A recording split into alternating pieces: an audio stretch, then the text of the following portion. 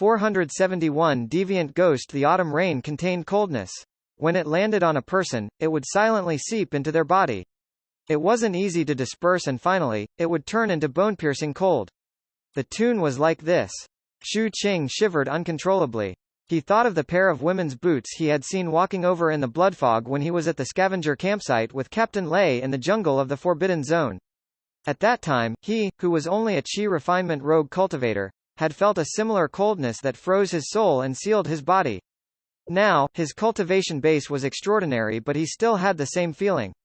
That long, ethereal and feminine singing voice seemed to have materialized and became a soul-stirring funeral tune, causing dozens of the thousand-odd cultivators in the surroundings to tilt and fall from their location. They fell into the deep, dark pit as though they were devoured. The remaining people's minds shook violently and horrified expressions appeared on their faces uncontrollably. This was because the singing voice quavered. Every letter seemed to contain countless trembling voices, as though the person singing was also afraid. It was as though they were putting on a show for the dead. In the entire deep pit, only the sound of this performance echoed. Moreover, even if people blocked their hearing, it was useless. This sound would reverberate in their souls and transform into anomalous substances, breeding in everyone's minds. In an instant, as the anomalous substances in the deep pit continued to thicken, the voice that was singing became weaker. In the end, it turned into a soft murmur that was only faintly discernible. Everyone let out a breath of relief. However, another tune suddenly rang out. Previous life, you are not here, I am always in the afterlife. Who cut off lovesickness, who drew the mortal world? The song this time was different from before. It wasn't that soul-stirring or cold. It was clearly a different singer, but it was even more sinister, causing one's mind to tremble. They all looked in the direction Xu Qing was in. This was because this voice came from there. Xu Qing abruptly turned his head and looked at the captain. The captain's eyes also widened as he looked at Xu Qing.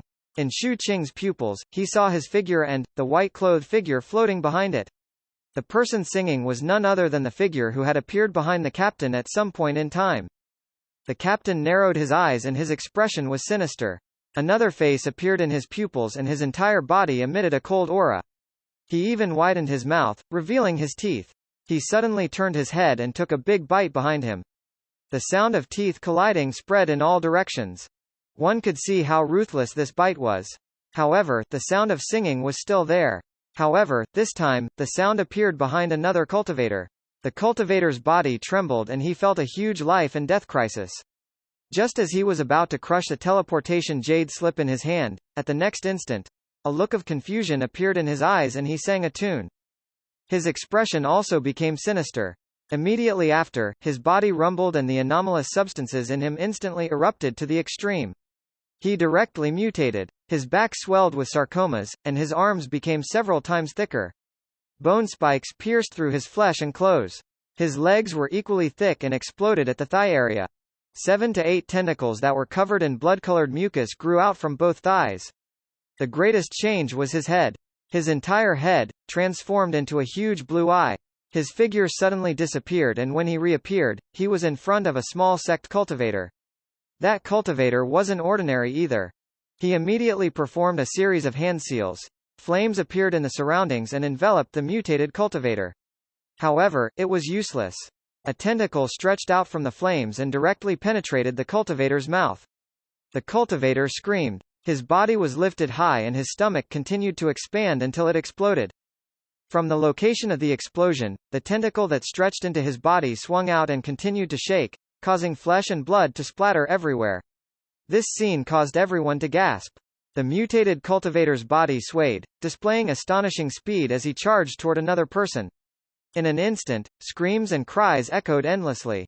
A few breaths later, the mutated cultivator who had killed many people appeared beside Xu Qing. The moment it appeared, it hugged Xu Qing. A ghastly mouth appeared on its stomach, wanting to devour him. As the danger in the deep pit was revealed, the selfishness of human nature was also exposed. There were clearly more than 1,000 people in the surroundings and there was not even a need for them to attack together. As long as 7 to 8 of them joined forces, no matter how fast this mutated cultivator was, it would be useless. However, everyone had different thoughts. Many people took advantage of the moment when the mutated cultivator attacked others and headed straight into the depths of the deep pit, avoiding the danger here. There were hundreds of such people. Some decisively crushed their jade talismans and chose to leave, unwilling to continue participating. The scene was very chaotic. Xu Qing didn't bother with these. The instant the mutated cultivator arrived, a cold glint flashed in his eyes. He didn't retreat but charged forward instead, instantly approaching the mutated cultivator. He then punched out. The 3 heavenly palaces in his body and the golden crow erupted with strength. The mutated cultivator let out a pained cry and retreated. However, not long after it retreated, an ice-cold aura came from behind it. The captain silently appeared, and his eyes revealed a dark glint as he grabbed the body of the mutated cultivator. He then opened his mouth and bit down on the blue eye. An even more loud scream rang out from the mouth on the mutated cultivator's stomach. Xu Qing arrived and punched again. Finally, with a loud bang, the mutated cultivator's body exploded into pieces, scattering toward the deep pit below. At that moment, there were only dozens of cultivators left. The others had either teleported away or had already moved down. Little Qing, let's split up. We have to hurry up. The captain spat to the side, looking like it didn't taste good. Xu Qing nodded and the 2 of them immediately fell down. They were very fast. As he sped, Xu Qing saw the disciples of the various forces who had left earlier. These people were all fighting now. Some of their opponents were the white figures that had appeared earlier, while others were mutated cultivators who had been possessed by these figures. There were many of them and most of them were fighting fiercely. To dare to come to this trial, they naturally had some methods, and they were on the winning side. However, due to having no time to teleport away, many disciples died. This qualification test was indeed incomparably dangerous. Xu Qing avoided these disputes. The deeper he went, the more intense the coldness. The feeling of oppression also became increasingly powerful and suffocating. In the end, he could even hear his rumbling heartbeat. Moreover, his vision had become blurry and he couldn't see clearly. It would take a while for him to get used to it. When he saw his surroundings clearly again, Xu Qing noticed that some cave forks would occasionally appear on the surrounding mud walls. Clearly, there wasn't only one path in this underground world. However, the stench didn't decrease because of the forks. Instead, it became even stronger. In addition, Xu Qing hadn't seen a single fragment needed to obtain the qualifications to participate in the swordholder's trial. He understood that this was because too many people had left earlier.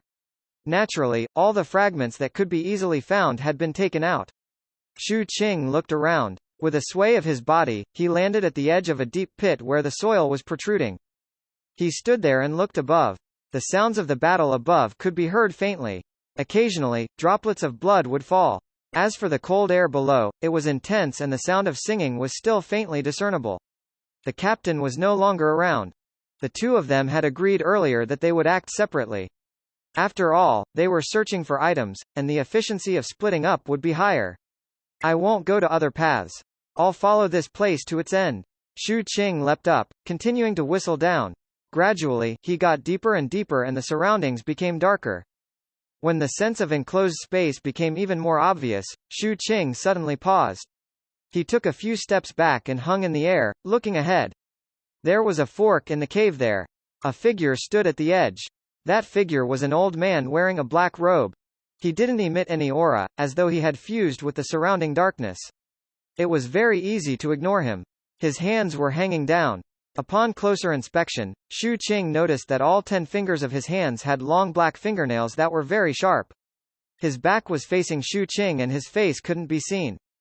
He could only see that his body was slightly tilted, as though he was listening to the singing sounds coming from the bottom of the deep pit. He seemed to be listening very seriously. However, in this ghost cave, the appearance of this figure would make anyone who saw him vigilant. Xu Qing stared at the figure. His gaze first swept past this sinister figure before looking at the soil beside the other party. There were 3 fragments stabbed into the soil.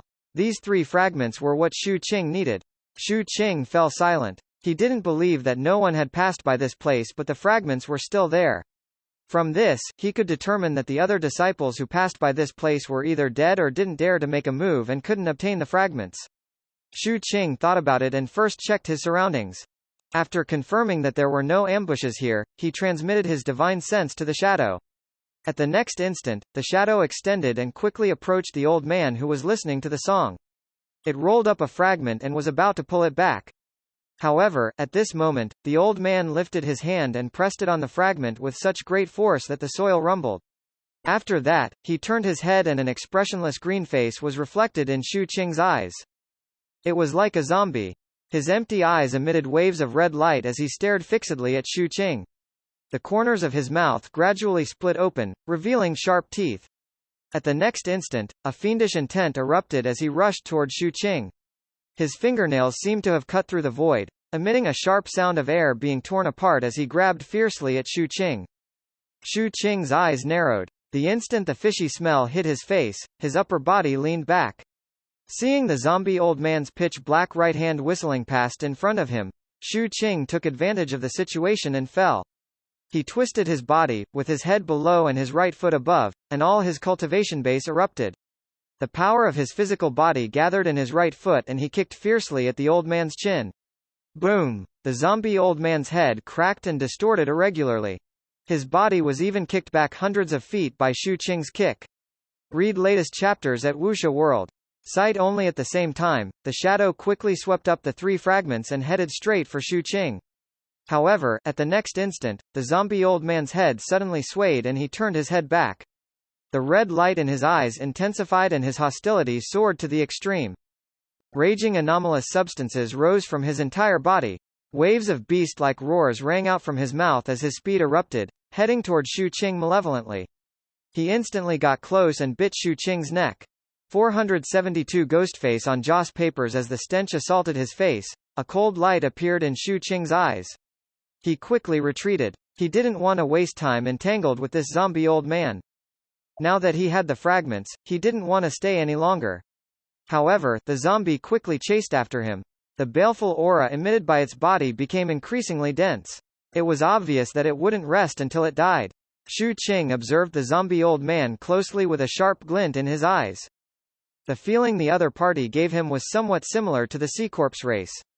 However, its joints weren't agile, but the hardness and recovery ability of its body were even more exaggerated. It also possessed some undying characteristics. There's no heartbeat, no blood, and it lacks intelligence. It looks more like a mutated cultivator than a ferocious beast. Moreover, its body is filled with traces of time.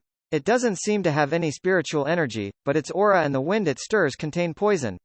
This poison belongs to the category of corpse poison and mainly has the effect of rotting. Its body is powerful and its combat strength is at the four palaces. Coupled with its recovery power and undying characteristic, it's infinitely close to the five palaces. Shu Qing's body swayed. When he dodged the zombie old man's pounce again, he had already analyzed the other party thoroughly. Its speed is slightly slower than mine. If I use the poison restriction, I can kill it. However, this is a little wasteful. Its poison isn't bad, and its fingernails look like very good refining materials. If I can find the source of its regeneration, its value will be even greater. My time won't be wasted in vain. While Shu Qing was analyzing inwardly, the zombie old man was becoming irritable because it couldn't touch Shu Qing. It suddenly opened its mouth and spat at Shu Qing. I'll suppress it first and take its parts out one by one. Shu Qing made a decision. Although his figure was drowned by the poison mist, at the next instant, the poison mist suddenly exploded in all directions. A shocking aura erupted from within, causing the poison mist to seem to be swept away by a violent wind. As it rapidly spread out, an afterimage moved out of the poison mist. The figure's speed exceeded the limit that could be seen by the naked eye and even surpassed the perception of the zombie old man. It only noticed that the poison mist had exploded. In the next breath, its body let out a boom and was suddenly blasted back by a huge force that came from its front. It collided with the wall of the deep pit thousands of feet away. The mud wall shook and the zombie old man's body caved in. Just as it was about to struggle, a black palm landed on its face and pressed down fiercely. With another boom, its head was completely pressed against the wall. No matter how it struggled, it was useless. It was also at this moment that the owner of the black palm appeared beside the zombie old man. It was a pitch-black figure. Its clothes, skin, and everything else were black. At that moment, the black color rapidly gathered between the figure's glabella and finally transformed into an eye, revealing the true appearance of the figure. It was none other than Shu Qing. After fusing with the shadow, Shu Qing lost the ability to cast spells. However, in exchange, he gained extreme physical power. His physical combat strength surpassed the 4 heavenly palaces and reached the peak of the 5 palaces. In his eyes, the speed of the zombie old man was extremely slow. He expressionlessly lifted his right hand and grabbed the zombie old man's fingers. With a cracking sound, he broke his 10 pitch black and sharp fingernails one by one. After some thought, his right index finger landed on the zombie's neck and slowly slid down, as though he was searching. Finally, it stopped at the zombie's chest and suddenly penetrated it. Very soon, he dug out a fist-sized black fog. This ball of fog contained dense corpse poison. After doing this, Xu Qing searched again, wanting to find the source of the zombie's regeneration. However, at this moment, after losing the black fog, the trembling zombie suddenly paused and instantly rotted, turning into black blood that flowed down the sunken wall of the deep pit. When Xu Qing saw this scene, the shadow eye on his glabella spread out and covered his entire body. After it covered him again, it transformed into the appearance of a coffin and Xu Qing's figure walked out. This black fog doesn't only contain poison but also the strange power that supports the existence of this zombie? Xu Qing fell into deep thought. He kept the fingernails and the black fog and continued forward. The surroundings became increasingly pitch black, the stench grew increasingly strong, and the cold feeling grew even more intense. In the silence, only the faintly discernible sounds of singing continued to ring out. It was filled with resentment, despair, etherealism, and mournfulness. This sound continued to invade Xu Qing's entire body, causing him to feel increasingly uncomfortable. Moreover, he couldn't block out the sound. He landed on a protruding rock wall and he lowered his head to look at the darkness below. How deep is this place? Xu Qing mumbled and continued to fall. After more than an hour, his figure suddenly paused and his pupils contracted as he looked down. Hundreds of feet below, Xu Qing saw dozens of corpses floating in the air. One of them was a small sect cultivator who had reached 10,000 feet on the absolute beginning separation pillar. However, it wasn't the youth who attacked Xu Qing but another youth.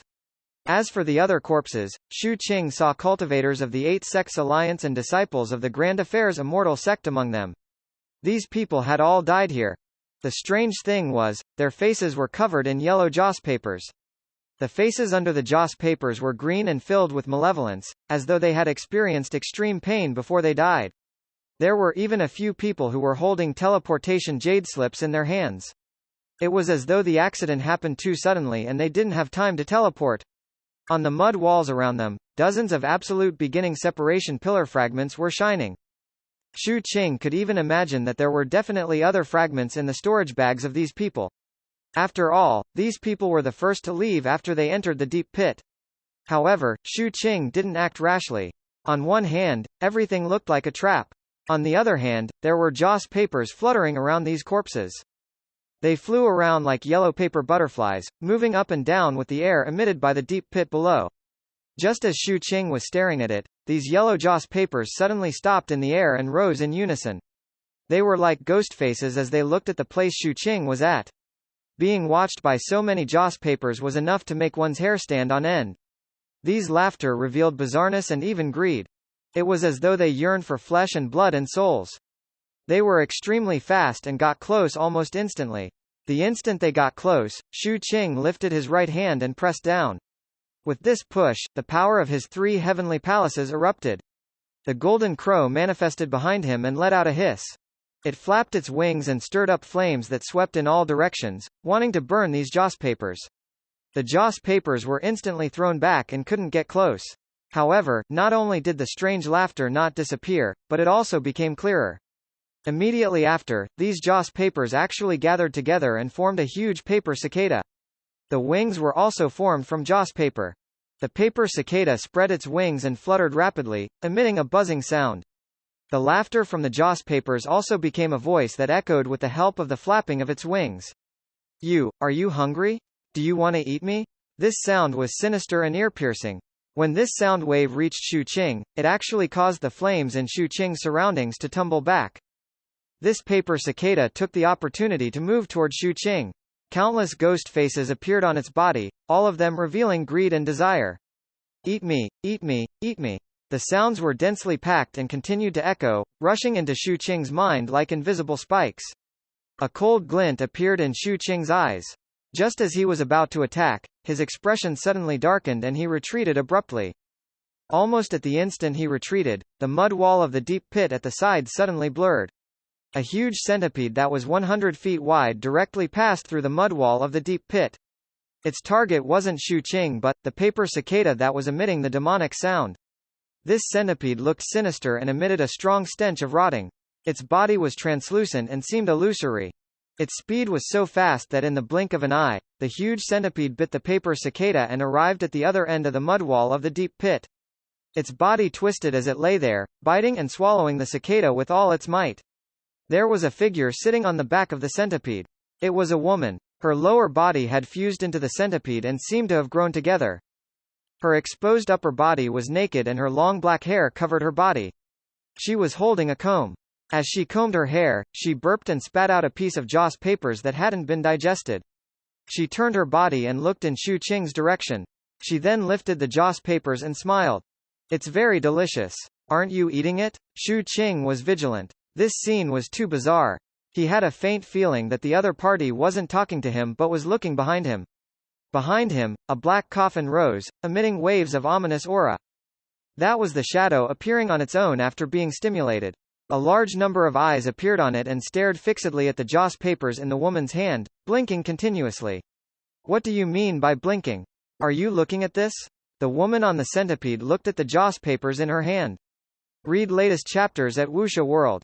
Site only. However, at this moment, a strange thing happened. A ghost face suddenly appeared on the joss papers in the woman's hand and smiled at the woman. Are you full? As soon as it finished speaking, the centipede that the woman was in trembled. Countless joss papers could be seen with the naked eye. These joss papers filled the centipede's entire body, causing it to instantly lose its translucent state and turn into a paper centipede. At that moment, ghost faces appeared on all the joss papers. They laughed one after another and said the same thing. Are you full? 473 Fox-hearted. The woman on the centipede let out a shrill cry. With a sway of her body, the centipede's 1,000 feet instantly moved rapidly on the mud wall. It wanted to shake off the joss paper but it couldn't do so. These joss papers formed inside its body and rapidly spread out through its entire body. It was even about to cover the woman's upper body. Evil voices continued to ring out from the faces of those ghosts on the joss papers, spreading in all directions. Are you full? The sounds were densely packed, as though countless people were screaming. A malevolent look appeared in the woman's eyes. After sensing that she couldn't suppress the joss papers, she controlled her body to burrow into the mud wall. As the mud scattered, her figure burrowed in and disappeared. At this moment, the joss papers on the faces of the corpses below also flew up one by one and floated into the place where the centipede had gone. The ghost faces on them laughed as they passed through the mud wall and chased after the centipede. It seemed like this place was indeed a trap, but the target wasn't Shu Qing but that strange centipede. Shu Qing wasn't too sure about the truth and could only make guesses. He looked at the place where the centipede had left and became even more vigilant of this place. This was because regardless of whether it was the joss papers or the centipede, they both gave him an extremely dangerous feeling. This feeling had nothing to do with the cultivation base. It was as though these existences themselves possessed a mysterious power. It's a little similar to the red moon. Maybe my poison restriction pill can destroy them, or the purple moon. Shu Qing mumbled. However, he didn't want to expose himself here. While being on guard, he carefully approached the corpses below and kept the scattered fragments in the surroundings as well as the storage bags on those corpses. As he continued to sink, he opened those storage bags. There were indeed some fragments in each of them, and altogether, there were about 100 or so. After putting them away, Shu Qing sank deeper and deeper while maintaining his vigilance. At this depth, the stench was stronger, the sounds of singing became clearer, the coldness and anomalous substances also became heavier. However, some fragments appeared in the surroundings. When Shu Qing saw them, he quickly grabbed them. Just like that, a day passed. During this time, Shu Qing saw some corpses. Their decay was very serious and he couldn't tell if they were people who had entered together with him. Beside these corpses, there were often ghosts that were gnawing like wild dogs. Moreover, these corpses didn't have storage bags. This made Shu Qing even more cautious and his sinking speed slowed down a little. At the same time, he also encountered many deviant ghosts. For example, there was a giant that was like a mountain of flesh with a huge hole in its stomach that was spitting out soil. Another time, he saw plants that looked like eyes on the mud walls. They stared at Shu Qing with a sinister expression. There were also some dancers in beautiful clothes who looked like fairies. They floated out of the mud walls and danced as they passed through the mud wall at the other end. They looked beautiful, but they had no face. If it was a timid person, their legs would probably go limp from fear and they would want to leave this place. After all, this place was pitch black, narrow, and filled with stench. Regardless of whether it was the appearance of the deviant ghosts or the singing voice that was ever present, it made one's soul instinctively tremble. However, Xu Qing was still fine. He had seen too many miserable things in the human world. It wasn't like there weren't things more terrifying than this. When the second day was about to pass, Xu Qing, who had already sunk to an extremely deep level, had already collected more than 200 fragments. This could already be considered the top ranking. Just as he was considering whether he should continue to sink, the coffin formed by the shadow suddenly appeared on its own. All its eyes opened at the same time and looked at the wall on the other side. At the same time, there were also intense clear fluctuations that transmitted to Xu Qing. Xu Qing's mind stirred. When he lifted his head, the black iron stick flew out and headed straight for the mud wall, instantly blasting open a huge pit, revealing the dying centipede woman inside. At that moment, her centipede body had completely turned into joss papers. It was shriveled up as though the inner substance had been devoured, leaving only a layer of paper skin. It was the same for the human body from the eyes down. She lay there paralyzed with a hollow look in her eyes, as though she was waiting for her death. Xu Qing took a look and retracted his gaze. Just as he was about to leave, a pleading fluctuation came from the shadow behind him. You want me to save it? Xu Qing was surprised. This was the first time he felt such emotions from the shadow. Aura, familiar, want. Xu Qing fell silent. After a long time, he nodded. I can only try. The coffin formed by the shadow instantly swayed. Xu Qing took a look and was already used to the other party being led astray by the diamond sex ancestor. He walked toward the large pit where the paper centipede was. When he arrived, the hollowness in the eyes of the woman whose eyes had turned into joss paper rippled slightly, but she couldn't speak. Xu Qing calmly walked closer and took a look. The third heavenly palace in his body suddenly trembled and the power of poison spread out from Xu Qing's body, spreading toward the centipede woman. The poison instantly invaded her. The woman's eyes revealed horror. At the next instant, all the joss papers on her body turned into ghost faces in unison and stared fixedly at Xu Qing as they spoke in unison.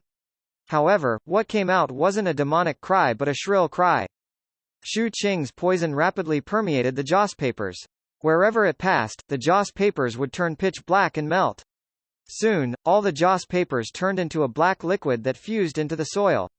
After losing the joss papers, the centipede's exposed body was also invaded by Xu Qing's poison.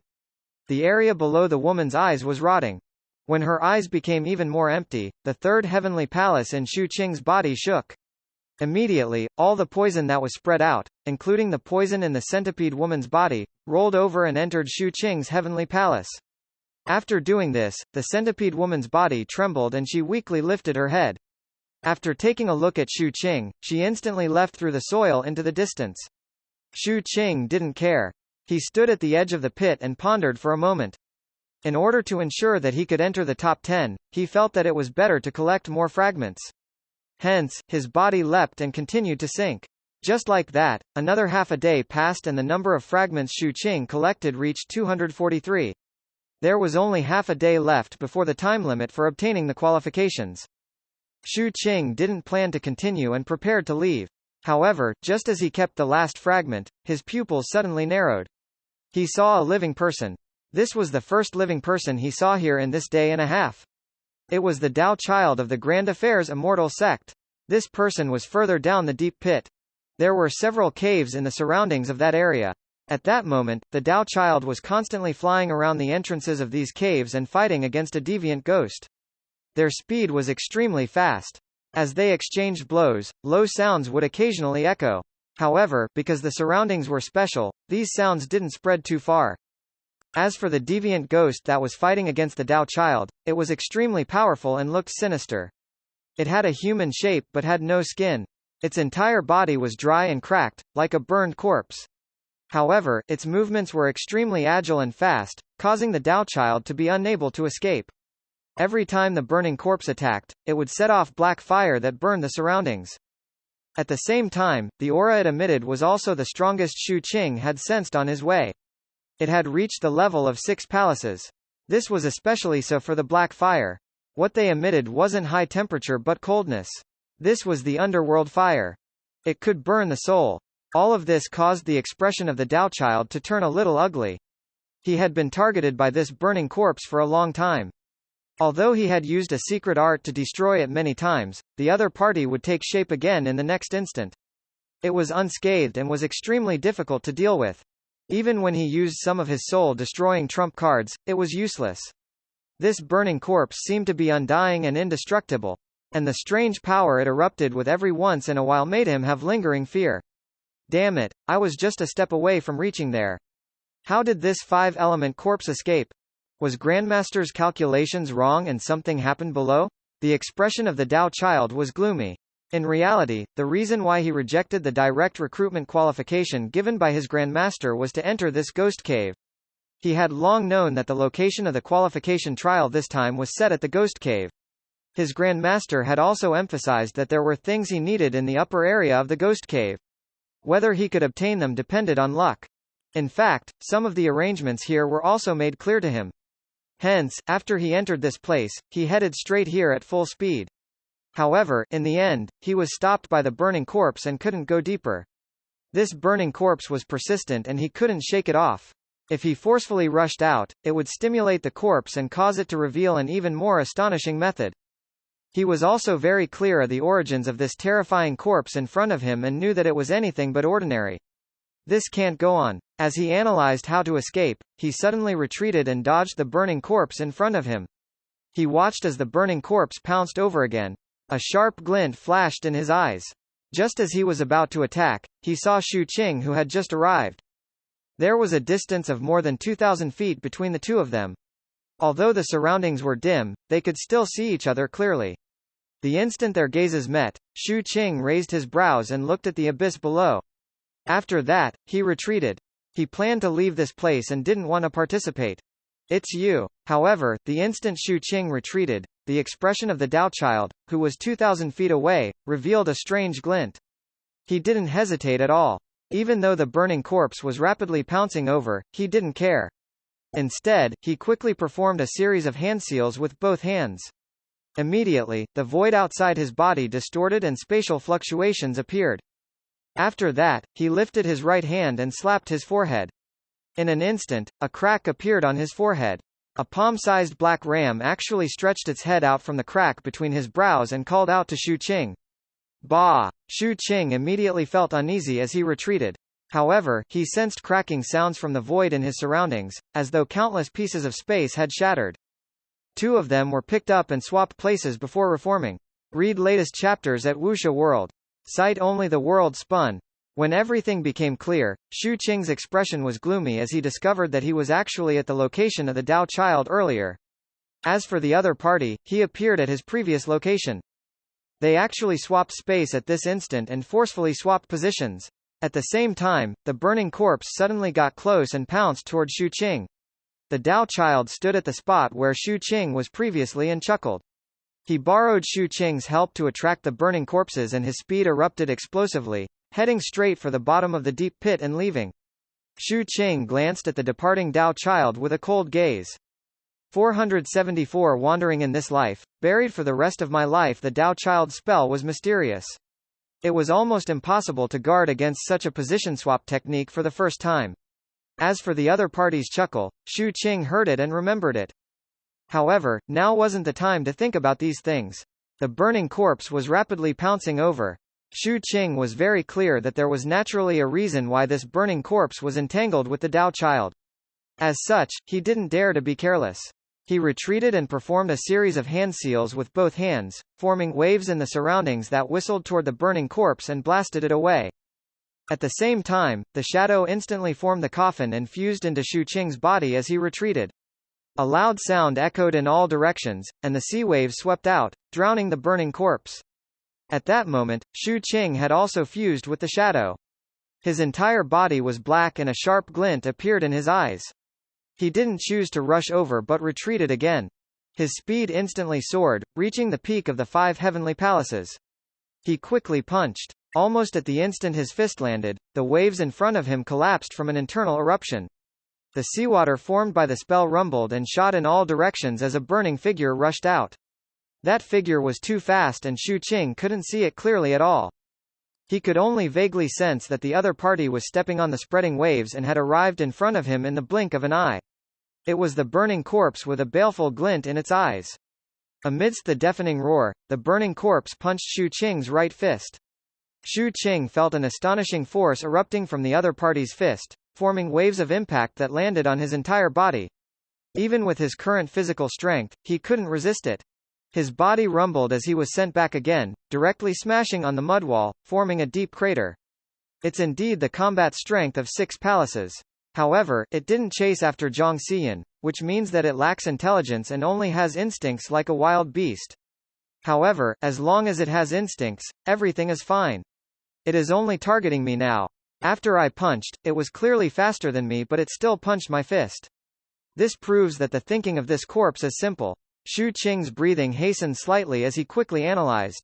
He could sense how terrifying this burning corpse was. Its spells were okay, but the most astonishing thing was its body.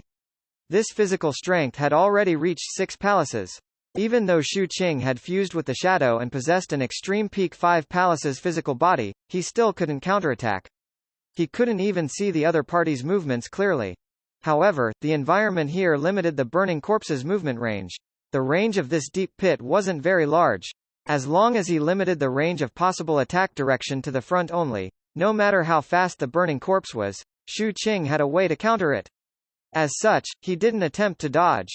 That would only cause him to be attacked from all directions. He retreated rapidly and entered the mud wall. There was a mud wall behind him and there were mud walls on both sides.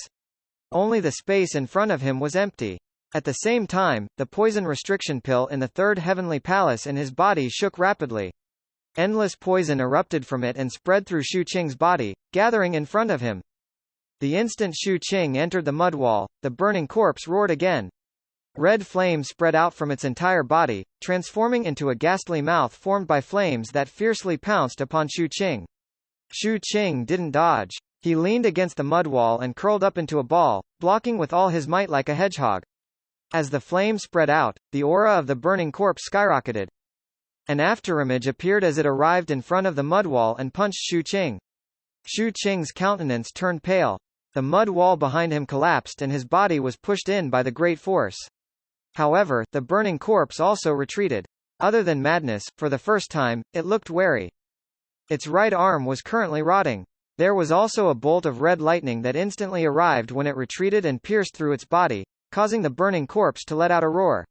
Red lightning bolts swam in its body and wherever they passed, its flesh and blood would turn into crystals that emitted extreme cold air. After the red lightning completed this attack, it quickly returned to the location where the mud wall had collapsed, revealing the iron stick inside. It floated in front of Shu Qing. Shu Qing spat out a mouthful of blood. The black color of his entire body was rapidly gathering at his glabella, transforming into the shadow's eyes. The shadow stared fixedly at the corpse. Under the shadow eye was Shu Qing's calm face. Fighting intent rose in his eyes as he stared at the burning corpse. He knew that his physical strength was inferior to the other parties, his spells were inferior, and his speed was inferior. However, he didn't give up. He first used the mud wall to limit the range of the attacks. This made it so that the other party's attack could only come from the front. Of course, this was also because Shu Qing judged that this burning corpse didn't have the intelligence of a cultivator. That was why he used this battle method. Also, his poison restriction pill was a trump card that far surpassed his physical strength, and the poison was all gathered in front of him. As long as the other party attacked, it would be poisoned. What he needed to do was to endure the attacks and wait for the poison to corrode it. The deep pit turned quiet. The burning corpse stared fixedly at Shu Qing with an irritated and wary expression. The rotting on its right hand was spreading. In the end, its violence suppressed its fear. With a sway of its body, the combat strength of the 6 palaces erupted again, forming flames that drowned Shu Qing. It rushed out again and headed straight for the mud wall. In an instant, a rumbling sound echoed out, mixed with roars. A moment later, the burning corpse retreated at an astonishing speed and floated in the air. At that moment, its right arm had completely melted and even its body was being corroded by the poison. Although its expression was crazy, it was obvious that it was even more wart. There was also a hint of horror. As for the mud wall in front of it, Shu Qing's 7 orifices were bleeding. The purple crystal in his body rapidly circulated to heal him, allowing him to last longer. In front of him was a dense poison that corroded the surroundings and emitted anomalous substances. Shu Qing didn't care about these. At that moment, he stared at the burning corpse with intense killing intent in his eyes. However, he still didn't move. He lifted his right hand inside the mud wall and gestured at the burning corpse. Come, continue. The burning corpse instantly became irritated and roared. However, the hesitation and wariness in its expression were still intense. When Shu Qing saw this, he pressed his hands against the mud wall beside him. When he stood up, the power of the poison restriction suddenly spread out and he assumed an attacking posture. He didn't know why Zhang Xiyan, who clearly had the combat strength of 6 palaces, would be entangled with this burning corpse for so long. However, he understood wild beasts and knew that they were easily scared at this time. This was especially so for wild beasts that relied on their instincts to move. Therefore, rather than continuing to pester it, it was better to let the other party leave on its own. Almost at the instant Shu Qing attacked and the power of the poison restriction spread out, the fear in the burning corpse's eyes grew even more intense and its body instinctively retreated. Finally, it let out a few roars and rushed upward, choosing to leave. Shu Qing spat blood and looked up. He then stared coldly at the bottom of the deep pit. The coldness in his eyes intensified. He knew that the Tao child was very strong and might even be related to the Red Moon, so he knew how dangerous it was. However, Shu Qing was unwilling to leave just like that. This is the territory of the absolute beginning separation pillar, the sword-holding court. If the other party really has a bizarre entity and it appears here, someone will naturally deal with it. Although there's Dangara, if I don't even dare to take a look and search for an opportunity, I might as well return to the Nanwang continent. At that moment, the time limit for the end of the assessment was approaching. Determination appeared in Shu Qing's eyes. With a sway of his body, he headed straight for the bottom of the deep pit at full speed. On the way, he spread out his poison restriction in all directions. This was to chase away the burning corpse that might follow him. Just like that, as he continued deeper, he saw Joss papers again. Joss papers floated out of the deep pit and fluttered in the surroundings. Shu Qing's eyes narrowed. He simply stuck close to the mud wall and cautiously crawled down. Time flowed by and very soon, there was only an hour left until the end of the assessment. Most of the disciples chose to crush the jade talismans and leave. There weren't many cultivators left in the deep pit, and there were even fewer at this depth. There were only Shu Qing and the Tao child. As they went deeper, there were more Joss papers here and the stench became even stronger. The coldness and anomalous substances became denser and the sound of singing became clearer. After the time it took for an incense stick to burn past, Shu Qing, who was sinking continuously, suddenly stopped. He didn't move at all and leaned against the mud wall. He narrowed his eyes and hid himself as he looked at the area thousands of feet below. He saw a strange building. It was a wooden hut. It was a wooden hut that was filled with dilapidation, as though it had experienced countless years and was decaying.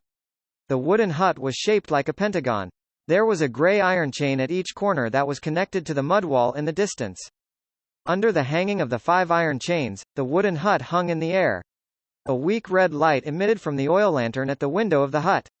Through the window and the decaying gaps above, one could see a figure of a woman in a red costume.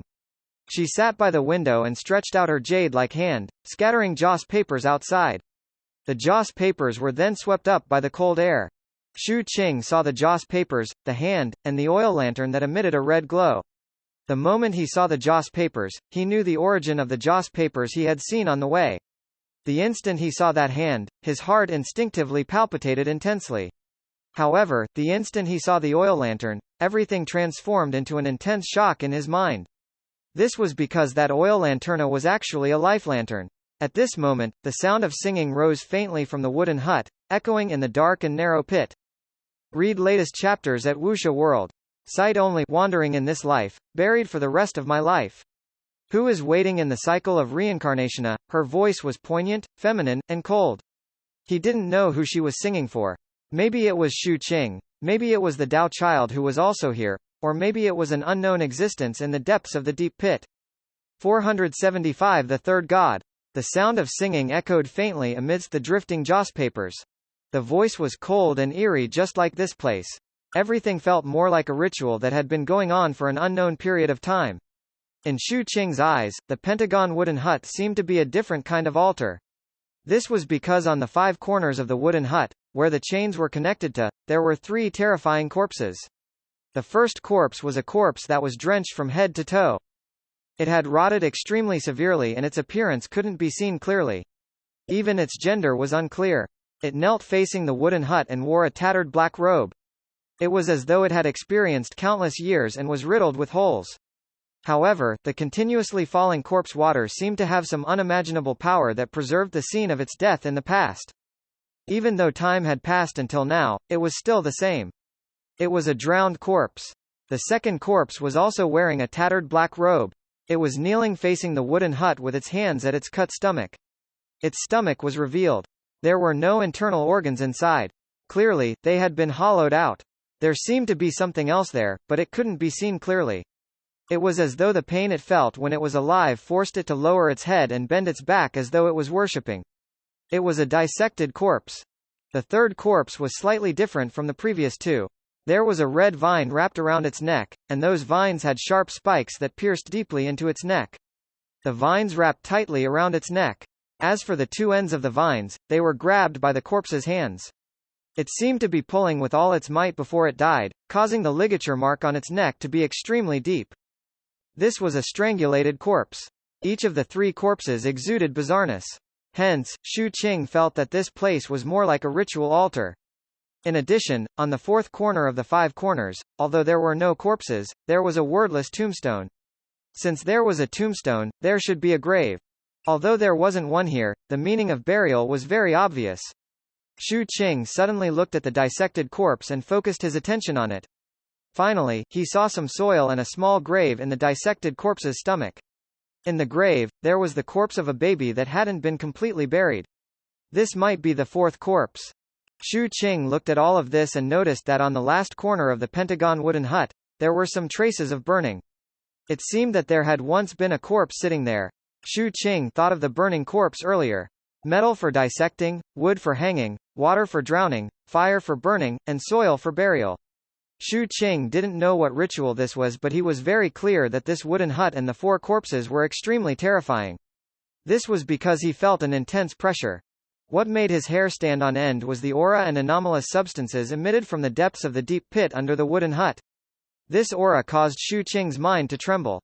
The last time he felt this was when the red moon breathed. Xu Qing knew that there must be an unimaginable existence in the darkness below. He also understood that the Tao child definitely knew about these because the latter was here. At that moment, the other party was on a mud wall thousands of feet away, cautiously crawling down. It was as though he was afraid that if he moved too quickly, he would disturb the woman and the corpses in the wooden hut. He was only a few hundred feet away from the iron chains. Xu Qing looked at the Tao child and a cold glint appeared in his eyes. He then lifted his right hand and took out a small mirror and a black wooden block. After that, he took out a storage bag that contained pills. There were black pills in this storage bag. After self-destruction, they could absorb anomalous substances. In this deep pit that was filled with cold air and anomalous substances, there were no pills more suitable for agitating this environment. Xu Qing gently tilted the bag down toward the Pentagon wooden hut that Tao child Zhang Xian wasn't willing to disturb. Hundreds of black pills spilled out of the bag. The Tao child's expression suddenly changed. He abruptly lifted his head and saw Xu Qing as well as those pills. He was shocked and was about to stop him when Xu Qing spoke softly. Burst. As soon as he finished speaking, the black pills exploded one after another. The sound wasn't very loud, but the instant they exploded, a large number of anomalous substances rolled over from below and above. The self-destruction of hundreds of black pills formed a huge suction force. In the blink of an eye, it transformed into a tidal vortex, causing an earth-shattering whistling sound to ring out. As for the surging anomalous substances, they were even more intense. If the anomalous substances were compared to seawater, then at this moment, they were surging like a tsunami. Everything below became blurry and the surroundings distorted. The Pentagon wooden hut shook and the singing paused. The 4 corpses on the corners of the wooden hut opened their eyes at the same time, revealing madness and cruelty. They let out roars and looked at Zhang Xian, who was the closest to them. A monstrous fiendish aura erupted at this moment. The expression of the Tao child changed drastically and indescribable anger and horror rose in his heart. He didn't expect Xu Qing to be able to escape the entanglement of the burning corpse. After all, even he couldn't do it. However, not only did Xu Qing escape, but he even came to scheme against him. All of this caused the Dao child to be shocked and furious. Not only was his plan destroyed, but he was also in great danger. His eyes instantly turned bloodshot as he performed a series of handseals at Xu Qing, wanting to use the position swap technique again. However, this time around, Xu Qing was prepared. P and Nov 1. Co. M. Hence, almost at the instant Zhang Xian made his move, Xu Qing lifted the small mirror he had taken out earlier. The flickering light of the mirror landed in Zhang Xian's eyes. At the same time, Xu Qing activated the black wooden block as well. At the next instant, the black wooden block transformed into the mystic spirit perpetual will door and faced Zhang Xian. After it was opened, a rotting heart flew out. As soon as the heart appeared, Zhang Xian's body paused and confusion appeared in his eyes. After 2 sacrificial refinements, the mystic spirit perpetual will door could seal the level of life. At this moment, Zhang Xian's life was frozen. He couldn't continue casting his spell at all. Taking advantage of this opportunity, Xu Qing rapidly retreated and rose into the air. However, this wasn't enough to vent the killing intent in his heart. Hence, as he rushed up, Xu Qing controlled the shadow to descend and spread toward Zhang Xian. Taking advantage of the fact that Zhang Xian's life level had been sealed, the shadow slapped him hard. With a bang, Zhang Xian's body was sent flying toward the raging corpses beside the Pentagon wooden hut. The rule was that killing other participants wasn't allowed, so Xu Qing naturally wouldn't break them. He felt that since the sword-holding court had reminded him of this many times, they might have a way to check the situation here. For example, the teleportation talisman they had distributed. However, using someone else to kill was clearly not within the rules. After doing all this, the shadow quickly returned. Xu Qing's speed erupted and he instantly moved 10,000 feet away. At this height, the scene at the bottom of the deep pit could no longer be seen. However, waves of roars and Zhang Xian's mournful cries after he recovered echoed from below. And his life lantern. Xu Qing narrowed his eyes and stared below. He was prepared to wait for the other party to die and see if he had a chance to take his life lantern away. However, the instant Xu Qing pondered over this, a sense of danger that caused his hair to stand on end suddenly erupted in his mind. A shocking wave of emotions rose in his mind. All of this originated from a light that appeared at the bottom of the deep pit. Xu Qing lowered his head and only took a glance before his mind rumbled intensely and the world spun. It was as though the world was distorting and the surroundings were blurry. His soul and flesh seemed to be about to break into pieces at this moment.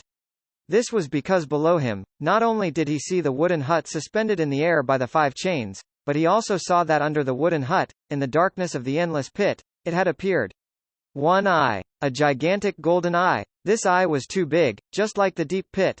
It was as though an unimaginable existence was sleeping at the bottom of the deep pit. To it, the deep pit was just a hole above its eye. At that moment, this existence woke up and opened its eye, looking at the hole. The coldness in the eye was as though all lives were ants. The only way to coexist with it was to transform them from the source of life. This was the suppression of life level. With just a glance, Xu Qing's hair, eyes, fingers, and even his flesh and blood seemed to have an independent consciousness. They didn't belong to him and were about to split from his body. The extremely dense anomalous substances erupted completely on his body. In fact, Xu Qing's body even began to undergo mutation. Indescribable pain and tearing spread throughout his entire body. Xu Qing wanted to teleport, but it was difficult for him to crush the talisman at this moment. He could only rely on his will to forcefully keep himself together. The purple moon in his body shone and the poison restriction pill erupted. As he suppressed and neutralized the anomalous substances, he forcefully rushed out and unleashed his full speed. However, the aura from the golden eye was too terrifying. Even while Xu Qing struggled, his speed gradually slowed down. Seeing this, Xu Qing was about to summon the shadow to cover his body. At that moment, a centipede suddenly flew out from the mud wall at the side and instantly got close to Xu Qing. The woman on the centipede grabbed Xu Qing's arm. With a sway of her body, the centipede rapidly sped toward the top of the deep pit, bringing Xu Qing along as it ran wildly. Her cultivation base was inferior to Xu Qing's, but her speed wasn't affected by the eye's gaze. At that moment, she moved for tens of thousands of feet. At the same time, the singing voice in the deep pit quavered and echoed again. The previous life is not here, but the afterlife is always here. I cut off the lovesickness and drew the mortal world, wandering in this life, buried for the rest of my life. Who is waiting in the cycle of reincarnation? The voice was poignant and continued to reverberate. The huge golden eye actually slowly closed again. It was as though this voice had a special meaning to it as it gradually fell asleep. However, the anomalous substances here were already intense. A large number of deviant ghosts appeared in the surroundings and let out endless shrill and savage roars. Shu Qing's mind shook. He looked down. Everything in this ghost cave was filled with bizarreness. From the looks of it, someone seemed to have specially arranged the wooden hut and ritual here to make the existence in the deep pit fall into a deep sleep. This centipede woman was also completely different from the bizarre entities Shu Qing had encountered. She actually appeared at the critical moment and saved him. Although this was because Shu Qing had saved her before, Shu Qing had never seen such an act of repaying a debt of gratitude from a different species. He looked at the centipede woman beside him with a complicated expression. The other party didn't look at him but ran at full speed. She only stopped when she sent Shu Qing another 10,000 feet away. After nodding at Shu Qing, the centipede woman opened her mouth and spat out a large number of absolute beginning separation pillar fragments, about 170 to 180 of them. After tossing them to Shu Qing, her body swayed and she directly burrowed into the soil, disappearing.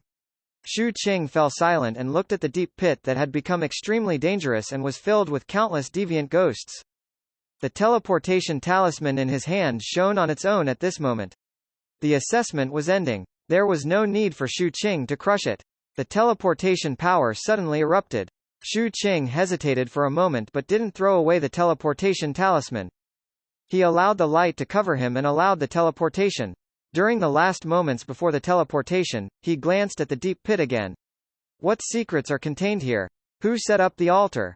Read latest chapters at Wuxia World. Sight only. Is the woman in the wooden hut dead or alive?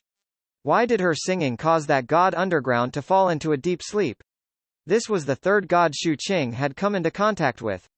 The first was the fragmented face. The second was the red moon. 476 sword holders mandate outside the absolute beginning separation pillar. The sky was still blue and the ground was still crystalline. The cold wind continued to blow. Snowflakes drifted across the city and landed on the crowd around the absolute beginning separation pillar. There were only a little over 2,000 cultivators here. The vast majority of them had teleported back in advance. Even now, there was still lingering fear on their faces. Clearly, everything that happened in the ghost cave was too shocking for them. The danger this time was indeed as the middle-aged swordholder had said 3 days ago. There existed fatal danger. Shu Qing stood in the crowd. He was among the last batch of people to return. The instant he appeared, he immediately looked around and noticed that several others had returned at the same time as him. The captain was among them. His body was covered in injuries but fortunately, his limbs were intact. However, he had lost one eye and both his ears. There was also a wound on his stomach. At that moment, he was grinning while covering the wound. He smiled at Shu Qing. Even though he only had one eye, it still revealed a hint of smugness, as though he was very satisfied with his harvest this time around. There were many caves in the deep pit and Shu Qing even saw a god. Others might have encountered other supernatural phenomena in other caves. Other than the captain, Shu Qing also saw Qing Chu. The other party also teleported at the same time as him. Clearly, she had persisted until the end. The mask she wore was bloodied, and so was her body. The evil ghost in the scythe kept chewing, but it couldn't hide its dying state. There was another one that Shu Qing didn't want to see. That was the Grand Affairs Dao child, Zhang Xiyan. He clearly had life-saving methods, so he didn't die. However, he was extremely weak and the anomalous substances in his body had clearly reached a certain level. At this moment, he was constantly eating medicinal pills in an attempt to dispel them. There was also a huge scratch mark on his body that extended from his glabella to his chest. It was so deep that his bones could be seen. If it was a little deeper, it could completely cut him into several pieces. Zhang Xiyan also saw Shu Qing. His expression was gloomy and his eyes were cold. Shu Qing expressionlessly retracted his gaze. He was thinking about the god in the ghost cave. It was impossible for the sword-holding court not to know about it. In that case, from his judgment, perhaps the ritual of the Pentagon wooden hut was set up by the sword-holding court. It was to make the god continue sleeping. Of course, this was only a guess. It was also possible that the wooden hut had existed before the sword-holding court. However, no matter what, this didn't affect his next inference. It was impossible for the red life lantern in the wooden hut to be taken away. If it was set up by the sword-holding court, they naturally wouldn't let others take it away. If it already existed, since even the sword-holding court wasn't able to take it away, let alone them. Then what's Zhang Saiyun's motive for going there? Xu Qing lacked information and couldn't guess the answer. At that moment, he recalled the woman's song and suddenly had a feeling. It was as though from the start, the person who was singing had already told everyone about the story of the ghost cave in 2 lines. Someone had buried them here for a long time, cutting their lovesickness into countless pieces. The pieces were as messy as the joss papers. As they fluttered, they looked like a scene of the mortal world. Every paper contained longing, as though it had been waiting for someone to piece together those fragmented lovesickness in its previous life and this life. He just didn't know if it was the woman in the wooden hut or the ghost cave god waiting. Xu Qing fell silent. In his eyes, this world was gradually becoming more and more mysterious. He also saw a human cultivator who had teleported back at the same time as him. The other party's figure didn't appear. The instant he returned, his body trembled and he was instantly killed by the light emitted by the absolute beginning separation pillar. This person's death caused Xu Qing to bury his thoughts about the ghost cave in the depths of his mind. When his eyes narrowed, an emotionless voice spread out from the absolute beginning separation pillar. Investigate. Those who killed fellow humans, erase them. Xu Qing's mind shook. Previously, he had guessed that the teleportation talisman had a recording function to record if there were any violations. Now that he looked at it, it was indeed the case. In addition, he also discovered that the fragments on his body were gone. The instant he teleported back, those fragments seemed to be swept away by a vast force and fused into the absolute beginning separation pillar. Clearly, the sword-holding court had its own method of recording. At that moment, amidst the cold wind and everyone's waiting, the sky suddenly shone with a dazzling light. Figures descended one after another. All of these figures were wearing official robes and stood in the sky. At first, there were dozens of them, but very soon, as more light appeared, more and more figures descended, reaching hundreds. The pressure from their bodies rumbled in all directions, causing the world to seem to dim at this moment. Moreover, there were still more descending. This scene caused the minds of the cultivators below to tremble. The surrounding crowd and the Tao protectors of the various forces also had solemn expressions. A while later, thousands of figures stood in the sky. Every one of them emitted extraordinary fluctuations. The weakest among them was in the Golden Core realm. There were nascent soul cultivators and spirit repositor as well. Moreover, each of them carried a similar large sword on their backs. This sword was green and engraved with a mark. That mark looked like Yuan. The similar official robes made these people look extremely orderly. Moreover, their auras seemed to be connected, forming an aura that shook the heavens and the earth. It was as though it could suppress all ages and destroy all enemies. It was like a powerful rainbow. They were all the swordholders of the Yinghuang province's sword-holding court. At that moment, they arranged themselves in a 2-wing formation in the air. They were like 2 huge wings that were spreading and soaring. While the pressure was intense, there was also a solemn feeling that rose in the world. The entire absolute beginning separation city was silent. Regardless of whether it was the surroundings of the absolute beginning separation pillar or the tents in the city, no one made a sound at this solemn moment. Everyone held their breaths and stared at the sky. This was because they knew what followed would be a grand ceremony for the swordholders. It was the same for the second stage of the swordholder assessment every time. The ritual was extremely important. Just as everyone's expressions were solemn, a loud bang slowly rang out from the clouds in the sky. The sound grew louder and louder. Finally, a rainbow vortex appeared in the sky. 9 dazzling figures walked out of the vortex. Every one of them had a nihility cultivation base. Any one of them could become an ancestor in the sect of the Yinghuang province. And they were the 9 swordholder elders of the Yinghuang province's sword-holding court. Their expressions were all solemn. At this moment, they walked out and each of them floated on the wings. There was only one person in the center. This person was the great elder of the Yinghuang province's sword-holding court and also the highest rank in the sword-holding court. When Xu Qing saw the other party, he was stunned. This great elder was actually the old man who looked like Grandmaster Bai when he was explaining his attainments in alchemy. Shu Qing knew that the other party must have an identity in the sword-holding court, but he didn't expect his identity to be so high that he was in charge of an entire court. Just as Shu Qing's mind was in turmoil, a middle-aged man walked out from in front of the left wing. His expression was solemn as he cupped his fists and bowed deeply to the great elder in the center. There are a total of 4,311 swordholders in the Yinghuang province's sword-holding court. There are 4,311 of them today and no one is absent. Great Elder, please check and approve. The Great Elder nodded slightly. Read the list. I follow the Great Elder's decree. The expression of the person who walked out from the left wing was incomparably solemn. He hurriedly turned around and looked at the ground. His voice was like a large bell. After the sword-holding court's inspection, we will report the results to the sword-holding palace. According to the number of fragments obtained, the top 10 will obtain the qualifications of the swordholder and have an audience with the emperor. The list is as follows: Shu Qing, Chen Erniu, Qing Chu, Zhang Xiyan, Ning Yan. The middle-aged man spoke one name after another. Every time he said one, the breathing of the crowd below would quicken until the names of the 10 people were finished.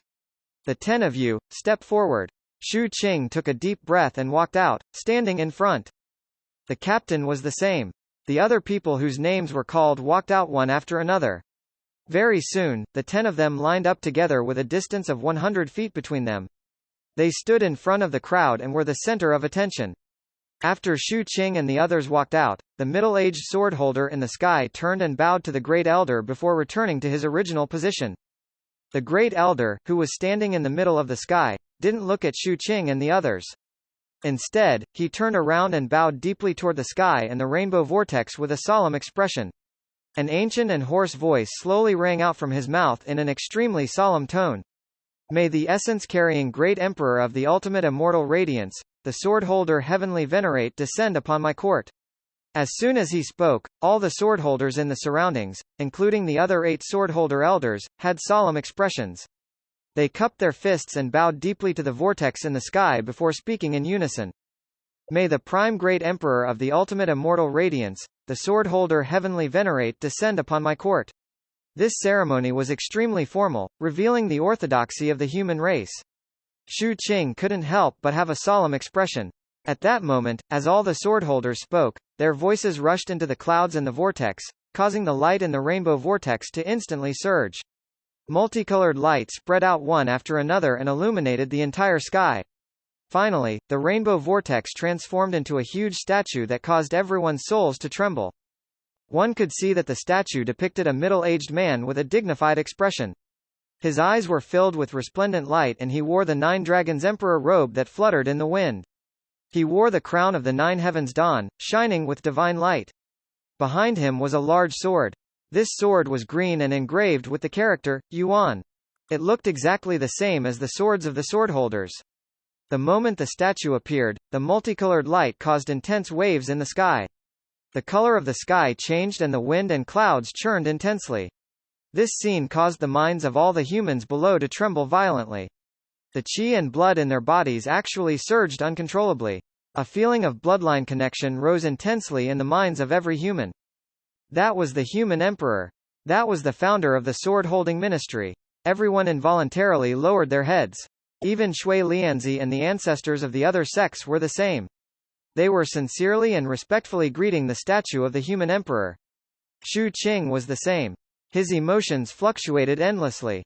He thought of the ghost emperor, but clearly, compared to this human emperor, the ghost emperor was much inferior. This emperor's appearance was 70% similar to the statue of the ancient sovereign mystic Nether that Shu Qing had seen before. As everyone greeted, the solemn voice of the swordholder Great Elder echoed through the world. Inheriting the eternal order of the sovereign and the 4 extreme heavenly Tao, the Sword Palace holds the sword for the human race and kills the danger for the commoners, spreading the light in the world. The emperor's statue filled with multicolored light is the evidence. This voice was like heavenly lightning that spread through the sky and echoed on the ground, spreading in the hearts of every swordholder and imprinting itself in the depths of the minds of all the humans below. It directly exploded in the minds of Shu Qing and the others. Read latest chapters at Wuxia World. Sight only. It was as though the world was ringing with a great bell, that could be heard by even the deaf. This was because this was the mandate of the swordholders. The light of heaven and earth erupted when they slayed the danger for the people. They were sword holders. 477 First time in the Yinghuang province the ground was completely silent. Only the sound of breathing formed by the surging emotions could be heard. Most of the people felt waves in their minds when they heard this. All of them had their own stories and experiences.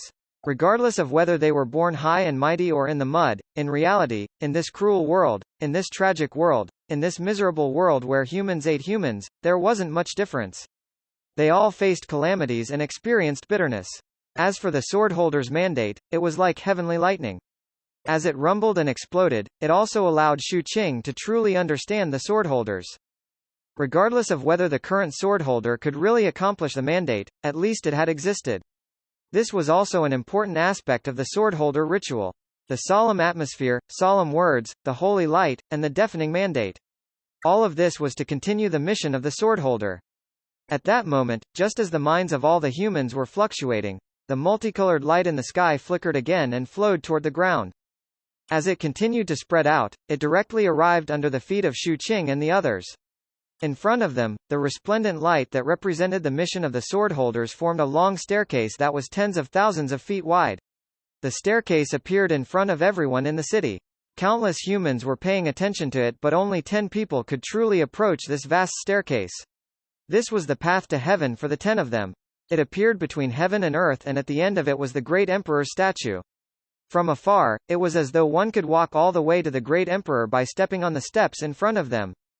That holy intent became even more intense at this moment. This was especially so for the rainbow light on the staircase.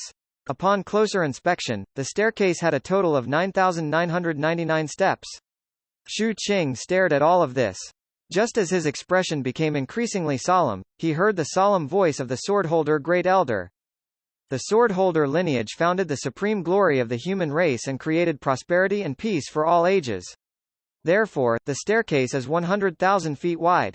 Sovereigns who are represented by 10,000 are superior to monarchs, and thus there are 9,999 steps. Therefore, the 9,999th step represents my swordholder ministry. We can kill anyone below the sovereign. His voice rang out in the world, and an intense glint appeared in Xu Qing's eyes.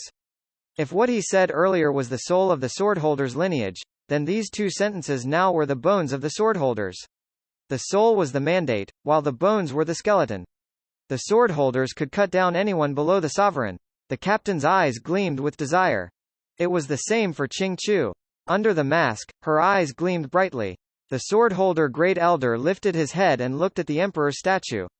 He seemed to take a deep breath and had a solemn expression as he bowed deeply, and said in an even more solemn tone, "Emperor, please grant me the sword."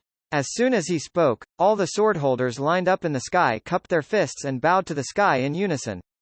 With this bow, the light of the emperor's statue instantly spread out like a red sun rising from the sea, dispersing all the darkness in the world.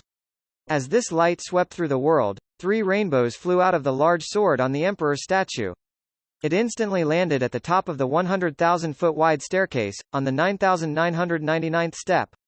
With a buzz, the 3 large swords pierced into it.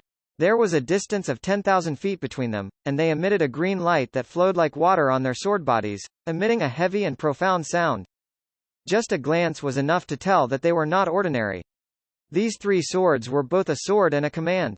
They were the symbol of the swordholders and also the swordholder command of the swordholders. The swordholder is also the bearer of the command. With the sword as the command, he protects the myriad beings. At this moment, all the swordholders in the sky spoke in unison. Their voices were like a large bell, shaking the world, surpassing lightning and suppressing the ages. Out of the 10, the winners are the ones who obtain the swords. All of you, listen up. As the lingering sounds of all the swordholders echoed, the ancient voice of the swordholder Great Elder suddenly rang out. As soon as the voice rang out, everyone's hearts skipped a beat. A sharp glint appeared in Xu Qing's eyes. He was determined to obtain this swordholder position. The others were the same. Regardless of whether it was the captain, Qing Chu, Zhang Xiyan, the human youth who had offended Xu Qing before, or several others, their eyes were shining. Just as the 10 of them were fully focused, a solemn voice rang out from the sky. Qing Chu, there are 40 battle marks in your body. Go up 400 steps. Qing Chu's body trembled and she quickly climbed the stairs. Under countless gazes, she reached the height of 400 steps and stood in the sky. Chen or Niu, there are 127 battle marks in your body. Go up to the 1270th step. The captain rushed out in an instant and continued to climb until he reached the 1270th step. Zhang Xian, 63 battle marks, move 630 steps. Ning Yan. As the voice echoed, everyone climbed different steps according to the battle marks in their bodies. Until it was Xu Qing's turn. Xu Qing, there are 279 battle marks in your body. Go up to the 2790th step. Even at this extremely solemn moment, the crowd below couldn't help but let out a commotion. Previously, the captain's battle marks had already shaken their hearts, but they could still hold it in. However, Xu Qing's battle marks surpassed everyone's imagination and had already reached an unprecedented level. Immediately, numerous gazes filled with disbelief gathered on Xu Qing from all directions. Regardless of whether it was the cultivators in the city or Qing Chu and the others who were standing at different heights, all of them were shocked. Xu Qing lifted his head with a calm expression and walked forward. Under the gazes of everyone, he walked toward the sky like a youth king, toward the emperor. He surpassed the others, the human youth, Ning Yan, Qing Chu, who had a complicated look in her eyes, the cold-looking Zhang Xian, and the captain who had an incredulous expression. After surpassing everyone, he walked for a very long time until he reached the 2790th step, the peak of everyone. He was far ahead. At this moment, he was still 7,209 steps away from the emperor. Behind him were the other 9 people, and behind them were countless human cultivators. Standing at this position, Xu Qing completely understood that after coming to the absolute beginning separation pillar, every place with bonus points was meaningful. Their meaning might not be the same every time, but this time, it was here. The assessment had actually been going on from the start. This was because after he stood at this height, the ancient voice of the swordholder Great Elder rang out again with solemnity. Xu Qing, Chen or Niu, Zhang Xian, the 3 of you are ranked first in the pillar. You reached 30,000 feet and can ascend 3,000 steps. As the names were called out one by one, Xu Qing and the other 10 continued to move forward. Xu Qing was still first place without anyone being able to shake his position. He looked at the statue of the emperor at the top and the 3 dazzling swords under it. At that moment, he was still 4,209 steps away from there. The Great Elder's sound resounded again. Zhang Xian, you have obtained 48 weapon essences from the Ghost Cave. Climb 480 steps. Qing Chu, you have obtained 213 weapon essences. Go up 2,130 steps. Chen or Niu, you have obtained 301 weapon essences. Climb 3,010 steps. Xu Qing, you have obtained 421 weapon essences.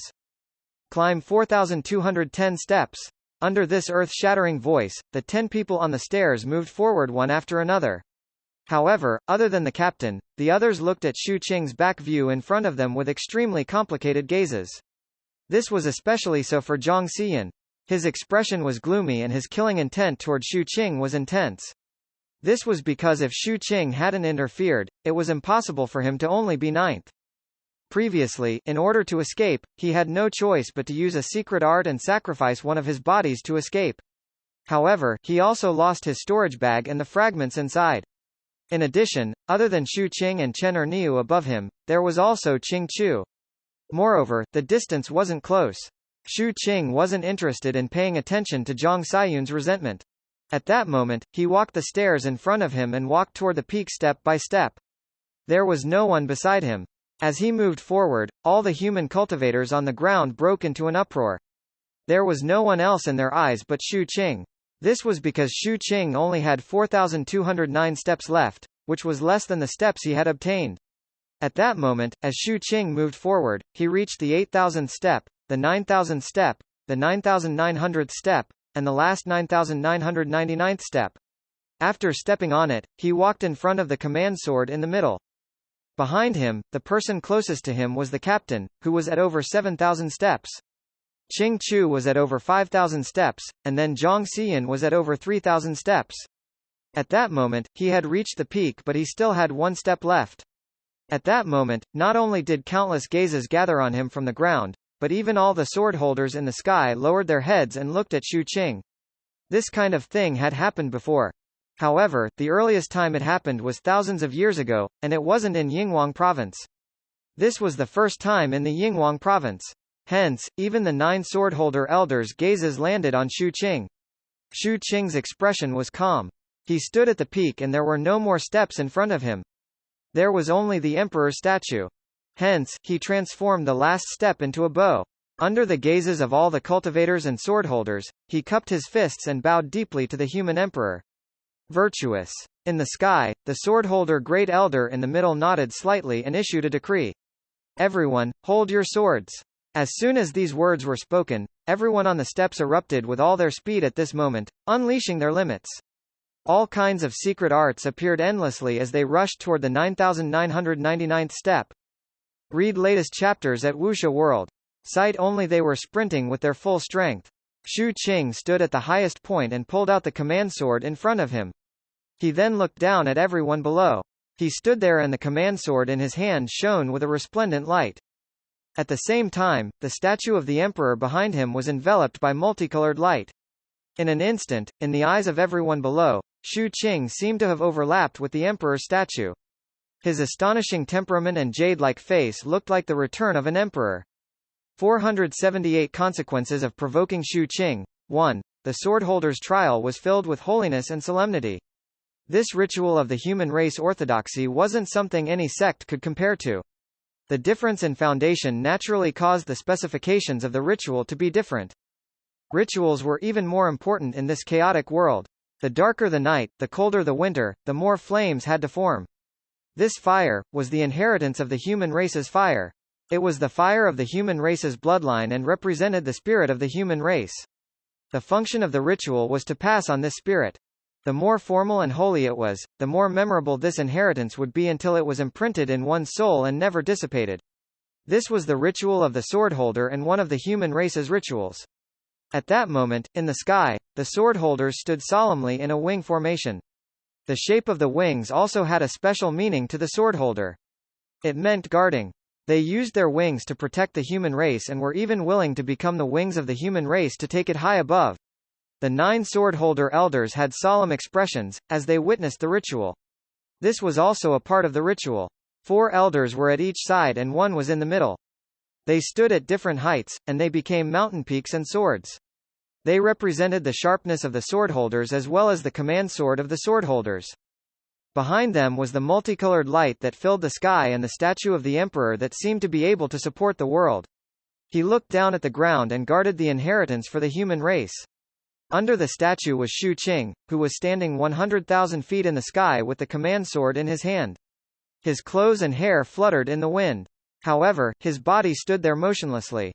At this moment, his aura was formed just by his gaze and the height he was at. This was because Shu Qing was the only one on the highest step. However, at the same time, the origin of this aura was profound. What was profound was the overlapping with the emperor's statue, and also the mission of the swordholders. Originally, the swordholder ritual shouldn't produce such an aura and profundity on a person's body. After all, this was only an initiation ritual for the swordholders. It would only be like this when there were other higher-level occasions and advancements. However, this time around, Shu Qing appeared. During the assessment, he reached a height that had never been seen in the history of the Yinghuang province. While others were still trying to fight for the swordholder spot, he was already standing on the highest step. What he needed to do was simply to pick up the command sword. The moment he held the command sword, he seemed to have gone from a participant to a witness. It was a testament to the figures rushing over from the steps below. There were only 2 swords left. Only 2 people could succeed. With Shu Qing's personality, he would seek revenge for the smallest grievance. He didn't want Zhang Xiyan to succeed and the rules didn't say that he couldn't interfere. Clearly, as long as it wasn't too much, there was a high chance that it would work. Everyone, be careful of Zhang Xiyan. He has a position swap technique that can only be used when he looks at you. In the ghost cave, this person used this technique on me. It's extremely sinister. Shu Qing stood at the peak and calmly spoke. As soon as he finished speaking, everyone's expressions changed. The captain didn't hesitate at all. His entire body flickered with blue light and his body became blurry, causing others to be unable to see his figure clearly. His speed also rapidly erupted and he instantly leapt by 10,000 feet. He didn't stop at all and rushed forward again. His target was the command sword that was 10,000 feet away on Shu Qing's left. Zhang Xiyan was expressionless. Due to the losses in the ghost cave, he was too far behind and his injuries were very serious. Hence, he indeed planned to use this technique. His target was Chen or Niu or Qing Chu. He couldn't swap with Xu Qing, after all he had broken the precedent in the Yinghuang province. Even the Great Elder had said, virtuous. Now that he was already a swordholder with the command sword in his hand, there was extreme danger in swapping places with Xu Qing. However, Xu Qing warned the others too quickly. He hadn't even finished using the spell. However, there were no fluctuations in his mind as he continued to cast. His target was Qing Chu. The captain withstood the pressure formed by the steps during the sprint and arrived rapidly. He picked up the command sword and looked at Xu Qing excitedly. Xu Qing also looked at the captain. After the two of them looked at each other and smiled, Xu Qing discovered that the swordholders in the sky didn't stop him from speaking. Hence, he spoke again. Zhang Xian, you coveted the Pentagon wooden hut in the Ghost Cave and wanted to destroy it. Moreover, you know everything about the Ghost Cave like the back of your hand. If you said that you didn't know about this in advance and didn't come here with a motive, no one would believe you. You're so scheming. Your actions and thoughts are all suspicious. Sword holder Xu Qing implores the elders of the sword-holding court to inspect Zhang Xian. Zhang Xian had already crossed 7,000 steps and was casting a spell to mark the target to Qing Chu, who was almost at the 9,000th step. When he heard Xu Qing's words, his mind finally stirred. He couldn't care less about a will seed technique like Li Ziliang's because it was all groundless. He just needed to be firm to resist the technique. Read latest chapters at Wuxia World. Sight only. However, not only did Xu Qing's words reveal his true secret, but he also implored the elders to examine him. This matter was no longer a seed planting. He was directly punishing him. Nonsense. Zhang Xian knew that this matter couldn't be explained easily, and it wasn't appropriate for him to explain at this moment. However, he couldn't remain silent. Hence, he pretended to be calm and continued casting. However, the waves in his mind still affected the spell a little. The instant he activated position swap, Qing Chu's eyes flashed and she suddenly retreated rapidly. There was pressure here, so her speed was naturally not fast. However, it was extremely easy for her to take advantage of the momentum and retreat. It was as though she had been enhanced and her speed was fully unleashed. Hence, Qing Chu's body instantly fell back to just over 3,000 step. 479 consequences of provoking Xu Qing. 2. Position swap. Zhang Xian succeeded in his spell. However, he moved from over 7,000 step to over 3,000 step. As for Qing Chu, she reached over 7,000 step. Before they changed positions, there was a difference of 2,000 steps between them. After they changed positions, there was a difference of 4,000 steps. The instant the swap was successful, a huge evil ghost appeared on Qing Chu's body. It had long been accumulating strength. At this moment, it opened its mouth wide and made a devouring sign toward Zhang Xian. Zhang Xian's body trembled and the backlash caused him to involuntarily stop in his tracks. He was even more anxious and furious. Qing Chu's method was very simple, but the simpler it was, the more unexpected it was. Qing Chu took advantage of this pause. Her entire body flickered with red light as she spared no expense to activate her secret art. Many phantoms appeared on her body and she coughed out 7 mouthfuls of blood in exchange for extreme speed. In the end, she rushed to the peak and grabbed the third command sword. The moment she held the sword in her hand, Qing Chu spat out another large mouthful of blood. There were even pieces of internal organs inside. Clearly, the backlash from this secret art was extremely great for her.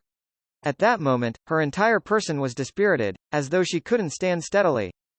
She could only prop the evil ghost scythe against the ground and barely stand there. She was extremely weakened but her eyes were resolute. This gaze made Xu Qing feel that he had seen it before for some reason. Just as Xu Qing was searching his memories and the source of this familiarity, Zhang Xian saw that he had failed and the anger in his heart soared to the sky. He stared fixedly at Xu Qing.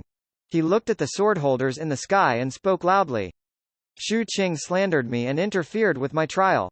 This matter, I'll give you an explanation on behalf of my junior brother. Zhang Xian, sorry, it was a misunderstanding. You're a good person. The captain blinked and continued Zhang Xian's words with a serious expression.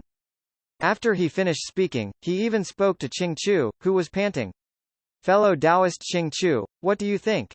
Qing Chu hated Mad Dog and Ghost Hand, but she knew that this matter concerned her ranking, so she spoke coldly. I also think it's a misunderstanding. Zhang Xian, truly sorry, you're a good person. They had clearly said that they were sorry, but the anger in Zhang Xian's heart didn't dissipate at all. Instead, it turned into a deep grievance and he was about to speak.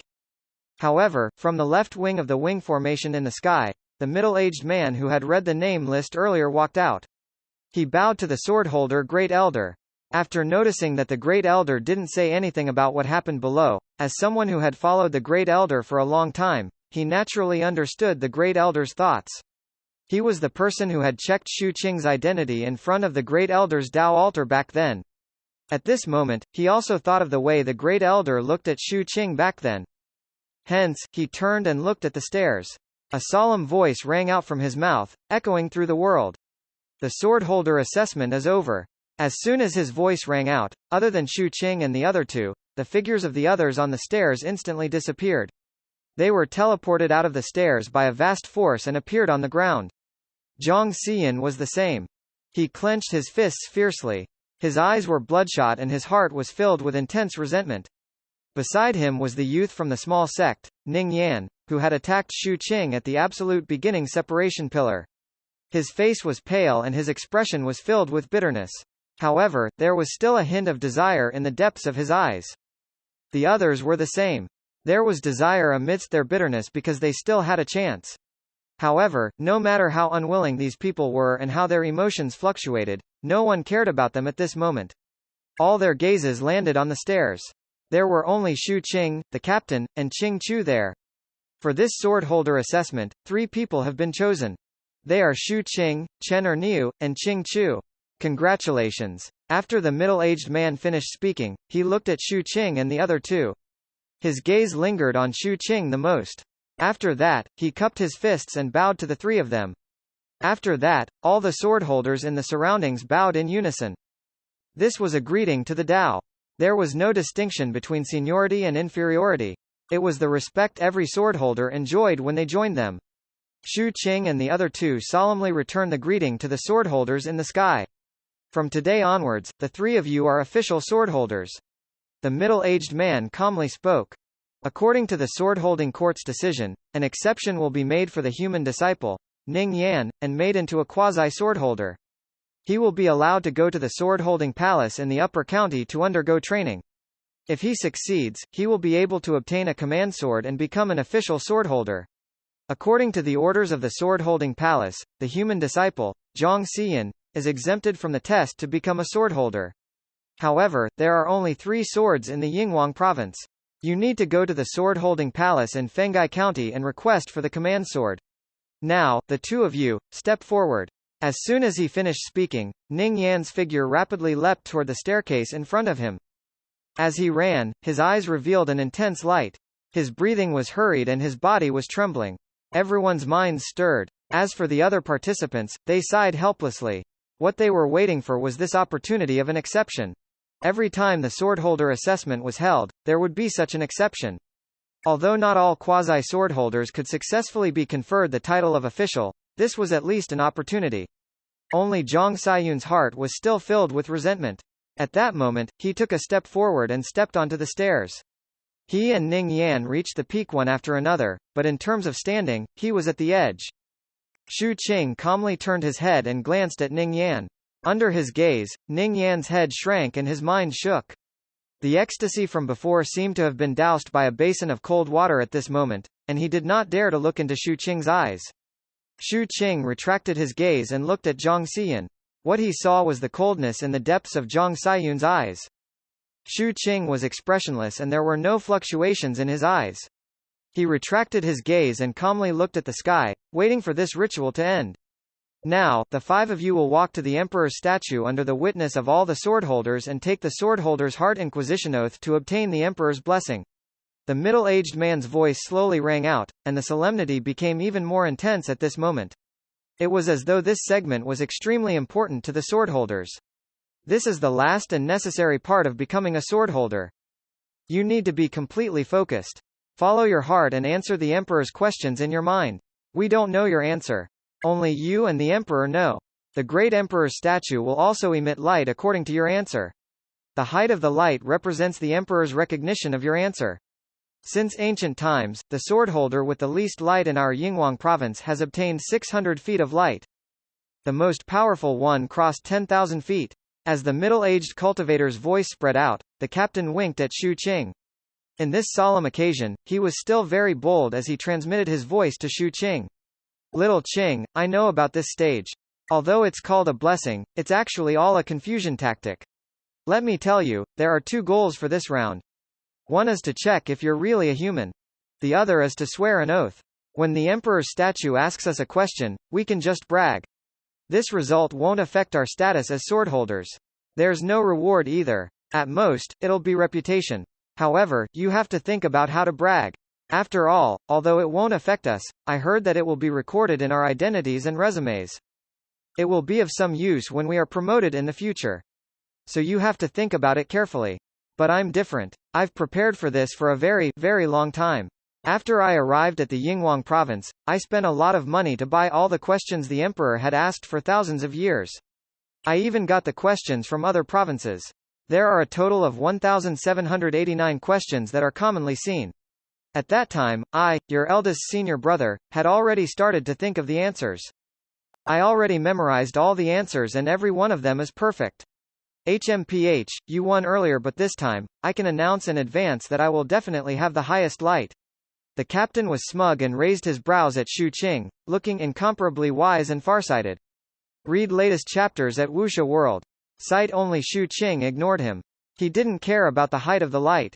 Since it didn't affect his identity as a swordholder and there were no rewards, if it was just an empty title, he would answer everything according to his heart. While Xu Qing was thinking this, a solemn voice rang out from the sky. All of you, step forward 1,000 feet. Xu Qing lifted his head and walked forward. The others were the same. They stepped forward 1,000 feet and got even closer to the emperor's statue. 480 God's body. This hard inquisition was indeed as the captain had said.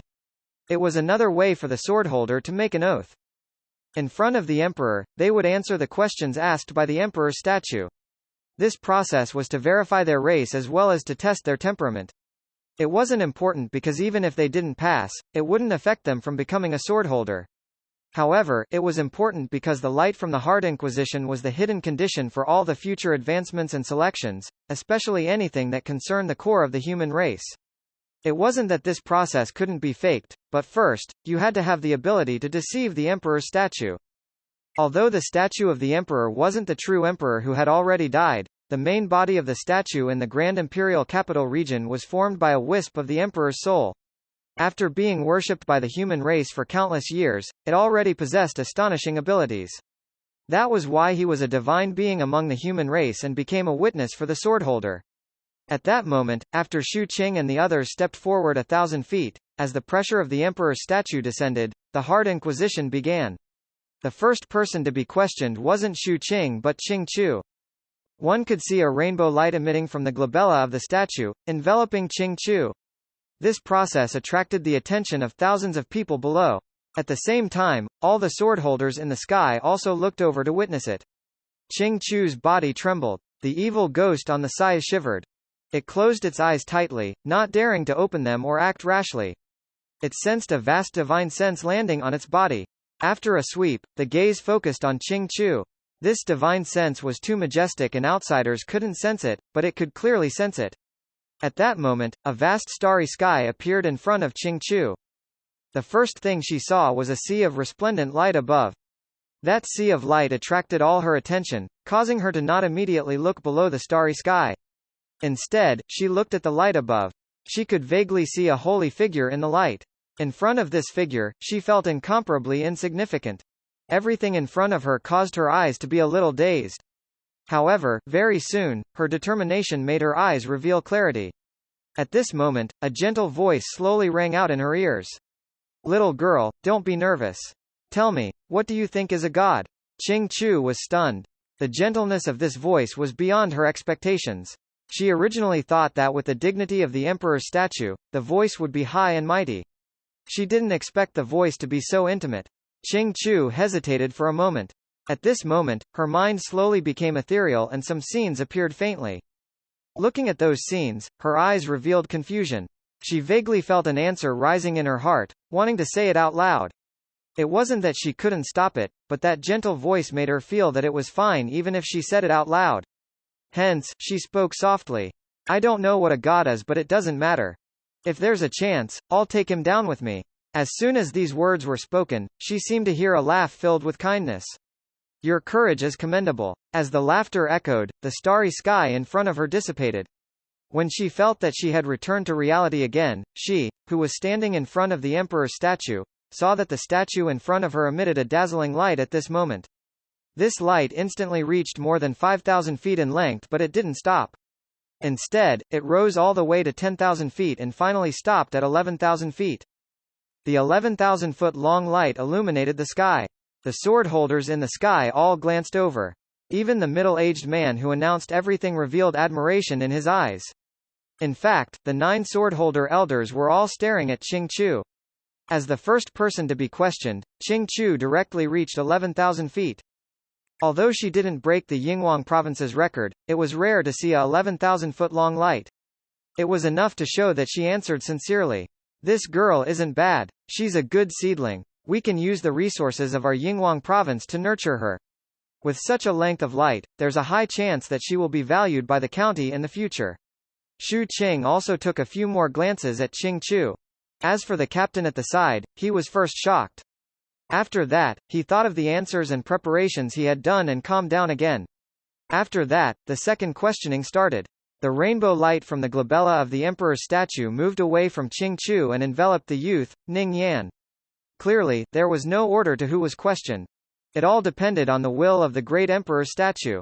Very soon, the same starry sky appeared in front of Ning Yan. Although he was nervous, he was still filled with anticipation. At that moment, he instinctively lifted his head and looked up with a fanatical expression. Little guy, tell me, what is a god? A gentle voice echoed in Ning Yan's ears. Unlike Qing Chu's contemplation, Ning Yan didn't think at all. Amidst the fanaticism in his eyes and the piety on his face, he spoke loudly. God is the great enemy of our human race. He is hated by all races and makes all living beings miserable. He is the source of resentment for all lives. He didn't say much, but what he said was mostly what he had accepted in the sect since he was young. It couldn't be said that it was a bad answer, but it couldn't be said to be good either. It was mediocre and showed that he didn't have his own thoughts. Hence, after he finished speaking, when he returned to reality, he saw 600-foot-long light emitted by the great emperor's statue. This light couldn't be compared to Qing Chu at all. Ning Yan was stunned. He didn't know what was wrong with his answer. He felt that he was right, but the difference in light was extremely great. This puzzled him and he couldn't help but look at Qing Chu. He really wanted to know the other party's answer. The expressions of the swordholders in the sky were mostly normal. In reality, the light of 600 feet was the norm. This meant a pass. However, the captain sneered inwardly. He thought to himself that it was only 600 feet long. He would definitely cross tens of thousands of feet. With this thought in mind, he looked at the emperor's statue with desire. At the next instant, the rainbow light descended on the captain. The captain's body trembled and excitement appeared in his eyes. His expression was smug. However, the process was extremely short. In just 2 breaths of time, the rainbow light on his body dissipated.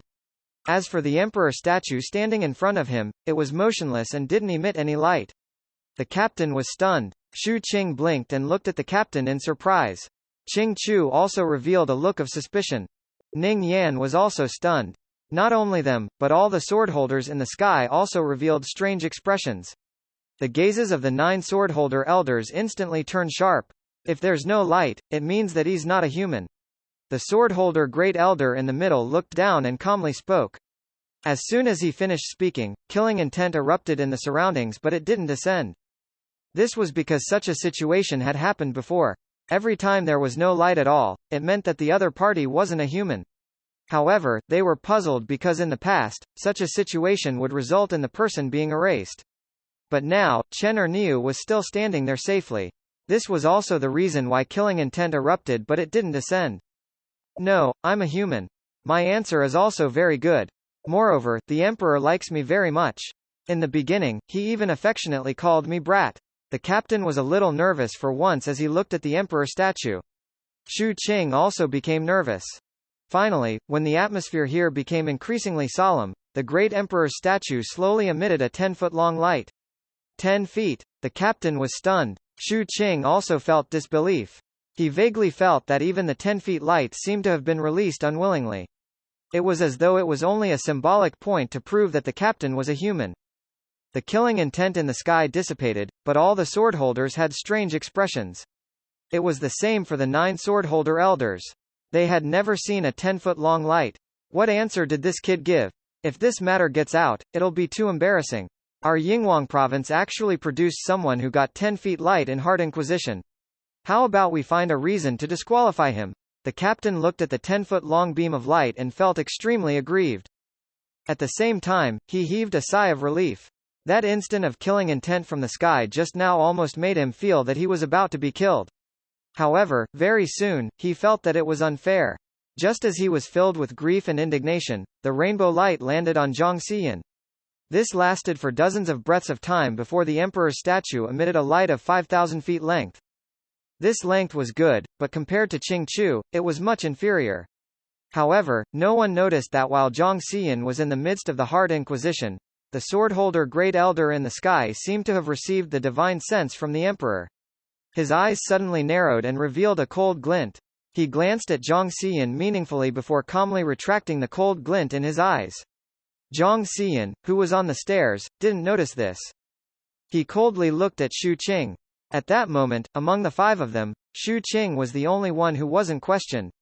Shu Qing took a deep breath with a calm expression and retracted his gaze from the captain. When he lifted his head and looked at the emperor's statue, rainbow light enveloped his body. A starry sky appeared in front of Shu Qing. He stood in the starry sky and sensed the resplendent sea of light above him. However, he didn't lift his head immediately. Instead, he lowered his head and looked at his feet. This was his habit. He liked to observe where he was first. With just a glance, his eyes narrowed. He saw a vast continent. This continent was too large, as though it occupied half of the starry sky. On the continent, he saw the fragmented face of the god. Its hair fluttered and hung down, permeating half of the continent. At the same time, behind this fragmented face was a golden spine. This spine was very long. It circled the outside of the continent and enveloped it in circles. At the same time, it seemed to be slowly shrinking. It had no arms, no body, and no legs. There was only this golden spine formed by countless bones. Every bone inside was as large as a region and emitted an incomparable divine might. With half of its head, it transformed into the god's fragmented face that was supreme in terms of life level. Shu Qing only took a glance and his entire body was on the verge of collapsing.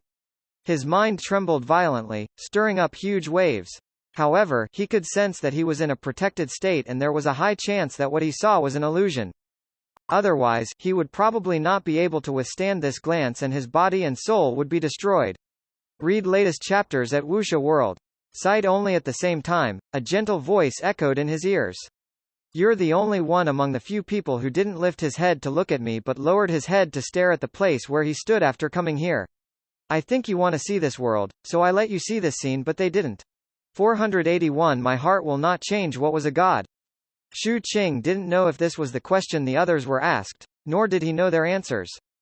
At that moment, he stood in the starry sky and lowered his head to look at the terrifying fragmented face of the god below. He looked at its golden spine circling around the continent like it was a food. All of this caused Shu Qing to be at a loss. Instinctively, the first time he saw the eye of the god's fragmented face that was spread out in the sky and controlled all living beings appeared in his mind. After that time, his family was gone. All the beauty was lost and the city dissipated into the world. In the blood rain, what was left was only fear, crying, and helplessness. Shu Qing fell silent. He recalled the few years when he was a street kid. At that time, regardless of whether the thing was edible or inedible, he had eaten them all in order to survive. His only bottom line was that he didn't eat humans. He had smelled human flesh before and seen living humans being eaten until they were bones and boiled into soup. There were times when he was extremely hungry. However, when he looked at the scavengers who ate humans and then at the fragmented face of the god in the sky, he felt that he might as well die if he lived like that. And what he was most afraid of, other than hunger, was winter. Every winter was a life and death test. He had seen too many people who had frozen to death and stripped too many of the dead's clothes. It could be said that at that time, every piece of clothing he wore came from the dead. Hence, he cared a lot about his new clothes. There were also anomalous substances. The torture was slow, but it was incomparably painful. On his path, he, who was at the lowest level in this world, saw the miserable lives of countless people and the darkness of human nature. There were many people like him who lived in pain and endured the despair of having no future. Every time he was on the verge of death, he would lift his head and look at the dignified and cold fragmented face of the god in the sky. Looking at its clean face, it was as though he could see its indifferent eyes again. Shu Qing fell silent. His memories slowly flowed in his mind. He thought of the small city he ultimately chose to settle down in. The second time the god opened his eyes appeared in front of him. Different from the first time, that small city didn't disappear. Hence, he saw numerous greenish-black corpses, the fiendish aura of the mutated, pieces of collapsed flesh and blood, and the rotting stench that couldn't be dispersed. After that, he thought of the breathing of the red moon, the high and mighty posture, and the unholy aura it emitted. After that, he thought of the golden eye in the ghost cave and the quavering singing of the red woman in the wooden hut to comfort it. All of this appeared in his mind. In the end, all the scenes overlapped with the fragmented face of the god outside the Wangu continent. Gradually, in his heart, it gathered into a sentence that he had said countless times when he was young. What was a god? Son of AB*TCH. Shu Qing lifted his head and looked at the huge light source above the starry sky. He then looked at the figure that could faintly be seen inside and calmly spoke. As soon as he said this, the light source swayed violently and that gentle voice suddenly rang out. What did you say? I said, gods are sons of B*TCHES. Shu Qing's expression was serious. After he spoke again, he added, when I was young, I called it a bastard. Shu Qing pointed at the god's fragmented face below. I even called it a pig bastard. Shu Qing thought about it carefully and continued. The curse I used the most was F***CKER. After saying that, Shu Qing spat at the god's fragmented face below. When he was young, every time he cursed the god, he would spit. In the past, it would always land on the ground. This time, Shu Qing was very happy. He felt that it might land on the god's face. The moment the phlegm fell, the light source above shone unprecedentedly intensely. The gentle voice inside turned into laughter. Sons of B*TCHES, F***CKERS. This laughter was carefree and grew louder and louder, causing the entire starry sky to tremble. When Shu Qing's vision turned blurry, he heard praises coming from the laughter. There are many people who curse the god, but very few can walk in front of me and still speak up like this. No one knows that I cursed God like this back then. However, I'm not as good as you because I didn't spit. Little friend, although your body has flaws, they cannot obscure the virtues. I'll bestow you with a radiance of 100,000 feet. I hope that you won't change your heart no matter what. At the next instant, amidst the rumbling sounds formed by the laughter, Shu Qing's vision blurred. He was still standing on the steps and in front of the emperor's statue. The instant he lifted his head, the emperor's statue trembled intensely and erupted with a monstrous light. This light reached more than 20,000 feet in the blink of an eye and was still spreading. It didn't end when it reached more than 40,000 feet. It reached more than 60,000 feet, 80,000 feet. Finally, it spread out and reached 100,000 feet in length. The color of the sky changed and the wind and clouds churned. The entire sky seemed to be about to be penetrated by this light and it could be seen clearly from afar. This was unprecedented. The expressions of all the humans in absolute beginning separation city changed drastically. Even though it was a solemn occasion, they still let out waves of involuntary cries. 100,000 feet? Shocking waves rose in their minds. Countless uproars and exclamations echoed like thunder. All the sword holders in the sky were also shaken intensely. All of them looked at the emperor's statue and Shu Qing in shock. They didn't know if 100,000 feet radiance had appeared in the other counties, but it had never appeared in Fengai County. This kind of thing had already exceeded everyone's imagination. Even Shui Lianzi, who was on the ground, was dazed. Old Seven's disciple, is so amazing? They weren't the only ones. At that moment, the swordholder elders in the sky were also moved like never before. All of their eyes revealed a strange glint as they looked at Shu Qing as though he was a supreme treasure. This was especially so for the swordholder Great Elder. He had long recognized Shu Qing and his eyes revealed an intense glint. This was because they were very clear that in the Heart Inquisition, all those who participated in the ritual could be said to have been given the Emperor's blessing. However, in reality, this was only an assessment ritual and was considered an invisible condition for advancement. Only by reaching a certain length could it be considered a true emperor's blessing. For example, Qing Chu would be valued by the sword-holding court. However, if it reached an unprecedented height of 100,000 feet, then this couldn't be described as a blessing. This was personally appointed by the great emperor. It was incomparable. For such a swordholder to appear in the Yinghuang province, it was a great merit for the sword-holding court. At this moment, everyone in the sky and on the ground was shocked. Qing Chu was stunned as well. She stared blankly at all of this and an indescribable feeling rose in the depths of her mind. She turned her head and looked at Xu Qing, her eyes shining. Don't. In the future, we won't perish together with him. I'm afraid. In her mind, the evil ghost quickly persuaded. At the side, Ning Yan's entire body was trembling at this moment. His eyes revealed deep horror. He thought of his previous attack and was so nervous that his entire body was drenched in cold sweat. The captain was also stunned. He foolishly looked at the light of the emperor's statue and a deep confusion appeared in his mind. Why? Why am I only given 10 feet light? My answer is also very good. How did little Qing answer? The captain mumbled and abruptly looked at Xu Qing. The curiosity in his mind was extremely intense. In reality, it wasn't just him. Everyone wanted to know what Xu Qing's answer was. As for Zhang Xiyan, who was at the edge, he lowered his head and clenched his fists tightly. As for Xu Qing, who was the center of attention, he was silent. He looked at the 100,000 feet radiance from the great emperor's statue and the intense waves in the sky. Actually, he didn't think his answer was very good because he had seen too many people cursing the god like this when he was young. When it was difficult to even survive, even if one was afraid of the god, they naturally still had the courage to scold him. This was the courage of a small fry and also the lamentability of a small fry. What the emperor's statue had said earlier echoed in Xu Qing's mind. This reminded him of the slums when he was young. Only those who were on their deathbeds would become fearless and dare to mock and insult the city lord.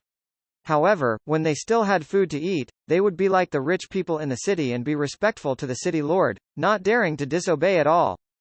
Xu Qing vaguely understood, but he didn't know if what he was thinking was correct. This lasted until the lingering sound of the emperor's statue in his mind kept echoing with the last sentence. I hope that you won't change your heart no matter what. Xu Qing nodded. The 100,000-foot-long light from the emperor's statue shocked not only the Yinghuang province. Far away from the Yinghuang province, in the capital of Fenghai County, which was very far away from the Yinghuang province, a bell rang in the sword-holding palace. The Dao bell of the sword-holding palace was given by the Grand Imperial Capital Region. For countless years, it only rang when something major happened.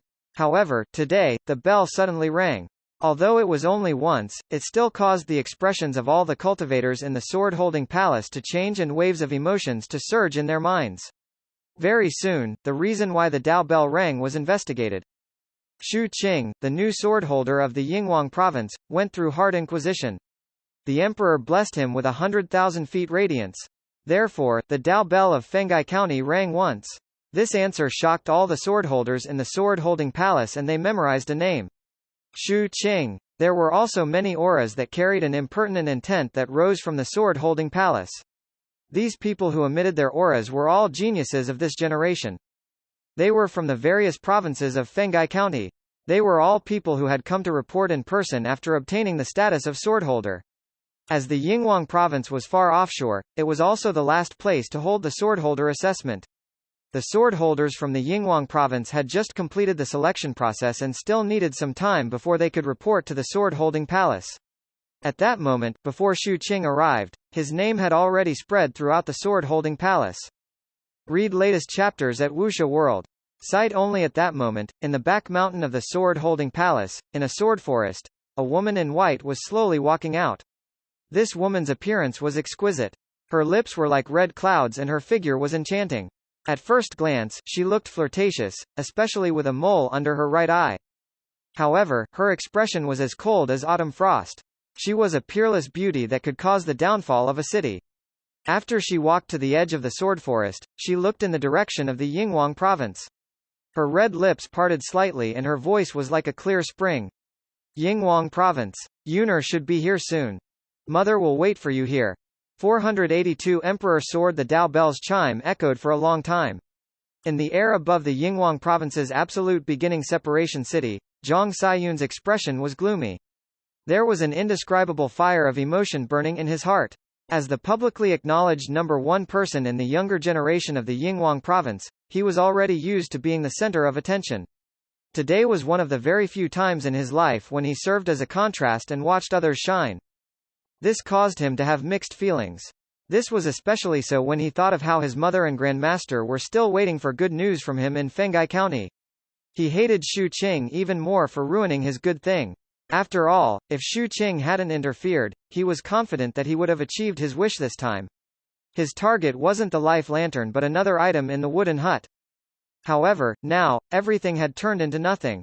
It would be many years before the sword-holding court lifted the absolute beginning separation pillar again.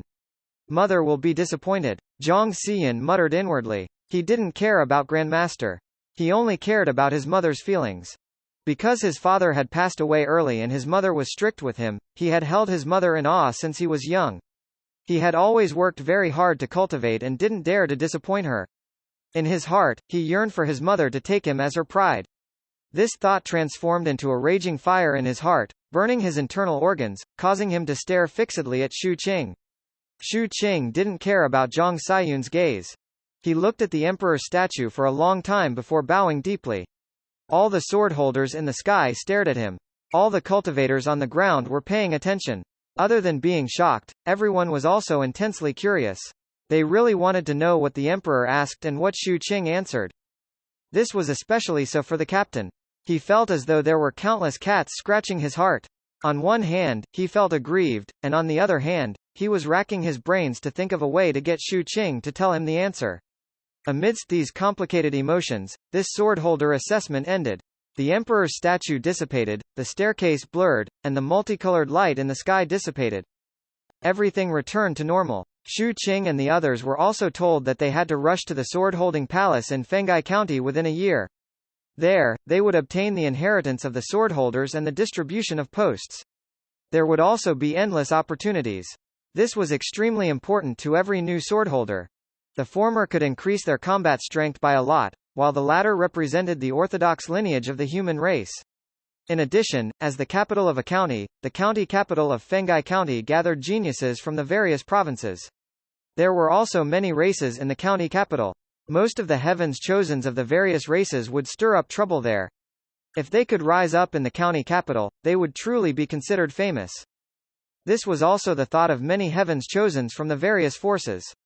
If they wanted to fight for a future and become an ancient sovereign and ruler, they would naturally have to sweep through the world when they were young. This way, they could obtain more opportunities and fortune. From there, they would be far ahead and finally completely suppress an era. This was something all the ancient sovereigns and rulers had done before. Compared to the county, Yinghuang province could only be considered a remote area. This place was too far from the county and there were several provinces between them. Although there was also a large-scale teleportation, the sword-holding court wouldn't let newly promoted swordholders use it. No matter what identity they had, as long as the identity wasn't greater than the sword-holding court, the new swordholders had to travel on their own. This was because the sword-holding court wasn't a place to nurture flowers. This journey was also a form of tempering. According to my calculations, we can use some public teleportation arrays from other provinces on the way. This way, we should be able to reach the county in about 8 months. We don't have to worry about the specific journey and plan. There are some swordholders who came from the 8-Sex Alliance, so the Alliance has also set up a branch in Fenghai County. When we return to the Alliance later, someone will naturally help us arrange everything. After all, our identities are different now. After the swordholder selection ended, Shui Lianzi held a celebration banquet for Xu Qing and the captain in the 8-Sex Alliance's encampment. The captain pulled Xu Qing outside and coughed before speaking in a low voice. Look, little Qing, your eldest senior brother was the one who brought you up this path to heaven in the beginning. Aren't you going to express your gratitude to me? I won't talk about spirit stones and hurt our relationship. You just have to tell me your answer. Xu Qing had drunk some wine at the banquet. At that moment, he lifted his head and looked at the night sky. As the wind and snow blew over and landed on his body, he felt very comfortable. He turned his head and looked at the captain. Eldest senior brother, your eyes and ears have grown out. The captain looked smug. Of course. I can grow this thing whenever I want. Amazing, right? Little Qing, you. Shu Qing took out an apple and handed it to the captain. Captain, congratulations on becoming a swordholder. The captain instinctively took it. After taking a bite, he was about to continue asking when Shu Qing simply lay on the pile of snow and looked at the starry sky. He looked at the fragmented face of the god that was faintly discernible in the night. He then took out a flask of wine and took a big gulp. Eldest senior brother, what are gods in the end? When the captain heard this, he also looked at the sky. After some thought, he sat on the snow beside Shu Qing and ate the apple as he slowly spoke. Gods, hee. Are they delicious? The captain said proudly. Shu Qing smiled. He knew that the captain definitely didn't say this in front of the emperor's statue. Otherwise, the light wouldn't be just 10 feet. The snowstorm grew heavier and heavier, and Shu Qing stopped talking. He lay there and allowed the snowflakes to land on his face as he recalled his words in front of the emperor's statue. After that, he laughed. He sat up and spat out a mouthful of saliva dozens of feet away, landing on the snow in the distance. The captain was stunned and also spat out. Seeing that Shu Qing didn't say anything, he knew that he couldn't be anxious about this matter. Hence, he suppressed the curiosity in his heart and finished the apple. He then took out the frozen pear unique to this city and ate it. It was very quiet outside. Amidst the swirling snowflakes, there was a rare sense of peace. Only the sound of a bonfire burning not far away and the laughter coming from the tents drifted in the wind. At some point in time, Yan Yan had secretly run over. Seeing that Shu Qing and the captain were sitting on the snow, she hurriedly sat down beside Shu Qing. She lay down, feeling satisfied. In the sky, Shui Lianzi and esteemed Master Dongyu looked at the three people on the snow. It's good to be young. Shui Lianzi sighed with emotion. What do you think this kid answered? The few lords from the sword-holding court also hinted to me to ask. Shui Lianzi had a curious expression. Esteemed Master Dongyu coldly glanced at him. Shui Lianzi blinked and coughed, changing the way of address. Say, what exactly did your grandson-in-law answer? The wrinkles on esteemed Master Dongyu's face shone with a smile as she nodded slightly. After we return to the alliance, you can ask your son-in-law about this disciple of his. It's still early. Those lords from the sword-holding court asked us to stay for a few more days. On one hand, Shu Qing and Chen Erniu need to comprehend the human emperor-level cultivation art. Also, it seems that something happened in the sword-holding court that requires the help of the two of them. Time passed. Most of the cultivators from the various forces who had gathered in Absolute Beginning Separation City had left. The originally lively city also became much more spacious. Only the rogue cultivators were still here and continued to comprehend battle spirit marks from the Absolute Beginning Separation Pillar. The people from the Eight Sects Alliance didn't leave, nor did the Litu sect. It was the same for the Grand Affairs Immortal sect. This was because the reward for ranking first on the Absolute Beginning Separation Pillar was released. The comprehension of human emperor-level cultivation art was extremely rare. The place of comprehension was arranged at the top of the Absolute Beginning Separation Pillar, in the sword-holding court in the clouds. This was the first time Shu Qing had stepped into this place. Shu Qing even saw Qing Chu here. However, the other party wasn't here to comprehend the cultivation art with them. Instead, she sat silently in front of a large hall, as though she was waiting for something. When she saw Shu Qing and the captain, she turned her head and snorted. Shu Qing was expressionless and the captain also snorted. Very soon, the two of them left this place. In the end, they were brought to an empty area by a swordholder. Red liquid flowed on the ground here, outlining a huge array formation. It emitted a red glow and also illuminated this place in bloodlight. In the middle was a large black stone with gray iron chains tied to it. Through the gaps in the chains, one could see a sword carved on the large rock. It was a very ordinary sword. However, the instant they looked over, be it Shu Qing or the captain, their minds trembled. They felt an earth-shattering aura spreading out from the carved sword. The two of them looked at each other and saw the shock and desire in each other's eyes. They knew that this was the place where the human emperor-level cultivation art was. In fact, the golden crow behind Shu Qing was shaking at this moment. After meeting another emperor-level cultivation art for the first time, it didn't reveal itself, as though it was in awe. Shu Qing also saw Zhang Xiyan. The other party had arrived earlier than them. At that moment, he was sitting beside a large rock and closing his eyes to comprehend. Go over. Each of you has 6 hours of opportunity to comprehend. After 6 hours, you will be moved out of this place by the array formation.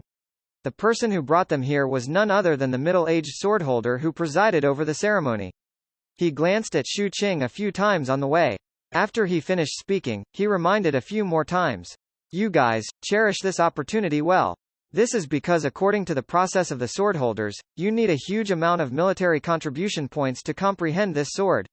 The name of this emperor-level cultivation art in front of you is Emperor Sword. The Emperor Sword is also known as the swordholder's sword. It was created by the Emperor and is an extremely rare Emperor-level cultivation art that can be comprehended by many people. It belongs exclusively to us humans and even more so to the swordholders.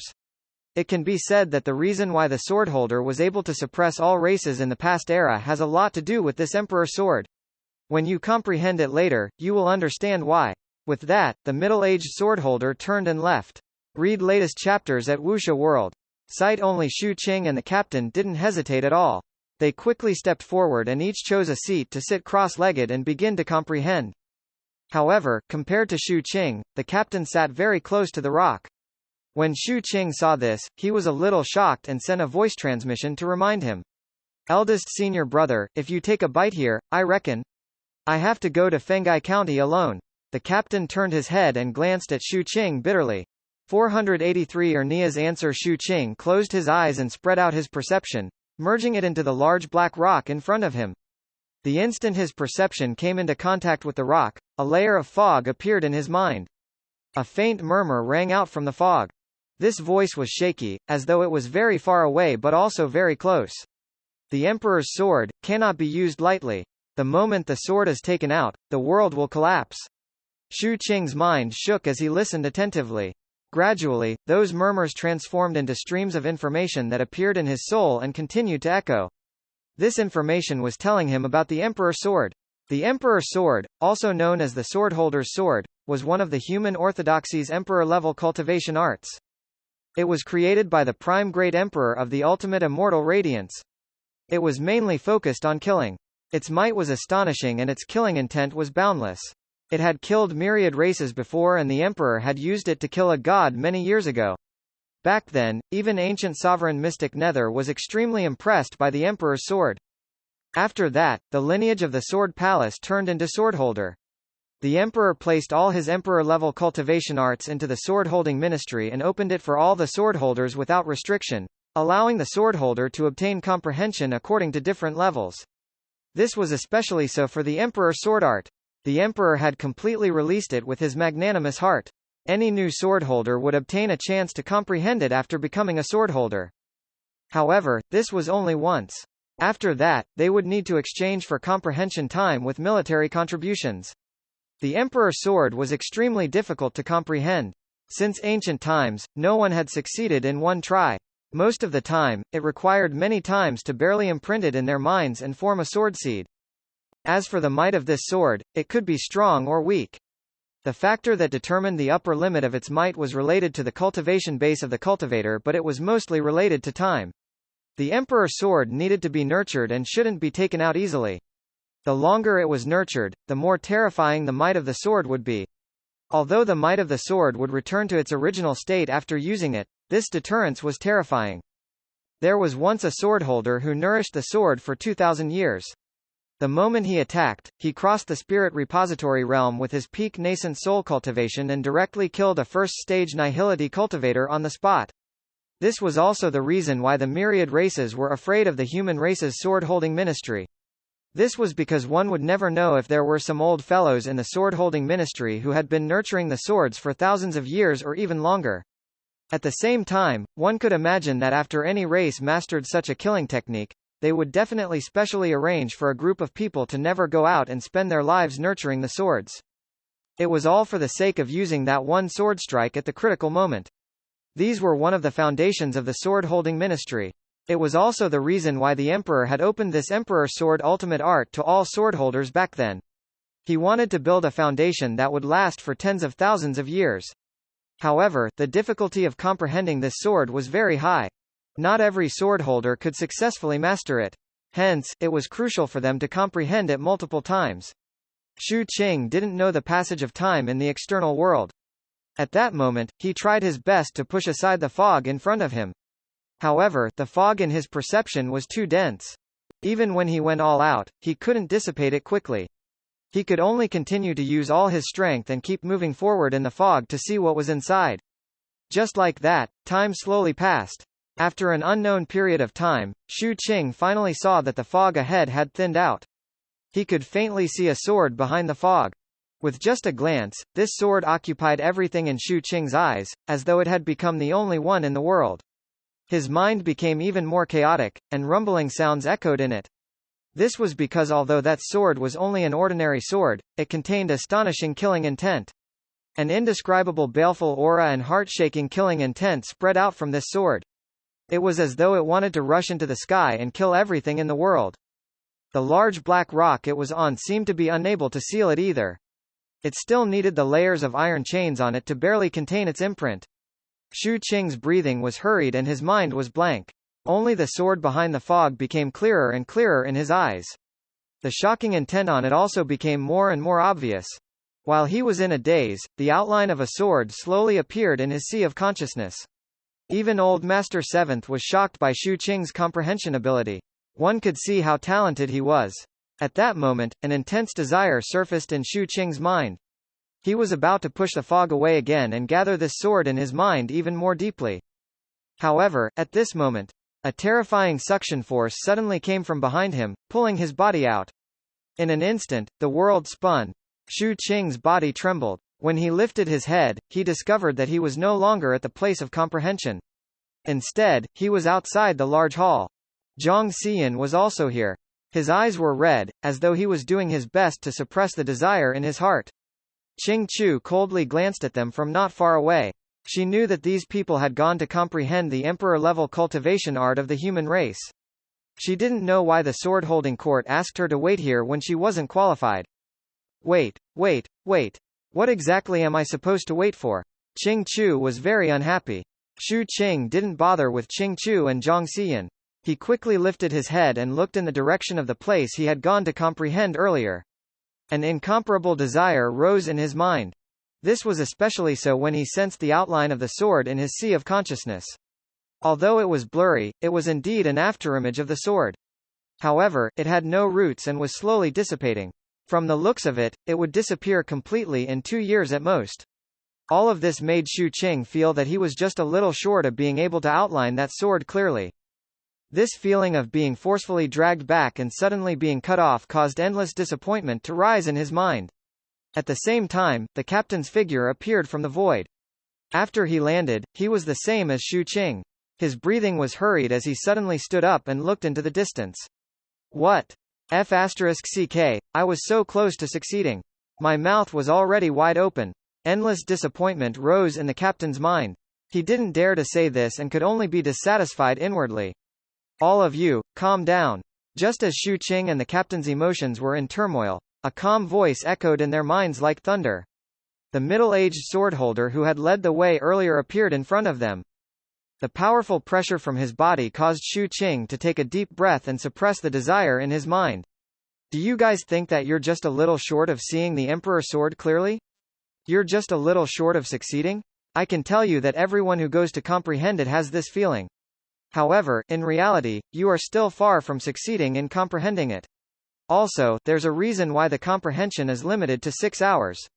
Since ancient times, all the swordholders who had comprehended for more than 6 hours instantly mutated and died in the midst of comprehension. Not a single one of them survived.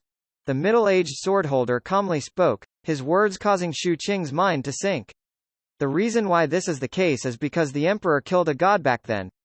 However, this sword was also cursed by the god. Hence, anyone who comprehends it for more than 6 hours will die from mutation. And you guys don't have to be anxious. Your luck is very good. This was an additional reward. When you reach the county capital, you will each have a chance to comprehend it. Now, it's time to deal with another matter. The lords have been waiting for a long time. Zhang Xian had a puzzled expression. He didn't know what would happen next. However, just as he was paying attention, the middle-aged swordholder raised his right hand and waved it. Immediately, Zhang Xian's figure disappeared. This matter has nothing to do with him. The middle-aged swordholder didn't care what Zhang Xian, who he had moved away, thought and slowly spoke. Xu Qing's mind stirred. He looked at the captain and then at Qing Chu as he fell into deep thought. Qing Chu frowned. She had vaguely guessed the answer.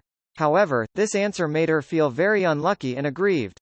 The captain also thought of something and a strange glint appeared in his eyes. There was also a hint of excitement as he hurriedly spoke. Lord, is it related to the three-spirit suppression mountain? The middle-aged swordholder ignored Chen Erniu. In his opinion, this Chen Erniu who only caused the emperor's statue to shine 10 feet was basically a humiliation for the swordholder. In reality, he wasn't the only one who thought so. Many other swordholders had the same thought. After all, to a certain extent, this was equivalent to having an improper mindset. He couldn't be bothered with him. Instead, he looked at Xu Qing and Qing Chu. The three of you once appeared on the three-spirit suppression mountain and saw my sword-holding court-suppressing spirit Venerable Nether Fairy. Now, Spirit Venerable Nether Fairy has been imprisoned and is being interrogated. The lords need the three of you to appear and agitate her, making her emotions fluctuate intensely. This way, it will be easier for the lords to search for the secrets in her soul. With that, the middle-aged swordholder walked into the distance. Xu Qing and the other two stood up and followed behind. On the way, the captain blinked and quickly weighed the pros and cons in his mind. Looks like my 10-foot-long radiance isn't well liked. No, I have to perform well this time and strive to add points in those old fellows' books. Otherwise, if this continues, it will be difficult for me to advance. The captain was vigilant and depressed at the same time.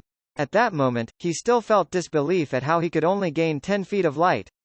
My answer isn't wrong. Although the Emperor's question isn't among the 1,000 or so questions, there are 47 questions that are indirectly related to it. I've said all the answers once. They're definitely beyond the standard. Every one of them has at least given a light that was thousands of feet long. Together, they will definitely reach 100,000 feet. It's impossible for my spirit stones to have been spent in vain. I even flattered him a lot without repeating anything. And for the sake of performance, I even said that he was a god. There's nothing wrong with what I said. At that time, the light of the great emperor was swaying violently. It can be seen how satisfied he was. Thinking of his performance back then, the captain became even more indignant. Why would you give me 10 feet? The captain felt depressed. He looked at Xu Qing and felt a lot of pressure. While his thoughts were churning, the three of them were brought to the prison in the sword-holding court by the middle-aged swordholder. This was a dark secret chamber with countless restrictions in the surroundings. Anyone who stepped into this place would be locked onto by divine sense. Read latest chapters at Wuxia World. Sight only after the inspection, the four of them walked into the prison. As they followed a narrow staircase under the dim yellow light, the calm and elegant voice of Spirit Venerable Nether Fairy rang out from afar. Judging from the footsteps, are there people coming again? It's useless. It's impossible for you to stimulate my emotions and search my soul. I'm transformed from the Ghost Emperor's human soul and my emotions don't fluctuate. Even if it can, it's not something low-level nihility cultivators like you can accomplish. My main body is at soul accumulation. You guys are just ants. 484 Visiting Nether Fairy. The ethereal voice was elegant, like a noblewoman speaking calmly and properly. The words were enunciated clearly and each word carried cold arrogance. Every sentence she said exuded a sense of superiority. Xu Qing's expression didn't change when he heard this voice. As for Qing Chu, she was very unwilling. After being brought here, her mind couldn't help but recall her encounter back then. She clearly took the least, but the responsibility was equally divided. Only the captain's eyes lit up as his thoughts raced. Previously, because of the matter of the light being 10 feet long, every time he went out these few days, he would feel that the gazes others gave him were abnormal. This was especially so when he noticed that some swordholders seemed to be on guard when they looked at him. This made him feel aggrieved but also very anxious. He felt that he was clearly a swordholder, but why did it feel like everyone was looking at him like he was a spy? The swordholder elders must be paying attention to this place. This is a rare opportunity to perform. I must reverse the situation here and let the elders see my shining point. The captain took a deep breath and walked in front. His footsteps were firm and persistent, and an aura naturally rose from his body. The middle-aged swordholder at the front also sensed it. He turned his head and glanced at the captain. The corners of his mouth twitched, but he remained silent. Seeing this, the captain grew even more confident. Just like that, the three of them walked down the stairs under the lead of the middle-aged swordholder. A red cage appeared in front of them. This cage was formed by several blood-colored thin pillars. There was also a faint red light membrane between the pillars, making it extremely compact. There were also countless runes flowing on the light membrane. As those runes flickered, a terrifying pressure erupted from them inside the cage. In the red cage, a woman sat cross-legged. This woman was wearing luxurious clothes and a phoenix coronet. Her skin was fair and she had a peerlessly beautiful appearance. Her aura was also exceptional. One glance at her would cause one's heart to race. At that moment, she was holding a bowl of lotus seed soup and sipping it lightly. She was Spirit Venerable Nether Fairy. Under the suppression of this cage, her body was no longer as huge as before. Instead, she returned to normal size. Looking at her flawless appearance, it was hard to imagine that she usually drank the blood and ate the flesh of myriad races for fun on the Three-Spirit Suppression Mountain. The blood that tainted her mouth was enough to form a sea. The arrival of Shu Qing and the other two also attracted her attention. After seeing the figures outside the cage, her expression was still calm. She maintained her composure and drank the lotus seed soup, chewing and swallowing slowly. Nether Fairy, someone came to see you. The middle-aged swordholder walked to the blood-colored cage and calmly spoke. Spirit Venerable Nether Fairy chuckled and her gaze landed on Shu Qing and the other two. So you want these 3 ants to agitate my emotions? It's useless. When I get out, I will crush these 3 ants one by one sooner or later. I have to thank you guys for letting me remember their appearances more clearly. As Spirit Venerable Nether Fairy laughed, her gaze swept past Shu Qing and the other two, as though she was really memorizing their appearances. The middle-aged swordholder was expressionless.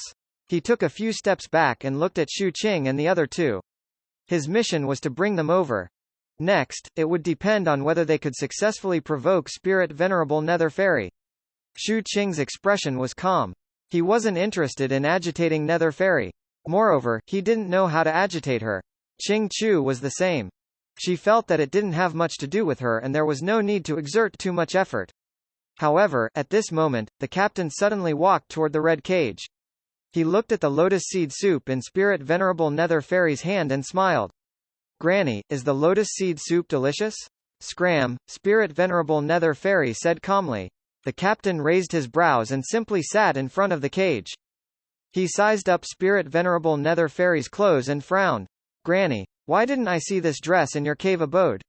How long have you been wearing it? Spirit Venerable Nether Fairy didn't bother with him. After drinking the lotus seed soup, she closed her eyes and began to meditate. Seeing this, the middle-aged swordholder shook his head inwardly. He felt that they probably wouldn't succeed this time.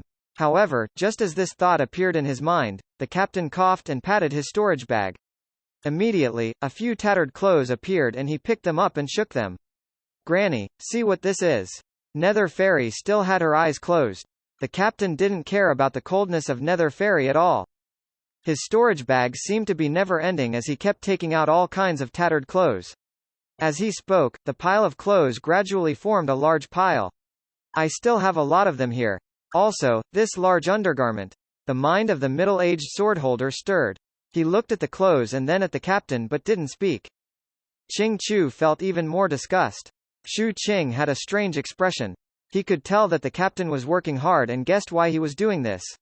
As for Nether Fairy, her closed eyes opened again after hearing the words, undergarment. She looked at the familiar tattered clothes.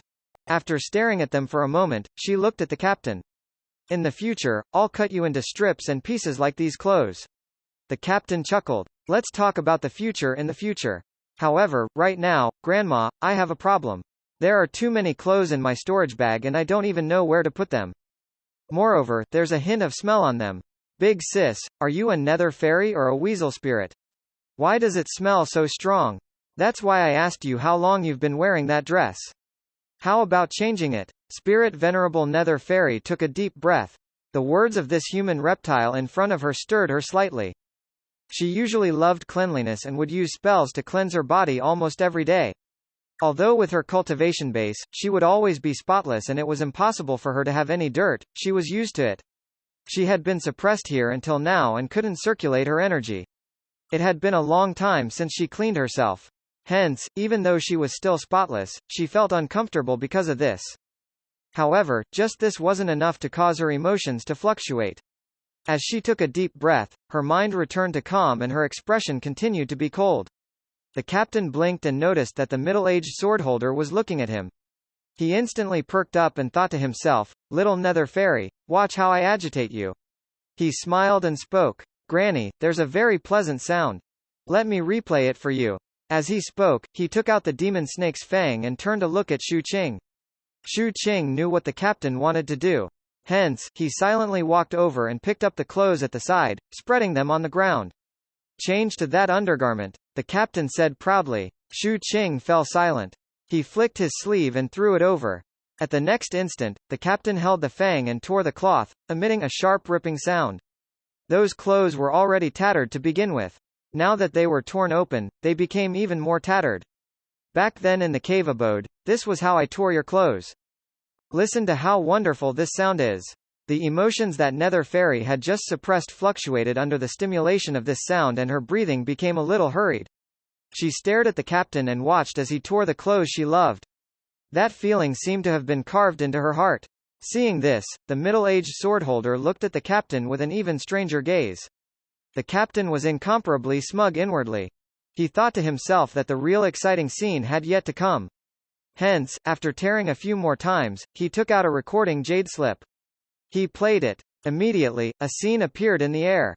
In the scene, there was a huge body. On the face of this body, the three of them were trying their best to absorb the energy. Shu Qing and the captain were beside its nose and Qing Chu was on its glabella. "Look at this snow-white nose. How tall and straight is it? Ah, why has it turned black?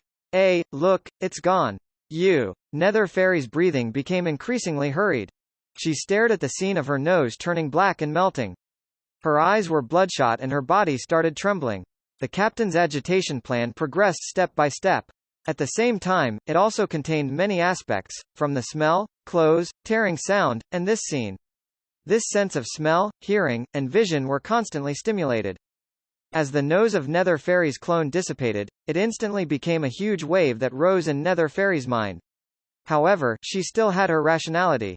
Even at this moment, she still restrained herself and kept taking deep breaths to suppress the anger rising in her heart. When Shu Qing saw this scene, he admired the captain's ability to attract hatred.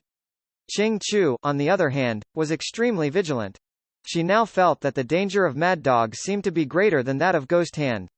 As for the middle-aged swordholder, he took a deep breath.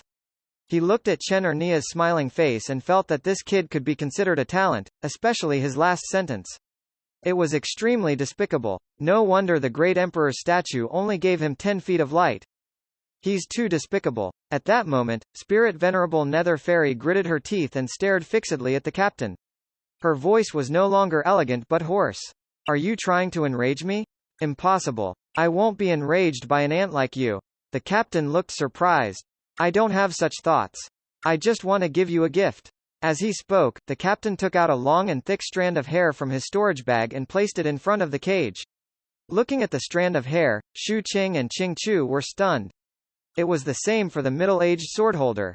Nether Fairy was also stunned and involuntarily looked over. Noticing everyone's reaction, the captain beamed with joy and coughed. "No way. You can't even recognize your nose hair? What a large nose hair. Look at how thick and long it is. Previously, we stole your house, tore your clothes, took your treasures, absorbed your nose, destroyed your Dao blood, and caused you to lose your mind and be suppressed. This is our fault. Since your nose is gone, this nose hair can be considered a memory. In the future, when you think of your nose, you can still take it out to take a look. You don't have to thank me. Even thieves have morals," the captain said. His voice was loud and powerful, and his face was filled with holiness. Read latest chapters at Wuxia World. Sight only. The entire prison fell silent.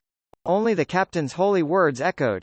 Finally, as Shu Qing's eyes widened and Qing Chu was dumbfounded, Nether Fairy suddenly stood up and let out an unprecedented shrill cry. "I will kill you. Kill him. I agree to a soul search. You can search my soul however you want. As long as you kill him and let me eat him." Nether Fairy couldn't hold it in anymore and her emotions erupted. 485 Broken Heavenly Mandate. As Nether Fairy's emotions fluctuated, the prison also rumbled. The surroundings swayed intensely and the blood-colored cage shone with a piercing light. Nether Fairy's eyes were bloodshot and her scream spread in all directions. The hatred in her heart for this human in front of her had reached the extreme. All the negative emotions suppressed in her heart poured out like a broken dam. I will kill you. The captain sighed as he mocked. You don't even know how to scold. You keep saying the same thing over and over again. Do you want me to teach you? Nether Fairy went completely crazy. Seeing this, the captain coughed and revealed a smug expression. He was naturally not worried that he would really be killed by the swordholders and fed to Nether Fairy. If that was the case, they would not become human race's orthodoxy after all. To the sword-holding court, rules had to be followed. What made him even more smug was that not only was the middle-aged swordholder shocked, but even his junior brother's expression changed. This made the captain feel extremely comfortable. He felt that this was a win-win situation for him. I can show off in front of little Ching for 10 years with this. Also, when those old fellows from the swordholder see how outstanding I, Chen or Niu, am, their impression of me will definitely change. At the thought of this, the captain slowly kept the clothes. However, he felt that he was a person who kept his word, so he didn't take the nose hair away and left it in front of the cage. After organizing the other items, the captain walked to Shu Qing's side and raised his brows. How is your senior brother? Impressive, Shu Qing said sincerely. In fact, after some thought, he even gave him a thumbs up. The captain laughed loudly and was in a wonderful mood. He then looked at Qing Chu. Qing Chu rolled her eyes at him, but she was extremely vigilant inwardly. The middle-aged swordholder looked at Chen or Niu with a complicated gaze. He admitted that this Chen or Niu was indeed capable, but now, he had a faint feeling that such a fellow might affect the reputation of the Yinghuang province's sword-holding court in the future. After all, this person was too despicable. When he recalled the holy expression on the other party's face earlier, he almost couldn't hold himself from slapping him. At the same time, in the main hall of the sword-holding court, the few sword-holder elders also looked at the light screen in front of them with strange expressions. On the light screen were Shu Qing and the other two. These few elders saw everything the captain said and did. All of them were quiet for a long time. In the end, an elder shook his head and spoke. Too despicable. With Nether Fairy's emotions fluctuating intensely, there was finally a breakthrough in the sword-holding court's soul search. What happened next wasn't something Shu Qing and the other two could participate in. Hence, they were quickly sent away by the middle-aged swordholder. As for the credit, the captain's contribution was recorded, and it wasn't small. After watching the three of them disappear from the sword-holding court, the middle-aged swordholder let out a long sigh. The disciples of the Eight Sects Alliance this time. He shook his head, not knowing what to make of it. As this matter ended, Qing Chu immediately left with the Litu sect, as though she didn't want to stay for a moment longer. As for the Eight Sects Alliance, on the second day after this matter ended, they chose to leave and return to the Eight Sects Alliance. However, before the huge flying ship of the Eight Sects Alliance set sail, there was a small episode. The captain was missing. In the end, he didn't have the courage to return to the sect. Clearly, he was worried about Purple Mystic Fairy's anger and his master's punishment when he returned. After all, he didn't know what Purple Mystic Fairy had said in the letter. However, with the ancestor around, the captain's escape plan was destined to fail. Hence, less than an hour after the flying ship set sail, Shui Lianzi returned with the captain. The captain's expression was filled with dense boredom. As he sighed repeatedly, he was thrown onto the flying ship by Shui Lianzi. With an order, the flying ship rumbled and rose into the air, whistling away in the direction of the Eight Sects Alliance. In that instant, the absolute beginning separation pillar that stood on the ground became thinner and thinner in Shu Qing's eyes until it finally disappeared from his vision. Looking in the direction of the absolute beginning separation pillar, Shu Qing's mind stirred a little. When he came, he was only a disciple of the Eight Sects Alliance and could at most be considered a quasi-Dao child. But now, he was a swordholder with 100,000 feet radiance that had never appeared in the Yinghuang province. He had even reached the peak of the assessment stage and turned from a participant to a witness. His identity and reputation were completely different from before.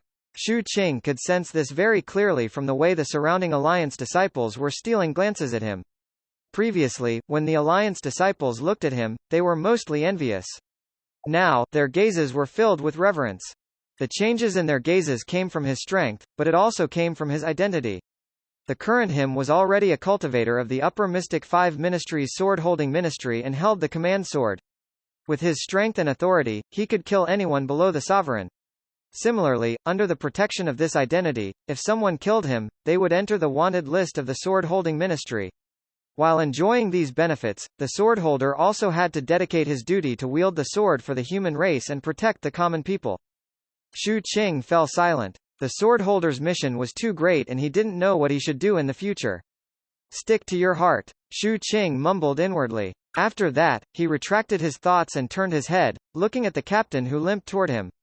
Junior brother, I regret something very much. You ran late? Shu Qing glanced at the captain's leg. No. The captain's face was filled with grief and indignation. I regret joining the swordholder so late. Otherwise, I would have comprehended the Emperor's sword earlier and nurtured it until now. Even nihility would have to be polite to me. Firstly, you have to be at the peak of the nascent soul realm. Secondly, you have to live for 2,000 years, Shu Qing reminded. The captain's expression was the same, but he seemed to have recalled something and sighed. The peak of the nascent soul realm in the Wangu continent is the limit of the life of the vast majority of cultivators. There are many people who are stuck here and can't break through even until their lifespan ends. After all, if this level is placed in a small world, it's comparable to the peak realm of that world. When a person from a small world cultivates to the peak realm of the world, the next step is to shatter the void and ascend to search for secrets. However, this is still fine, but 2,000 years is difficult. The current time's different from before the god descended. At that time, there were no anomalous substances. The nascent souls in the Wangu continent were also known as the heavenly mandate. One palace forms one nascent soul, and one nascent soul has 660 years of lifespan. Now, the lifespan has been halved. Unless they consume natural treasures, a peak nascent soul cultivator won't be able to nurture a sword that can surpass realms and slash the first stage nihility. The captain was depressed. Shu Qing fell into deep thought. This was the first time he understood the nascent soul realm. Let's not talk about this. Junior brother, I've thought about it. Why don't you follow Purple Mystic Fairy when we get back? It's fine. Just close your eyes. Otherwise, eldest senior brother probably won't be able to go to Fengai County with you. I'm worried that Purple Mystic Fairy will slap me to death. Shu Qing thought about it and took out a storage bag, handing it to the captain. The things inside might be able to help you survive this calamity, senior brother. What's inside? The captain's eyes lit up. He took it and was about to open it when Shu Qing calmly spoke. Healing medicine. The captain paused and looked at Shu Qing bitterly. Shu Qing wasn't moved. He didn't believe that the captain's life would be in danger. At most, he would suffer a little. To the captain, who liked to risk his life, what he had experienced the most in his life was suffering. In that case, Shu Qing didn't think it was a big deal if he suffered a little more. After all, even if the captain's body was crippled, it would grow back in a few days. Back then, he only had his head left and he recovered in a month. The journey to Fengai County was long. At most, when he left, he would bring the captain's head. Presumably, before they could reach Fengai County, the captain would be alive and kicking again.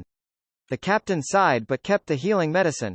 He then took out an apple and took a bite. He felt that pills could also be sold for money. His pockets were empty now. More than half of his savings from before had been spent on buying the questions and answers. When he thought of how he had exchanged so many spirit stones for 10 feet of light, he couldn't help but feel even more curious. It's fine if you don't help me put in a good word with Purple Mystic Fairy, but can you tell me what the Emperor asked and what you answered back then? I've been thinking about this day and night. Look, my hair is starting to fall off. The captain blinked. In reality, he had said so much earlier just to lay the groundwork to ask this. He felt that his strategy last time wasn't right and he couldn't ask directly. He needed to lay the groundwork and talk about other things, such as the heavenly mandate nascent soul to divert Shu Qing's attention. After that, he would take the opportunity to ask. This way, the probability of success would be high. The instant he asked this question, in the secret chamber on the flying ship, Shui Lianzi, who was sitting cross-legged and meditating, pricked his ears and focused his attention to listen. Esteemed Master Dongyu, who was beside him, also looked in the direction of Shu Qing. In fact, in the distance, on the absolute beginning separation pillar, the sword-holder Great Elder also lifted his head and looked in the direction of the Eight Sects Alliance's flying ship. While these old fellows were listening attentively and paying attention, Shu Qing glanced at the captain's hair. The captain looked at Shu Qing eagerly. Eldest senior brother, I've already told you that day on the snow, Shu Qing said softly. The captain was stunned and recalled carefully. At the same time, Shui Lianzi frowned and began to recall. As for the sword-holder Great Elder, surprise appeared on his face. Very soon, the captain suddenly recalled that when he asked that day, although Shu Qing didn't say anything, he spat out a mouthful of saliva. Your saliva? The captain hesitated. Shu Qing nodded. I spat at the god. The captain was a little stunned. What? You spat and got 100,000 feet light? I even scolded it for being a son of AB*TCH. Shu Qing pointed at the fragmented face of the god in the sky. Shui Lianzi was stunned. The great elder of the sword-holding court had a strange expression on his face. As for the captain who was standing beside Shu Qing, he mumbled. You cursed the god's fragmented face and called him a son of AB*TCH? Not just one sentence. Shu Qing corrected and spoke seriously. I scolded it a few times. Other than son of AB*TCH, I also called it AB****, and a pig B****. At the end, I even said, FKER God. As Shu Qing spoke, he spat outside the flying ship. The captain looked at Shu Qing and an intense glint appeared in his eyes. At that moment, in the sword-holding court, the sword-holder Great Elder fell into deep thought and a smile appeared on his face. This smile kept expanding until he finally laughed loudly. His laughter was carefree. His voice spread throughout the sword-holding court, causing a large number of swordholders to be extremely surprised. They all looked over. In their memories, the Great Elder had always been serious. Regardless of whether it was here or on the Tao altar, it was the same. It was extremely rare for him to laugh so heartily like today. As he laughed, the Great Elder actually cursed. Son of AB***TCH. At the same time, on the flying ship of the 8 Sect Alliance, Shui Lianzi also laughed loudly. However, as he laughed, his eyes turned a little red. Long ago, he had also scolded like this, but from some unknown time ago, he didn't dare to. On the flying ship, the captain took a deep breath. He looked at the god's fragmented face and spoke loudly. F***C King God. With that, he coughed forcefully and spat out a large mouthful of phlegm.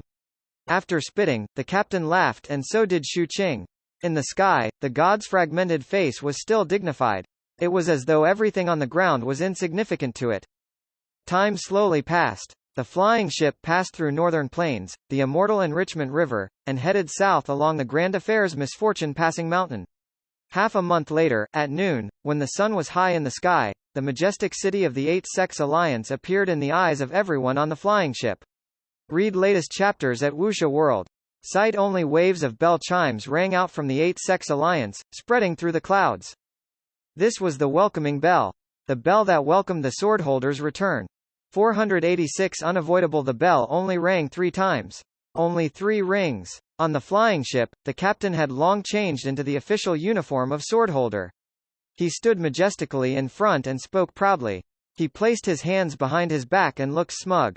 However, there was still a hint of guilt and nervousness hidden in the depths of his eyes. Shu Qing was also asked to change into the official uniform of the swordholder. However, he didn't care about the bell at that moment. Instead, he sized up his robe. The official uniform of the swordholder was different from a Taoist robe. The collar was longer until it reached right below the ear. It had wide sleeves that hung down slightly. It was white with red flames as patterns. These patterns were hidden and weren't obvious. Only under the sunlight did they faintly fill half of the official uniform. The sleeves and the collar of the upper body formed a sea of burning fire. As the wind blew, the dress swayed like fire and burned fiercely. There was also a cape on the back that was tied to the collar by a red ribbon. It fluttered behind, creating a gust of wind. Although the official uniform looked like it was mainly made of plain material, it actually contained intense fire. Overall, it looked elegant, but at the same time, it didn't lack a valiant aura. When it was worn by Shu Qing, the female disciples in the flying ship had a strange glint in their eyes as they frequently glanced at him. Yan Yan's eyes narrowed into crescent moons as she stood beside Shu Qing. She puffed out her small chest and looked proud. What do you mean by only 3 rings? The bell doesn't even ring when this old man returns. Niu, your skin is itching again, right? When Shu Qing was checking his dress, the voice of the ancestor, Shui Lianzi, rang out calmly. The captain's body trembled and he turned his head with a fawning expression. His temperament was completely gone at this moment as he quickly ran to Shui Lianzi's side. Disciple greets the ancestor. Shui Lianzi snorted and walked to Shu Qing's side. His eyes were filled with admiration. Shu Qing's expression was respectful as he bowed. Don't listen to your eldest senior brother's nonsense. Ah Qing, according to the etiquette of the human race, the ringing of the bell represents different meanings. You don't have to pay too much attention to this. You only need to know that the sex bell will ring at most 21 times. Why? The captain asked curiously. Shui Lianzi ignored him and looked at Shu Qing amiably. Ah Qing, after you return to the sect, you can rest for 3 months. You'll be on a long trip after 3 months. At that time, I'll give you a treasure. With that, before the captain could speak, Shui Lianzi turned his head and glared at him as he reprimanded. You're not young anymore. Learn from your junior brother. Don't fool around all day. It's fine if you're in the sect, but when you go to Fengai County, I'm afraid that your seal will be broken by some people. At that time, even if they can't kill you, you'll kill yourself. Ancestor, let's not talk about Fengai County first. I don't even know how I'll survive the next calamity. The captain sighed and looked at the ancestor eagerly. The ancestor snorted and was about to speak. However, at this moment, as the flying ship approached the 8 Sex Alliance, figures flew out of the alliance and headed straight for the ship. Not only did the 7 Blood Eyes people come, but people from all other sects also came. After all, there were disciples from their sects who had returned. Although they didn't become a swordholder, they had experienced the trial and broadened their horizons. It was also an extraordinary trip.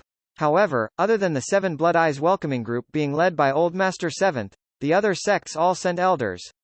However, the scene was still grand. Amidst the countless congratulations, there was also a grand ceremony specially held for Shu Qing and the captain in the 7 Blood Eyes. Very soon, the group of people returned to the 7 Blood Eyes in a majestic manner under the lingering sound of the bell chimes. The moment they returned, more than half of the 7 Blood Eyes disciples were already present. They bowed to the sky in unison. Under the envious gazes of countless disciples, the captain looked proud. He heaved a sigh of relief when he noticed that purple mystic fairy didn't appear. At the same time, the alliance leader appeared. He had a seemingly gentle smile on his face as he issued a decree. Give Shu Qing and Chen Niu the status of Dao children of the 8 Sex Alliance. This was something that should be done. After all, they had become swordholders. Moreover, this time, the 8 Sex Alliance was also receiving a lot of attention. Among the 3 swordholders, the 8 Sex Alliance occupied 2 seats. Such a thing had never happened before. In the past, there would at most be 1 seat. Hence, the bestowment of the Dao Child title was necessary. This was the way of the world. It was to show the 7 Blood Eyes, the sword-holding court, and the future swordholders of all the sects. It had nothing to do with his stand or thoughts. As the alliance leader, not many people could see through his thoughts. However, he had always been calm. Hence, after the identity of the Dao children was announced, the 7 Blood Eyes celebration banquet became even more lively. Some disciples from the other sects also sent congratulatory gifts over. The banquet lasted for an entire day. On this day, the captain was socializing with everyone. He was at ease and occasionally bragged. Let me tell you guys. In the absolute beginning separation city, Ah Qing and my hard Inquisition light are unprecedented. The 2 of us together exceed 100,000 feet. Shu Qing heard it from afar and didn't care. At that moment, Huang Yan was sitting in front of him with a rueful expression. Shu Qing, in the blink of an eye, a few years have passed. You're now a swordholder. Sigh, I'm still not used to the Yinghuang province. I've already persuaded senior sister. We plan to leave the Yinghuang province. It just so happens that it is going to be senior sister's turn to be on duty. See you in the Nanhuang continent in the future. Previously, Shu Qing had heard Huang Yan say many times that he didn't like the Yinghuang province. Now that he heard this, he couldn't force him to stay. He nodded and told Huang Yan about the 3 Spirits Suppression Mountain. Huang Yan seemed to be a little interested in this. Time slowly passed and dusk gradually arrived. The banquet was also about to end. Shu Qing planned to make a trip to the back mountain to pay his respects to Lord Sixth. However, just as the banquet was about to end and he was about to leave, something happened. In the sky, a purple light flickered, changing the color of the sunset. When Shu Qing lifted his head and looked over, the captain, who was bragging to Zhang San in the distance, suddenly had a change in expression. At the next moment, the purple light that filled the sky gathered together, forming the figure of a woman. That delicate skin, graceful figure, face that was as beautiful as a fairy, elegant temperament, and terrifying cultivation base. After they were pieced together, they transformed into a peerless beauty who seemed to have walked out of a painting. She was Purple Mystic Fairy. She didn't arrive during the banquet but waited for it to end before appearing. This detail represented respect. As for her appearance, Shu Qing instinctively felt a little uneasy. When he thought of the letter he had received, he felt waves in his mood. At that moment, he only wanted to leave this place as soon as possible. Hence, he quietly retreated. The captain was even more anxious. Almost at the instant he saw the purple light, his body swayed and he instantly fled. However, he didn't know that Old Master Seventh had been staring at him from the start. Almost at the instant the captain fled, Old Master Seventh lifted his right hand and grabbed at the air. Amidst the sorrowful cries, the captain's figure was pulled out by Old Master Seventh. When he appeared in Old Master Seventh's hand, the captain's limbs were still waving, looking like he wanted to struggle, but it was useless. In the end, he could only look at Old Master Seventh pitifully. Master, Old Master Seventh didn't look at his eldest disciple. Instead, he looked at Purple Mystic Fairy with a smile. Fellow Taoist Zizan, this rascal of mine has caused you trouble. I don't think there's any problem with the punishment you proposed for him last time. As Old Master Seventh spoke, he threw Chen Erniu into the air. After he landed in front of Purple Mystic Fairy, Chen Erniu let out a shrill cry. His limbs were bound and he couldn't move, but his neck was fine. He quickly lowered his head and saw Shu Qing, who had quietly retreated into the crowd and had already fled to the distance. Junior brother, save me. Quickly put in a good word with Purple Mystic Fairy or accompany me. Shu Qing was enraged. He thought to himself, Chen Erniu, you didn't forget to drag me along. At that moment, he instinctively wanted to speed up and retreat, but it was still too late. After the captain's voice rang out, Purple Mystic Fairy lowered her charming head and looked in Shu Qing's direction with a spurious smile. Kid, come with me. I have something to tell you. Shu Qing's heart skipped a beat as he recalled the letter again. His mind was in a mess as he pondered over how to refuse. When the captain heard this, his eyes lit up. Just as he was about to speak, Purple Mystic Fairy waved her hand and sealed his mouth, making him unable to speak. He could only blink crazily at Shu Qing continuously. Shu Qing ignored him and was about to speak when Old Master Seventh coughed. Fourth, you should go. Shu Qing quietly glanced at his master, but Old Master Seventh pretended not to see him. Hence, at the next moment, as Purple Mystic Fairy chuckled, Shu Qing involuntarily flew up and landed beside her. As soon as he got close, a familiar fragrance assaulted his senses. There was also a voice that was as wonderful as trickling spring water that reverberated in his ears. Kid, did you receive my letter? Shu Qing hurriedly shook his head. Purple Mystic Fairy chuckled and flicked her sleeve. When Shu Qing shook his head, she disappeared from the world with him and the captain. When they appeared, they were already in the mystic nether sex demon snake secret realm. What entered Shu Qing's vision was a huge snakebone that meandered like a mountain range. There was only one person on the snakebone. This person was Wu Jianwu. He held a large brush in his hand and a seal was pasted on his mouth. He was currently washing the snakebones with dazed eyes. After noticing Shu Qing and the other two in the air, Wu Jianwu's eyes immediately lit up. The captain also saw all of this and wailed in his mind. Chen Erniu, you stole the snake fang. If it was anyone else, I would definitely skin them alive. However, your master interceded on this matter. Also, on account of your junior brother, I won't argue with you. If you wanted to use the fang, you could have asked to borrow it. Why would you steal it? Forget it, I can lend you the fang, but I'll punish you to clean the demon snake's bones here for 3 months. You have to clean them all in 3 months. Go on. Purple Mystic Fairy calmly spoke. With a wave of her hand, the captain's body landed on the snakebone and beside Wu Jianwu. Wu Jianwu's face was filled with pride and there was even more excitement in his eyes. He quickly handed the captain a large brush and pointed into the distance. One could see that half of the snakebones here had actually been washed and cleaned, but there was still more than half left. It seemed that Wu Jianwu had deliberately not cleaned them and had been waiting. Now that he had obtained a partner, the direction of his finger seemed to be telling the captain that he had kept the other half for a long time.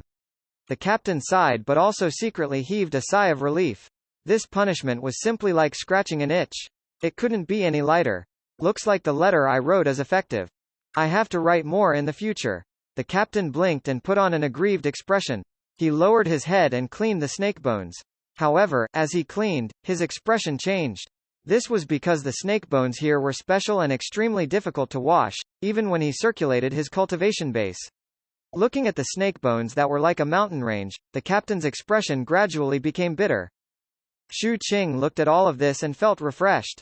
After throwing Chen or Niu down, Purple Mystic Fairy took a step forward with Shu Qing and appeared at the highest point of this secret realm, the skull of the demon snake that stuck its head out as though it wanted to roar at the sky. She sat down and turned her head to look at Shu Qing with a smile. Read latest chapters at Wuxia World. Sight only, sit down. Shu Qing braced himself and sat down. From here, he could see the captain working below even more clearly. He was naturally more refreshed. However, being stared at by Zizan like this, his nervousness grew increasingly intense. This was especially so when Purple Mystic Fairy spoke softly. Kid, among the 3 things you promised me in the letter you wrote to me, you can begin with the first promise now. Shu Qing's mind was in a mess and a blank expression appeared on his face. 487 Shu Qing's fairy tale. Kid, your expression, did you not receive the letter, or, did you not write the letter? Purple Mystic Fairy's pretty face was flawless. Under her curved willow brows, her bright eyes were soul-stirring, revealing a teasing expression. Senior, Shu Qing braced himself and was about to explain. If you didn't write the letter, then someone's playing with me. I have to investigate this matter carefully and see who has the guts to fool me like this in the 8-sex alliance. After I find him, I'll bury him here. This person is so disrespectful, even his master won't be able to save him. Purple Mystic Fairy's smile was like a flower and her voice was gentle. However, there was seriousness in her eyes, giving Shu Qing the feeling that she would indeed do this. Shu Qing glanced at the captain. Not far away, the captain who was washing the snake bones shrunk his body. When he heard Zizan's words, he blinked and lifted his head to look at Shu Qing, feeling a little awkward.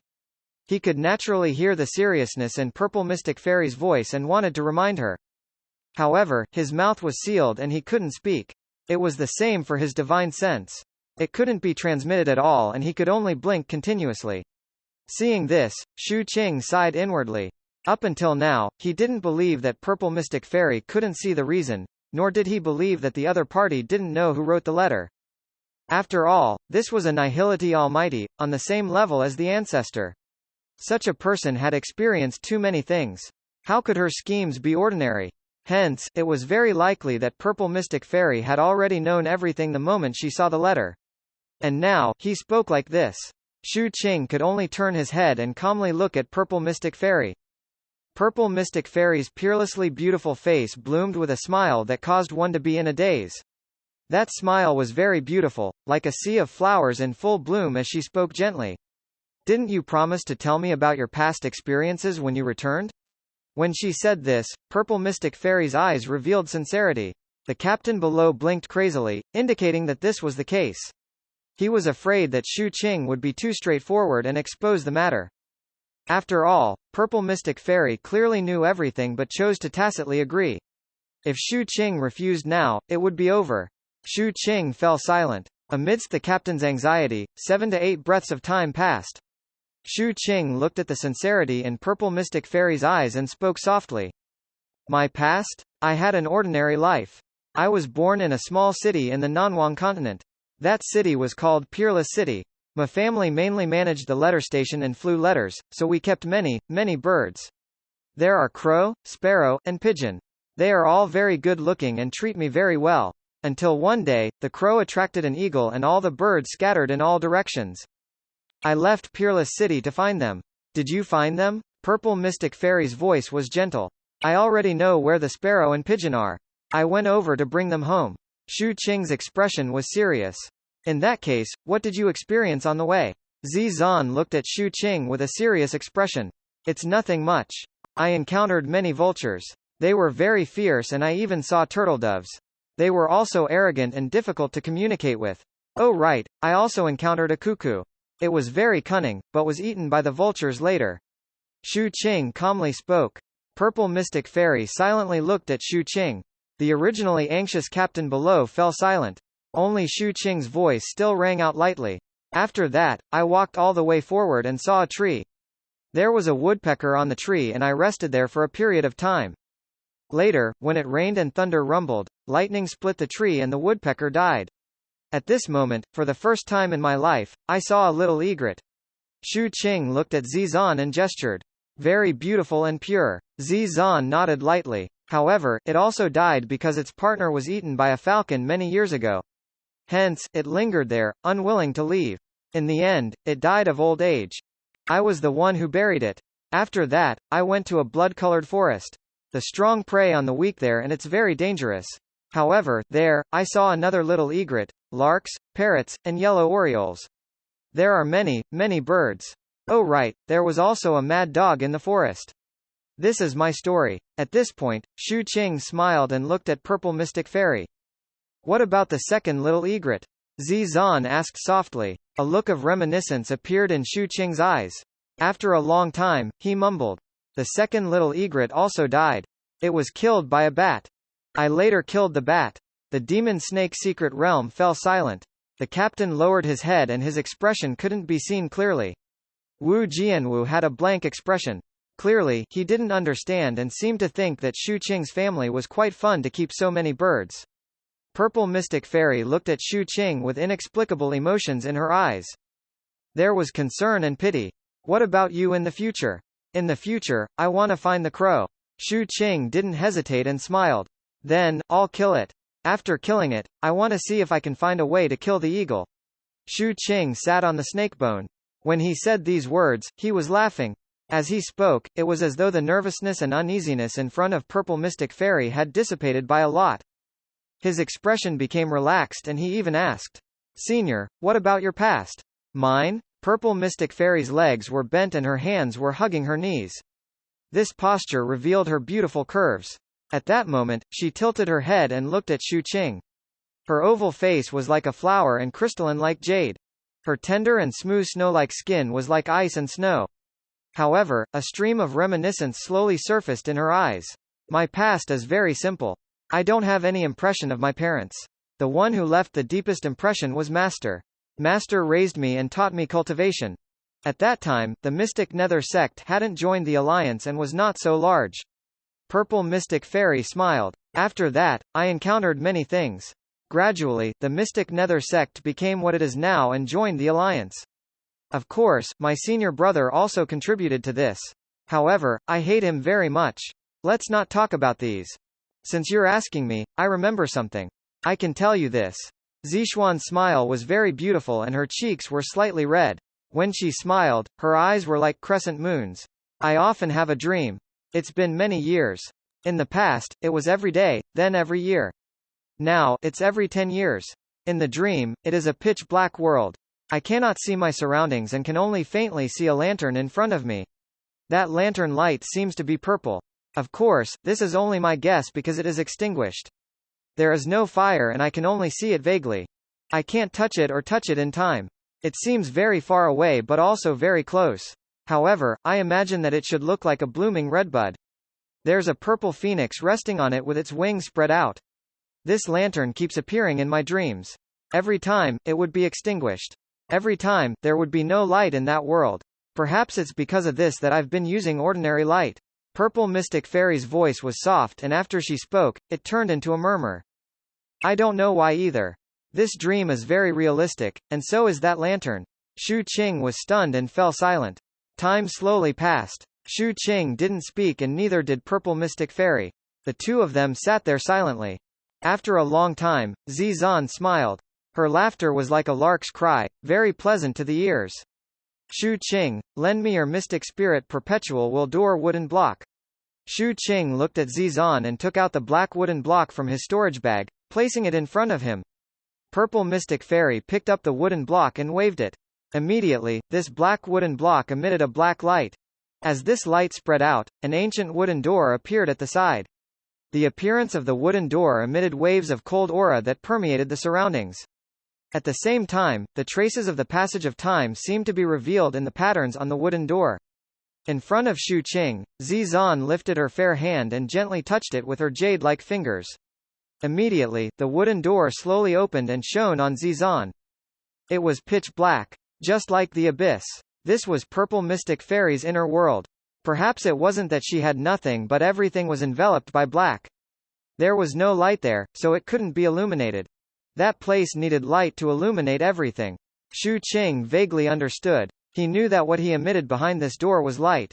Very soon, the wooden door dissipated and transformed into a wooden block again, landing in Purple Mystic Fairy's hand. She played with it in her hand for a while and stood up after passing it to Shu Qing. Her waterfall-like black hair swayed as she stood up. Her exquisite appearance and elegant posture made one involuntarily recall the dream she had mentioned before. Shu Qing, parting sadness, do you still remember it? Shu Qing nodded and took out the flute Zizan had given him. He then placed it by his mouth and gently blew it. Gradually, the melodious sound of the flute spread in the world like the wind. At some point in time, the song ended. At some point in time, Zizan's figure had already disappeared. She left. It was as though she had brought Shu Qing here to listen to Shu Qing's past and the parting sadness before commenting. It doesn't sound very good. These words echoed in Shu Qing's ears. Shu Qing thought about it and looked at the captain and Wu Jianwu. The two of them shook their heads, looking like it indeed didn't sound good. Shu Qing expressionlessly stood up and took a step forward, leaving the mystic realm. When he went out, it was already morning outside. Unknowingly, a night had passed in the demon snake secret realm. At that moment, at dawn, Shu Qing was about to head to the back mountain to pay his respects to Lord Sixth. On the way, the voice of the fatty, Huang Yan, rang out from his jade slip. Shu Qing, I told you yesterday that I wanted to return to the Nanwang continent with senior sister. We plan to set off, so I am bidding farewell to you. Are you leaving today? Are you guys at the teleportation array or the port? Shu Qing asked. We aren't going to use the teleportation array. We're setting sail immediately. The two of us plan to travel in the sea and spend some alone time together. Huang Yan laughed, as though he was exceptionally happy about returning to the Nanwang continent. Shu Qing suddenly sped up and headed straight for the harbor. Not long later, he saw second senior sister's magic warship and also Huang Yan standing there. Looking at Shu Qing who had arrived, Huang Yan revealed a happy smile and went forward to hug Shu Qing. Second senior sister also walked out of the cabin. She looked at Shu Qing and smiled.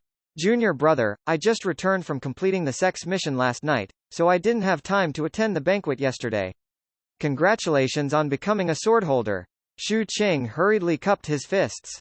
He wasn't very familiar with second senior sister, but he was very grateful to the other party for helping him out in the Seven Blood Eyes Six Peaks shop back then. Even though the other party was doing this because of Huang Yan, she had indeed resolved some of his troubles back then. Second senior sister smiled. Very soon, under Shu Qing's gaze, her magic warship set sail.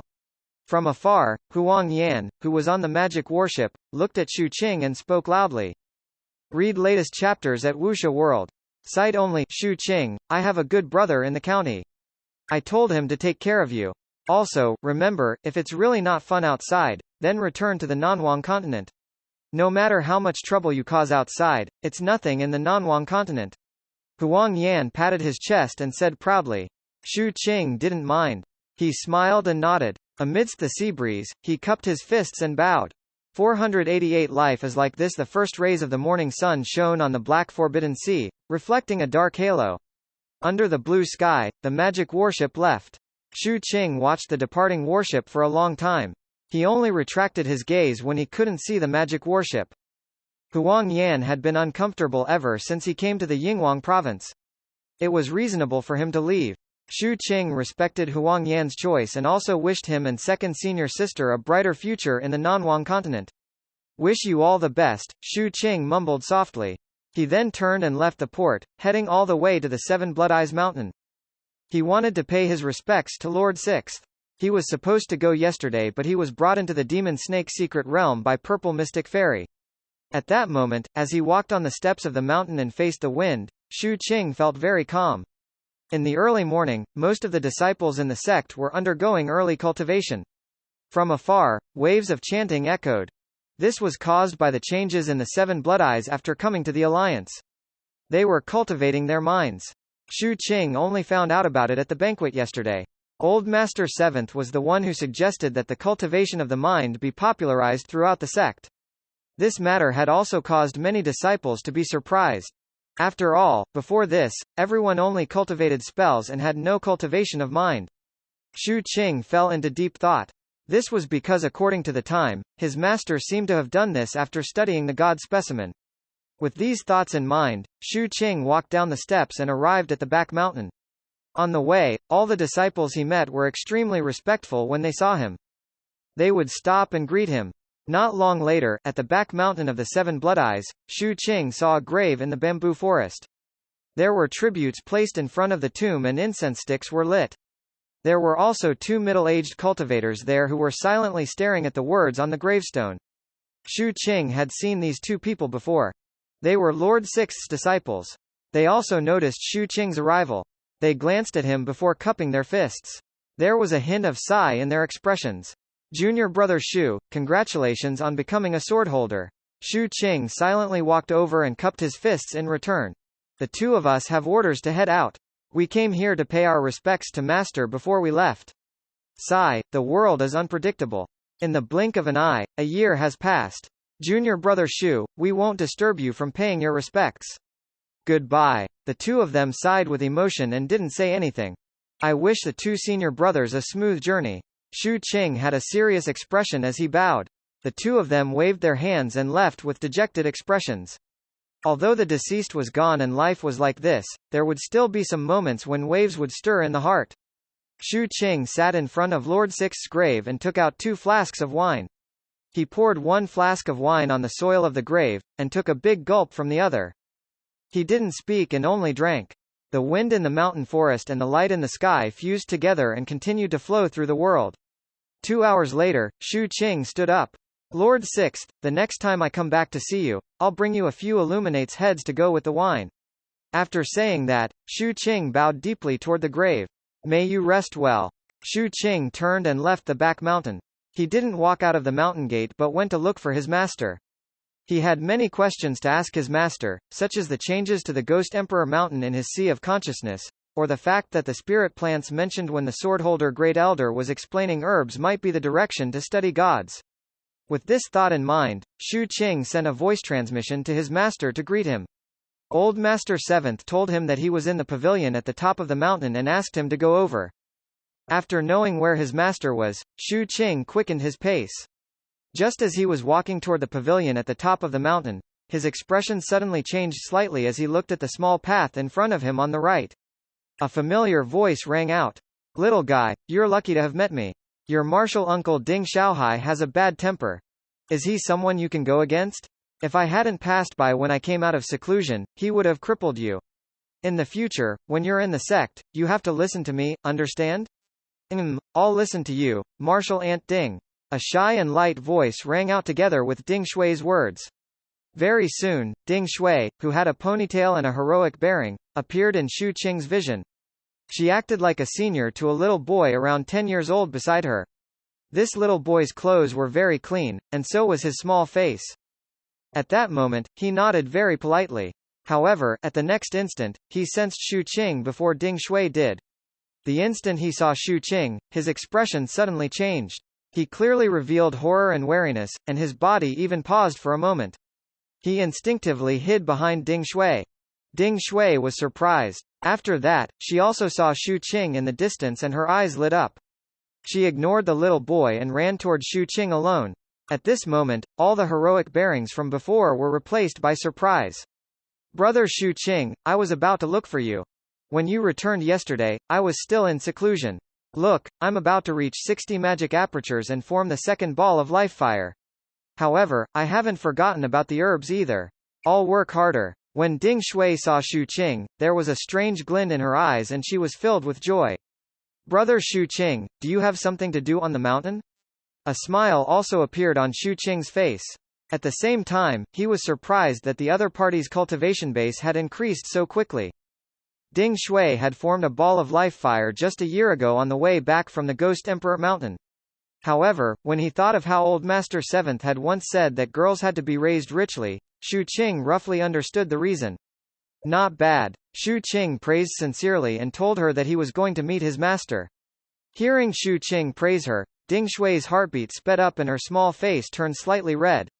Shu Qing's gaze landed behind Ding Shui, looking at the little boy who was feeling very uneasy in the distance. The little boy stayed where he was. He didn't know whether he should leave or stay. At that moment, he had a timid expression and fear rose in his heart. He was really afraid of Shu Qing. Although the token he used to come to the Seven Blood Eyes was given to him by Shu Qing, the words Shu Qing said before he left back then let him know that the other party had seen through everything about him. Moreover, he had felt a suppressive power from Shu Qing. Now that he saw him again, this suppression was already extremely powerful. Others might not be able to tell, but he was different. His perception was extremely clear. That was the pressure from the Ghost Emperor Mountain. This little boy was none other than the bizarre entity turned human that Old Master Seventh had taken a fancy to when he brought him and Ding Shui to stay in the small town at the foot of the Ghost Emperor Mountain. Brother Shu Qing, you still remember him, right? That little boy from that small town. Noticing Shu Qing's gaze, Ding Shui smiled and spoke. Wang Ling, why aren't you coming over to greet your martial uncle Shu? Ding Shui glared at the little boy. The little boy suppressed his fear and took a few steps forward with a numb scalp. He then greeted Shu Qing with a trembling voice. Hello martial uncle Shu. Shu Qing's expression was calm. He understood the situation and knew that this little boy had been at the sect for several months. During this time, he had been staying at the foot of the mountain. Today, he came up the mountain to exchange for a magic boat. In the end, for some reason, he attracted Ding Xiaohai's disgust. Ding Shui passed by when she came out of seclusion and helped him. Previously, when I saw how Ding Xiaohai looked at him, it looked like he wanted to devour him for some reason, so I helped him.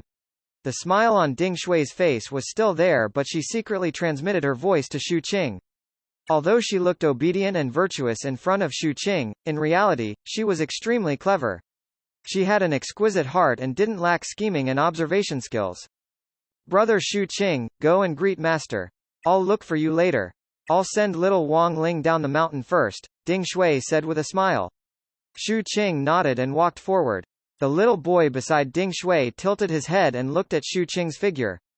A hint of envy appeared in the depths of his eyes. He recalled what Shu Qing had said to him back then and couldn't help but speak softly. Big brother martial uncle Shu, what you said to me back then, work hard and you'll realize it. Shu Qing turned and glanced at the little boy before nodding. The little boy took a deep breath and nodded as well. Amidst Ding Shui's smile, he followed her into the distance. He wanted to become a human, a real human. This was also the only reason why he came to the Seven Blood Eyes. After the amount of time it took for an incense stick to burn out, Shu Qing walked toward the pavilion at the top of the mountain. He immediately saw his serious-looking master and the middle-aged servant beside him. The two of them were playing chess. However, compared to Old Master Seventh's seriousness, this middle-aged servant whom Shu Qing was familiar with had a relaxed expression. After seeing Shu Qing, the middle-aged servant was about to stand up and greet him when Shu Qing took the lead and lowered his head. He then cupped his fists and bowed. The middle-aged servant smiled and stood up to return the greeting. At the side, Old Master Seventh flicked his sleeve and messed up the chessboard as he calmly spoke. Your moves are too poor. I let you have so many pieces but you still lost. Fourth, come and play with me. The middle-aged servant smiled bitterly and stood at the side. Shu Qing calmly walked over. He tidied up the messy chessboard and began to play chess. However, his chess skills were ordinary, so as he played, a smile appeared on Old Master Seventh's face. Fourth, your heart isn't calm. The chessboard contains emotions. From your chess moves, I can tell that there's something on your mind. As expected, I can't hide anything from Master. Shu Qing looked into Old Master Seventh's eyes and said seriously. He automatically ignored the fact that he had said that he had something to ask when he transmitted his voice through the jade slip earlier. The middle-aged servant at the side saw that the master and disciple had something to say, so he retreated. He even waved his hand to seal the surroundings and sat cross-legged outside to meditate. Speak. Old Master Seventh picked up a chess piece in satisfaction and played with it. Master, there are some changes to the Ghost Emperor Mountain in my body. Shu Qing took a deep breath with a solemn expression. What changes? Old Master Seventh's tone was relaxed and the chess piece was about to land. Read latest chapters at Wuxia World. Sight only, it took on my appearance. With a clang, the chess piece fell from Old Master Seventh's hand onto the chessboard. He lifted his head and looked at Shu Qing blankly. What did you say? 489 Linger goes out to see. Shu Qing silently picked up the chess piece his master had dropped and placed it where it should have been placed. He then looked at his master. The Ghost Emperor Mountain has transformed into my appearance. Old Master Seventh fell silent and closed his eyes in deep thought. A huge commotion stirred in his mind. He knew that his disciple's comprehension ability was astonishing. He had clearly sensed this outside the Ghost Emperor Mountain back then. He also heard about Shu Qing's performance in Absolute Beginning Separation City. He had comprehended almost 300 battle marks. However, he was still shocked by Shu Qing's words. After all, back then, he had only asked Shu Qing to move a god into his sea of consciousness to suppress the distracting thoughts produced by the golden cores snatched by the bizarre nether Dao snatching art. I only asked you to build a small wooden hut, but you built a city. The latter is even asking me in surprise, how did this happen? Old Master Seventh was mentally exhausted. After a long silence, he coughed and calmly spoke. That's your mind. Your mind is strong and you can affect external gods yourself, causing them to be controlled by you in your body and change with you as the source. So, you don't have to worry too much. This is a kind of realm. First, you have to move it, then accumulate spirit, and then turn it into your own item. However, you still have to work hard and not be complacent just because you think this step happened easily. Since ancient times, many almighty people have used a similar method. After visualization, they tried to replace them. This isn't possession but seizing the Tao. However, this matter is too difficult for you. Because the Ghost Emperor is actually not complete and his Tao is incomplete. So, when you can form more external objects on the Ghost Emperor Mountain and make it more complete, it will be considered. Hearing his master's words, Shu Qing fell into deep thought. He thought of the absolute beginning separation pillar on the hands of the Ghost Emperor Mountain in his sea of consciousness and couldn't help but speak. Master, there's also a rod. Can it be considered an external object? It looks like the absolute beginning separation pillar. Old Master Seventh was stunned for a moment and fell silent. A storm stirred in his mind. Shu Qing was a little nervous. Fourth, you have one bad habit. After a long time, Old Master Seventh spoke hoarsely. Next time, finish your sentence in one go. Shu Qing blinked and nodded. What other changes? Old Master Seventh asked worriedly. That's all. Oh right, Master, I have a feeling that this Ghost Emperor Mountain can be stimulated by me under certain circumstances but I can't do it yet. Master, do you have a way? Shu Qing asked hesitantly. Old Master Seventh suddenly stood up and his eyes gleamed as he looked at Shu Qing carefully. At this moment, there was no longer only storm raging in his mind, but massive waves as well. Could this kid be the reincarnation of the Ghost Emperor? No, he's not from the Yinghuang province. He was born in the Nanhuang continent and doesn't have the Ghost Emperor's bloodline in his body. I've already confirmed this before. Can a person's comprehension ability be so powerful? What kind of disciple did I take in? Or is his innate talent related to comprehension?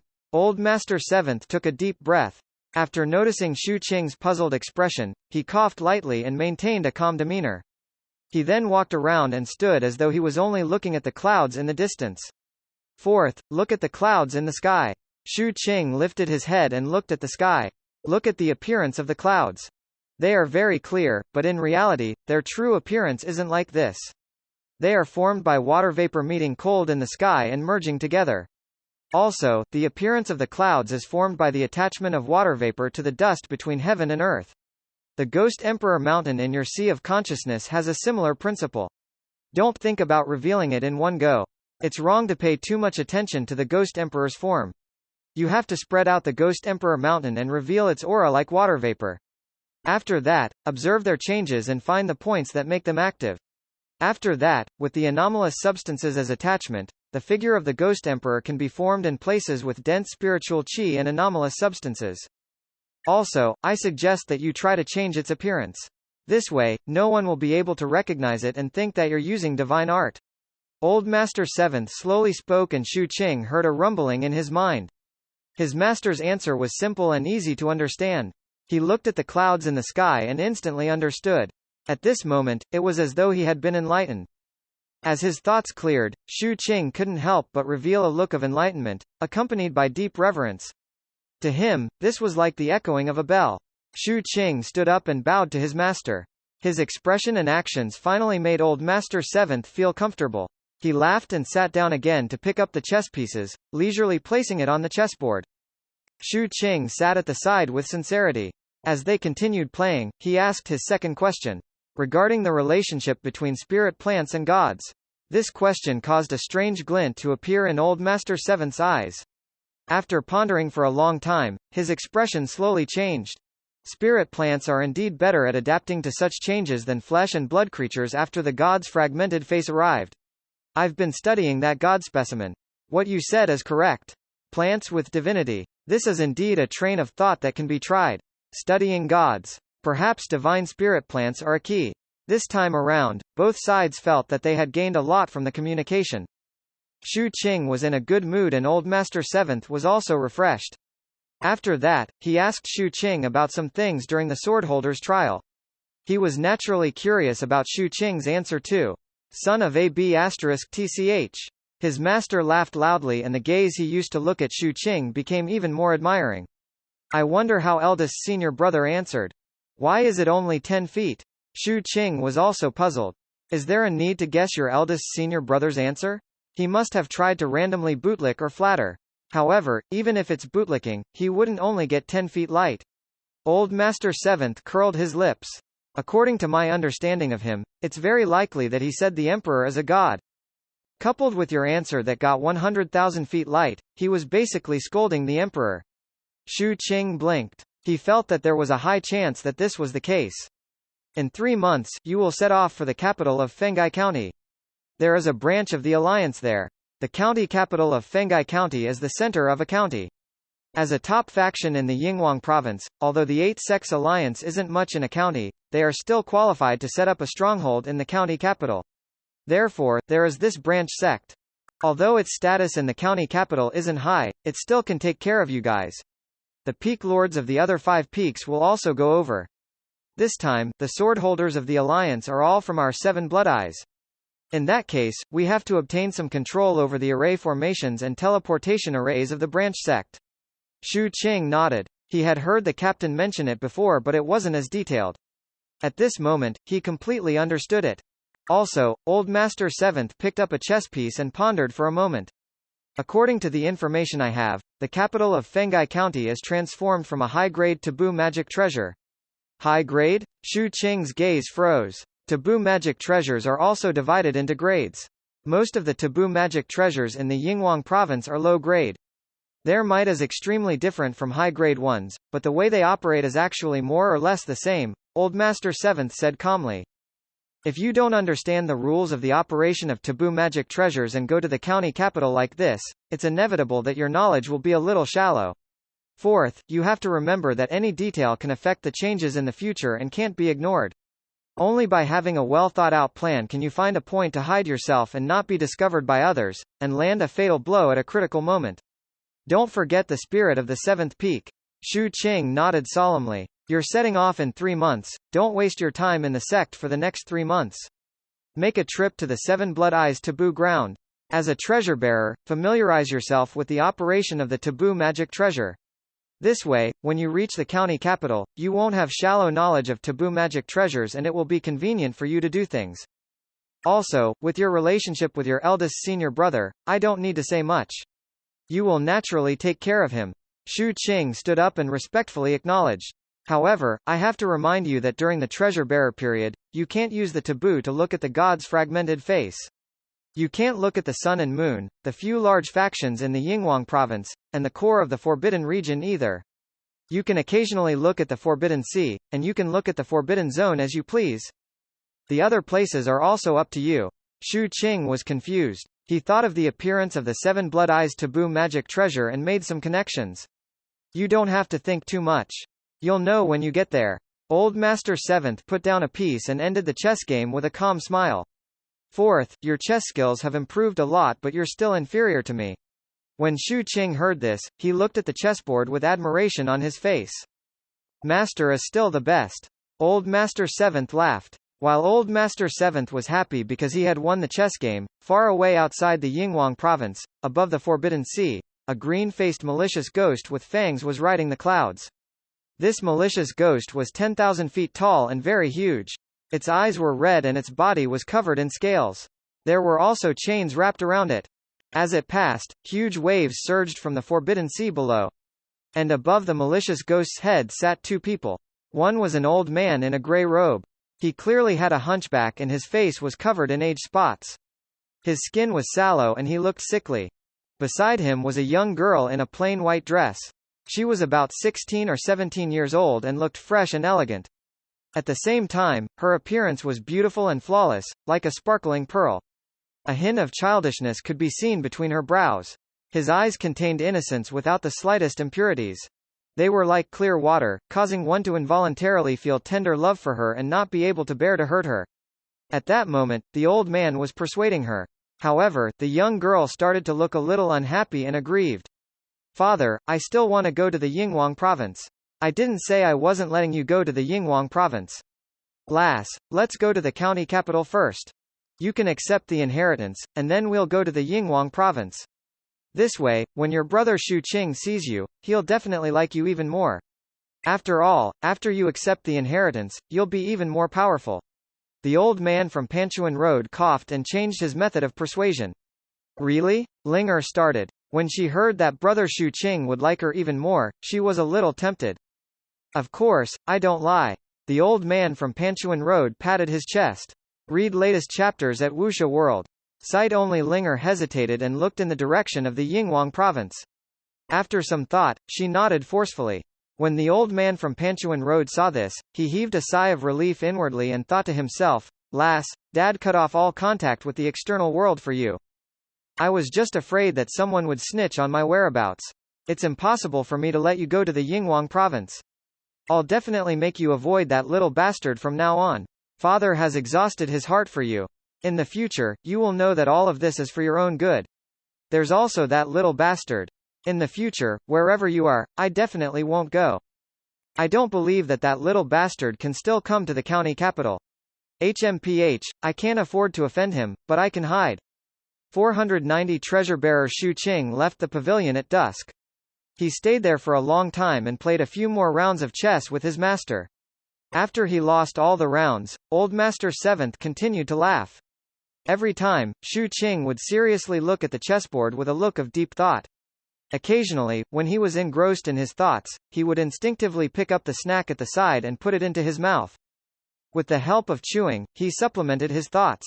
The snacks were very delicious. Shu Qing had never eaten them before. And after eating them, the magic power in his body was circulating on its own. Clearly, there was some extraordinary medicine among the ingredients used to make these snacks. His thinking look made Old Master 7th feel even more comfortable. For the entire day, the master and disciple weren't disturbed by anyone. It was only after Shu Qing was served the snacks for the 9th time by the servant and finished them that he sighed. Master, disciple is convinced. Shu Qing stood up with a look of admiration on his face and bowed to Old Master 7th. Under Old Master 7th's satisfaction, Shu Qing looked at the sky and bade farewell. After watching Shu Qing leave, Old Master 7th glanced at the snacks and plates in the surroundings. He ate 9 plates. The servant at the side smiled. Sigh, I'm getting old. I want the younger generation to come and accompany me more, but it's not good to ask directly. Your idea isn't bad. I'll get more snacks in the future. They'll probably find excuses to visit me every day. Old Master 7th smiled and looked in the direction of the Nanhuang continent with a hint of emotion in his eyes. Second and Huang Yan returned to the Nanhuang continent. Before they left, I could see her reluctance. However, it's good that they went to the Nanhuang continent. She won't suffer any grievances there. Moreover, even if anything happens to her apprentice brothers in the future, she will be safe in the Nanhuang continent. With the eldest's personality, he might cause a monstrous calamity at any time. Third is also troublesome. He has a lot of romantic ties. Old Master 7th sighed. The servant had a strange expression as he spoke in a low voice. The Third Highness has been missing for a long time. The Zhao family of the Grand Affairs Immortal Sect, the Spirit Year Sect, the Multi-Eyed Race, and the Manlin Race have asked about him many times. Only Fourth is the most reassuring. With his personality, he will basically kill everyone who provokes him and not leave any future troubles. However, this kid's killing intent is too strong. If he goes to Fengai County, I wonder if he will face blessings or disasters. Old Master 7th's expression was filled with hesitation. The servant nodded. Fengai County looks prosperous, but there are many good and bad people mixed together. There are many races living in a subtle balance. It's said that our human county governor's personality is indecisive. The county governor isn't indecisive. He likes balance. He knows that he is powerless to recreate the might of the county governor when the human race was at its peak, so it's like this. However, balance often represents compromise. Old Master Seventh shook his head. At that moment, Shu Qing burped and licked his lips as he descended the mountain. Master's snacks aren't ordinary. As he reminisced, Shu Qing returned to his berth at the port. In the next few days, he went to look for Zhang San to reinforce his magic warship again. After all, he was going on a long journey. Ding Shui had also come to look for Shu Qing. As for Yan Yan, after she returned, she was punished by esteemed Master Dongyu to end her closed-door cultivation. She couldn't go out unless she broke through. However, Ji Yu Muxing didn't come. She had long been arranged to stay in the Nanwang Continent sect. Just like that, after Shu Qing's magic warship was reinforced by Zhang San, he chose to set off on the 6th day toward the Sea-Corps race to be a treasure-bearer for 3 months. During this period, some things also happened. Some disciples of the 8th Sex Alliance went missing at the edge of the Corps Forbidden on the Forbidden Sea when they were out on a mission. According to the clues, they seem to have entered the Corps Forbidden for some reason. This concerned the Forbidden region, so according to the process, the Alliance arranged for a portion of the disciples of the various sects to head to the Corps Forbidden to investigate. This matter didn't cause much of a stir in the Alliance. This was because disappearances in the Forbidden region would occasionally occur over the years. In reality, it wasn't just the Alliance. The other forces and races, especially the races and forces on the Forbidden Sea, faced the same issue. Shu Qing had also heard of this matter, but this didn't affect his plan to head to the Sea-Corps race. At most, he decided not to use the magic warship to head there like before. Instead, he used the Sect's teleportation array. He was standing on the teleportation array. As the light of the array formation flickered, Shu Qing disappeared. When he reappeared, he was already in the Sea-Corps race's land. Such a long-distance teleportation would form a pull between the cultivator's soul and body if they didn't put up any defensive measures. However, Shu Qing's body was strong. He only felt his body tremble before returning to normal. The moment his figure appeared in the Sea-Corps race's 7 Blood Eyes teleportation array, more than 1,000 disciples waiting outside cupped their fists in unison and greeted Shu Qing. Greetings, Dao Child. These were all the disciples of the various peaks guarding this place. After Shu Qing returned the greeting, he went to greet Lord Third. Finally, he arrived before the 7 Blood Eyes taboo magic treasure and sat cross-legged in the center of the huge ancient bronze mirror. This place was located in the sky. The ancient mirror was 1,000 feet long. Sitting on it was like sitting on a huge plate. There was also a strong wind whistling in the surroundings. Lowering his head, he could see that the black Forbidden Sea was like ink, undulating endlessly in his vision. Shu Qing took a deep breath and closed his eyes. He spread out his divine sense to fuse into the taboo. It was as though it was confirming his identity and authority. In the end, this divine sense transformed into a layer of protection that permeated the surroundings of Shu Qing. A cold voice echoed in his mind. Artifact Spirit Blood Eye, please give your instructions. A strange glint appeared in Shu Qing's eyes as his expression changed slightly. What can I do? Shu Qing transmitted his divine sense. Firstly, you can choose to fuse with the Blood Eye and activate the Soul Carrier. In this state, as long as the magic treasure isn't destroyed, you won't be destroyed. Secondly, you can check everything you want to see in the magic treasure's range. Thirdly, in the range of the magic treasure's sight, you can form your projection. It can exist for an hour and its strength is equivalent to your main body. Fourthly, you can force any single lifeform to undergo a life and death judgment. However, this authority requires the approval of all 3 treasure bearers. The cold voice of the artifact spirit echoed in Shu Qing's mind. After Shu Qing heard this, he understood why his master had mentioned areas that he shouldn't gaze at. After gaining some understanding, he chose to fuse. As his divine sense spread out, Shu Qing's soul dispersed at the next instant. He felt as though he had a body again at this moment, and this body was the bronze mirror itself. The two completely fused together. At the same time, Shu Qing felt an unprecedented clarity. He saw a distance that exceeded the limit of his previous vision. With him as the center, his vision spanned across the Yingwang in the north, Nanwang in the south, the Deep Sea in the west, and the Corpse Forbidden in the east. With just a thought, he could instantly see anything in this large area. Shu Qing's heart stirred. His emotions only calmed after a long time. The first place he wanted to see was the grave of Captain Lei, who was buried in the Forbidden Zone beside the scavenger campsite. As his thought rose, the ancient bronze mirror emitted a buzzing sound.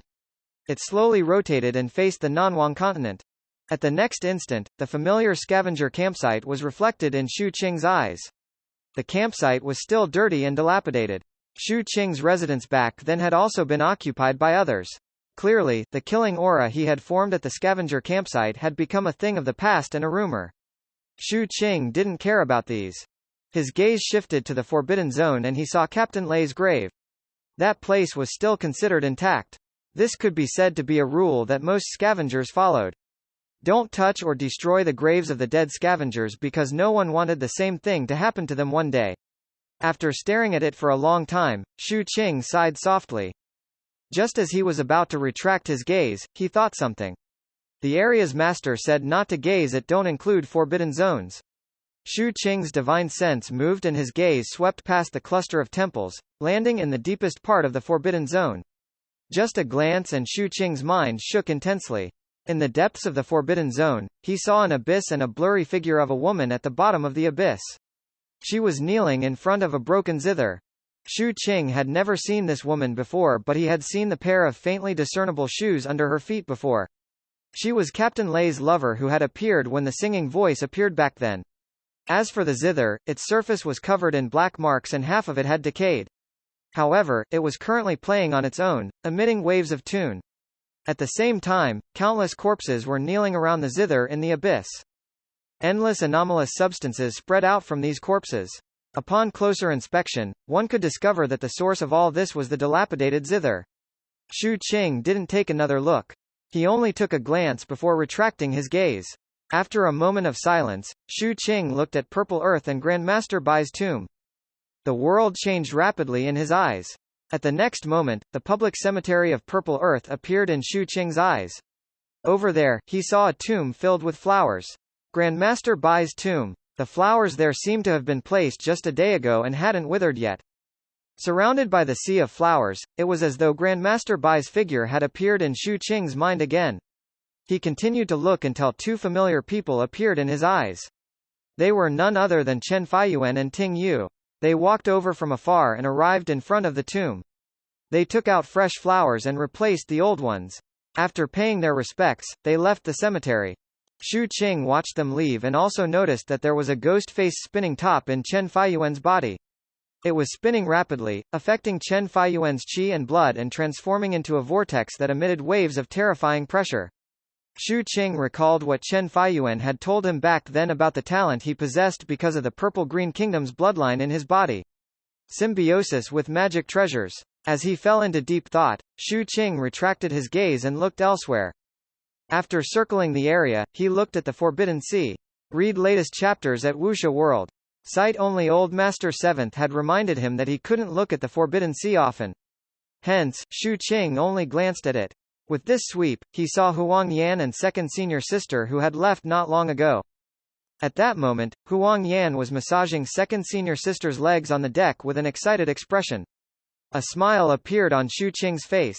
Just as he was about to retract his gaze, Huang Yan suddenly lifted his head and looked at the sky suspiciously. Shu Qing's smile instantly froze and he was stunned. He can sense me? 491 can't look directly. Shu Qing felt that something was amiss. Previously, he had looked at many places but even the existences in the depths of the Forbidden Zone couldn't sense his gaze. After all, he had fused with the taboo magic treasure, the ancient bronze mirror. Rather than saying that he was watching, it was more accurate to say that the ancient bronze mirror was watching. A taboo could become the foundation of a large sect, so they naturally had their own terrifying and powerful aspects. Even the bizarre entities in the Forbidden Zone could not sense that they were being gazed at, let alone others. Shu Qing had looked around but didn't see anyone who sensed anything amiss. Only Huang Yan. At that moment, Huang Yan looked at the sky. After blinking, he coughed and put on a look as though he was looking at the scenery. He lowered his head in a way he thought was very natural and continued to massage second senior sister's legs. However, in Shu Qing's opinion, his movements were filled with flaws. Shu Qing silently retracted his gaze and didn't take another look. However, at this moment, he was very clear that Huang Yan had a secret.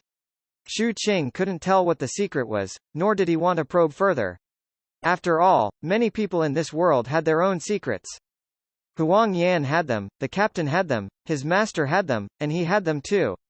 Why should he dig deeper? It was fine as long as he knew that they would not harm him. Shu Qing calmed his emotions and shifted his gaze away, looking in other directions, including the corpse forbidden near the sea corpse race. The land of corpse forbidden was very special and was a little different from the phoenix forbidden. Although they were both forbidden regions, one was on the shore and the other was at the bottom of the sea.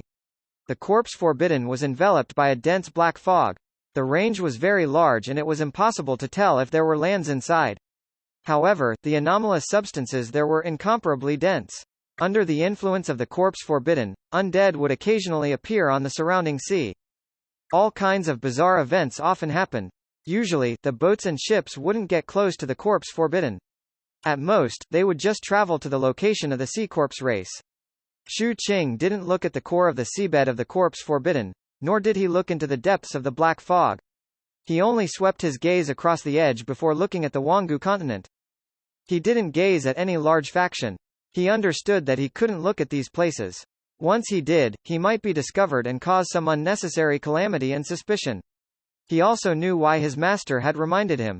This was because he had a strong feeling that in his current state, if he saw an existence he shouldn't have, he might even die suddenly.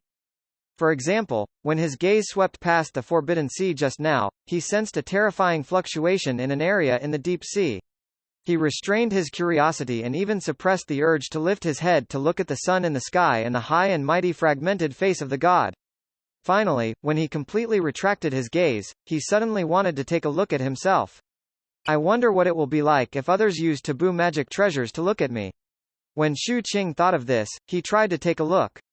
At the next instant, he saw the sea corpse race, the huge ancient bronze mirror floating on the sea corpse race, and he also saw himself meditating cross-legged on the ancient mirror. As the mirror rotated, his body remained cross-legged.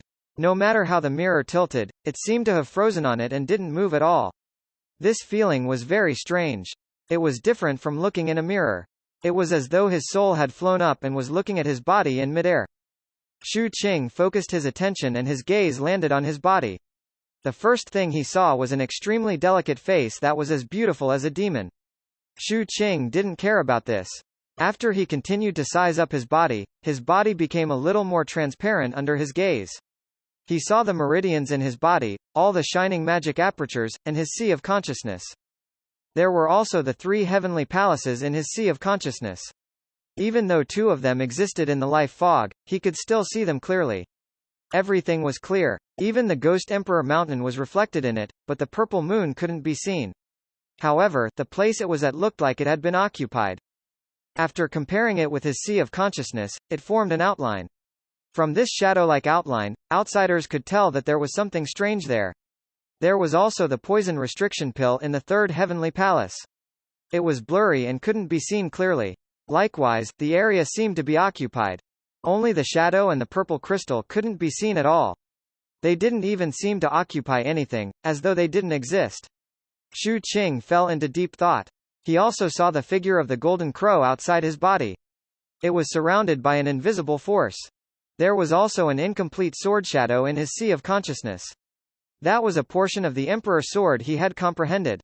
Looking at this, Shu Qing fell silent and tried to control his shadow to hide him. He didn't want to expose so much. Now, with the help of the vision of the ancient bronze mirror, Shu Qing began to adjust his body. He first borrowed the power of the shadow to cover the 2 heavenly palaces in the life fog, completely hiding them in the life fog. He was only satisfied when he couldn't see any clues through the ancient mirror. After Shu Qing pondered, he used his shadow to spread out a curtain, covering his Ghost Emperor Mountain as well. There was also the purple moon and the poison restriction pill. Although these 2 couldn't be seen, the feeling of them occupying his body was very clear. Shu Qing thought about it and simply controlled his shadow to cover them all. After doing this, he carefully checked again and confirmed that there were no mistakes before retracting his gaze.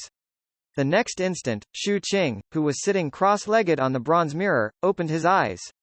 So, this is a taboo magic treasure. Shu Qing mumbled. He felt that his master was right. He needed to adapt to the operation of taboo magic treasures. If he didn't have such an experience and only had a shallow understanding, it would be very difficult for him to truly sense the strength and uniqueness of taboo magic treasures. Although I don't know what the specific effect of the taboos in the Fengai County's capital is, even if they can't see as clearly as the ancient mirror, it will be hard to hide under their divine sense.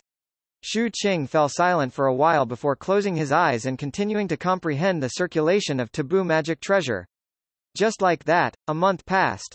During this month, Xu Qing sensed the abilities of the taboo magic treasure every day.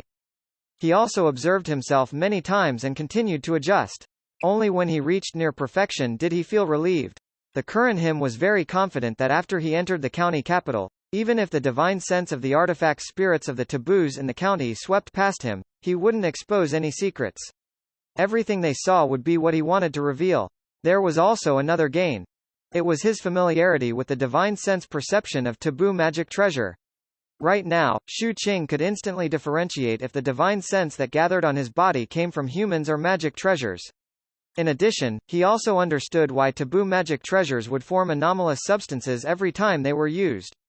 The might of taboo magic treasures was too great and they would absorb a huge amount of spirit energy when used. The anomalous substances in the spirit energy would naturally accumulate in the taboo magic treasures themselves. Moreover, it was extremely difficult to dissipate these anomalous substances. This would continue until the accumulation reached the limit and they became useless treasures. As such, any large sects or forces wouldn't overuse taboo magic treasures. Only then could they continue using them. This caused taboo magic treasures to be mostly divided into two states, full activation and daily operation. When they were fully activated, their might would reach the greatest. Such a situation was usually used to resist external enemies or attack. Usually, the focus would be on daily operations. However, even if only used for daily operations, there would still be a period of weakness. This time wasn't fixed. According to the differences in each taboo magic treasure, one had to be good at calculations to grasp it. After understanding all of this, Xu Qing gained a deeper understanding of the job of a treasure bearer and looked at more and more places. However, he knew his limits and didn't go too far. Even so, it was inevitable that there would be some dangerous situations. He had once looked at an endless ghost city in the sea. There were countless bizarre entities there, as though it was a world of its own. He had also seen a six-legged giant holding a large pitchfork in the depths of the sea. It emitted astonishing divine fluctuations, and it seemed to be patrolling. He also saw the sea lizard's ancestor. Every scale on its astonishing body contained terrifying might. As it swam, it emitted vast divine might. There were also one eye after another growing at the bottom of the sea. Most of the time, these eyes would be closed. However, the instant they opened, they would often form a huge vortex on the sea, stirring up earth-shattering waves. The forbidden sea was filled with danger and the unknown. Other than these living things, Xu Qing had also seen abyssal cracks. Some existed at the bottom of the sea, and some existed in the forbidden zones of the Nanwang continent. These abyssal cracks emitted pitch-black fog that was unfathomable. At the same time, mournful roars similar to the scene in the ghost cave rang out. In fact, one night, Xu Qing even saw countless souls.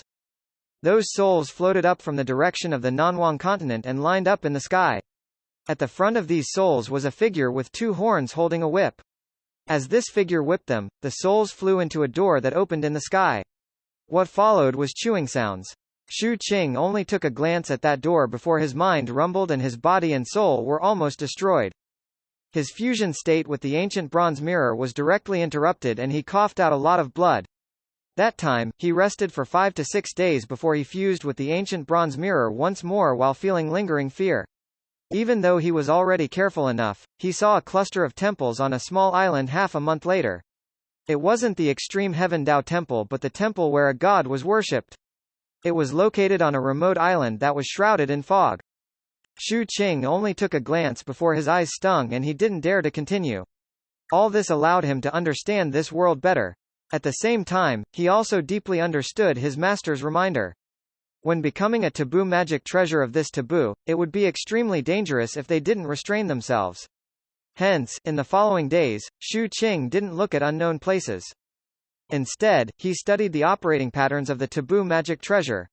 At the same time, he checked his surroundings in a small area. It was only when there was still half a month before the time to set off for Fengai County that Xu Qing's expression changed slightly. He saw Zhao Zhongyang and Ding Xiaohai. Read latest chapters at Wuxia World.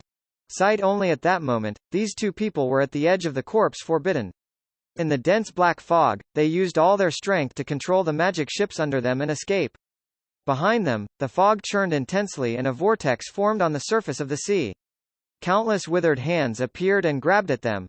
In the fog, a large amount of black hair spread out, wanting to bind them. They were in danger. 492 Death of the corpse. Emperor Shu Qing's eyes narrowed as he strongly restrained his gaze from looking into the depths of the corpse forbidden.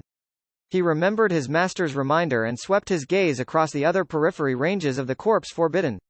He saw more than 10 disciples of the Eight Sects Alliance fleeing in all directions in horror. A large number of arms of the dead appeared in the surroundings and were moving toward them. This scene reminded Shu Qing of the news he had heard about the Alliance when he was about to set off for the sea corpse race.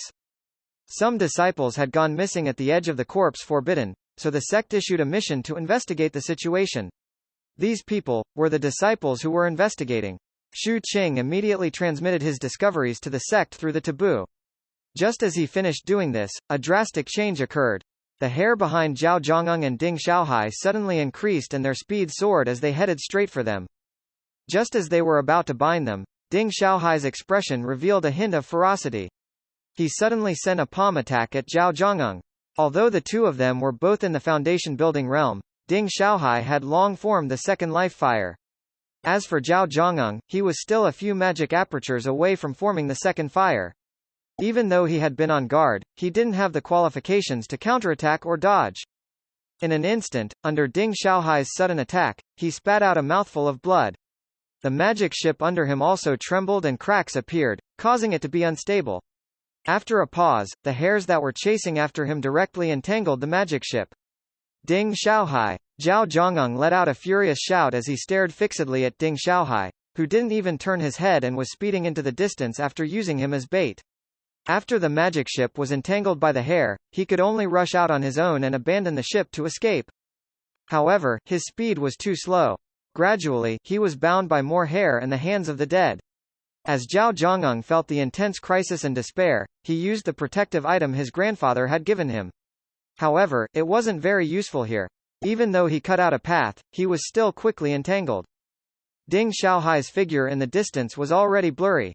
Zhao Zhongyang's existence had attracted most of the bizarre entities, allowing him to successfully escape danger. As for Zhao Zhongyang's shout, he heard it but didn't care. This wasn't the first sect disciple he had killed. As long as he could survive, he didn't care about the others. Spoiled brat, always bossing me around. Who does he think I, Ding Xiaohai, am? Other than having a good grandfather, he's useless. Such an idiot won't be able to live for long in this world. He's destined to be killed. In that case, he might as well die with some value. My survival is the most important. Ding Xiaohai was expressionless. He sped up and disappeared into the fog. However, his lack of understanding caused Ding Xiaohai to have no idea of the true might of the Seven Blood Eyes taboo magic treasure. He also didn't know that Shu Qing was currently observing this area. Shu Qing didn't make any evaluation. From Ding Xiaohai's perspective, he was indeed right for doing this in order to survive. It was the same from Zhao Zhongyang's perspective. However, from Shu Qing's standpoint, he disliked Ding Xiaohai even more. As for Zhao Zhongyang, Shu Qing looked at his despairing expression. He thought about it and sent a divine sense to the ancient bronze mirror's artifact spirit. Send my projection here. Almost at the instant Shu Qing transmitted his divine sense, the ancient bronze mirror emitted a buzzing sound. The light on it instantly flickered and an eye suddenly opened. At the next instant, an intense and piercing light shot out from the ancient bronze mirror, piercing through the void to the edge of the corpse forbidden. It pierced through the fog and landed in front of Zhao Zhongyang. Just as disbelief appeared on Zhao Zhongyang's face, this light that suddenly appeared in front of him scattered countless specks of dust, turning into light spots that gathered together into Shu Qing's figure. Shu Qing! Zhao Zhongyang's eyes widened in ecstasy. Save me, Shu Qing, save me! Zhao Zhongyang's body was grabbed by a large number of dead hands. His body was still wrapped in black hair and half of his body was at sea. He kept struggling but he was slowly sinking. Shu Qing sensed the state of his body. This was the first time he had used the projection power of the ancient bronze mirror. In his perception, this body was illusory and there was a considerable difference in strength between it and the main body. There were no shadow or storage bags. The 3 heavenly palaces in his body were also illusory. The poison restriction pill, the ghost emperor mountain, and the purple moon were all gone.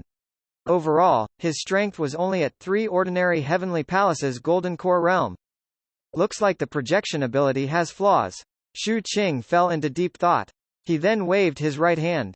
Immediately, the black seawater in the surroundings rose, transforming into layers of large waves that swept toward Zhao Zhongyang, who was crying for help. Wherever they passed, the dead hands would collapse and the hair that was binding him would instantly shatter. Although his combat strength was inferior to his main body, with the cultivation of the 3 heavenly palaces, as long as he didn't step into the depths of the corpse forbidden, he could still deal with bizarre entities.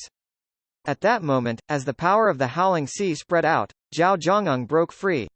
His ship that was in the distance was also grabbed by Shu Qing. The hair that was coiled around it directly broke. Zhao Zhongyang was horrified by this scene. He naturally knew that Shu Qing was powerful. However, on one hand, the way Shu Qing appeared today subverted his thoughts. Moreover, he had experienced such a life-and-death situation.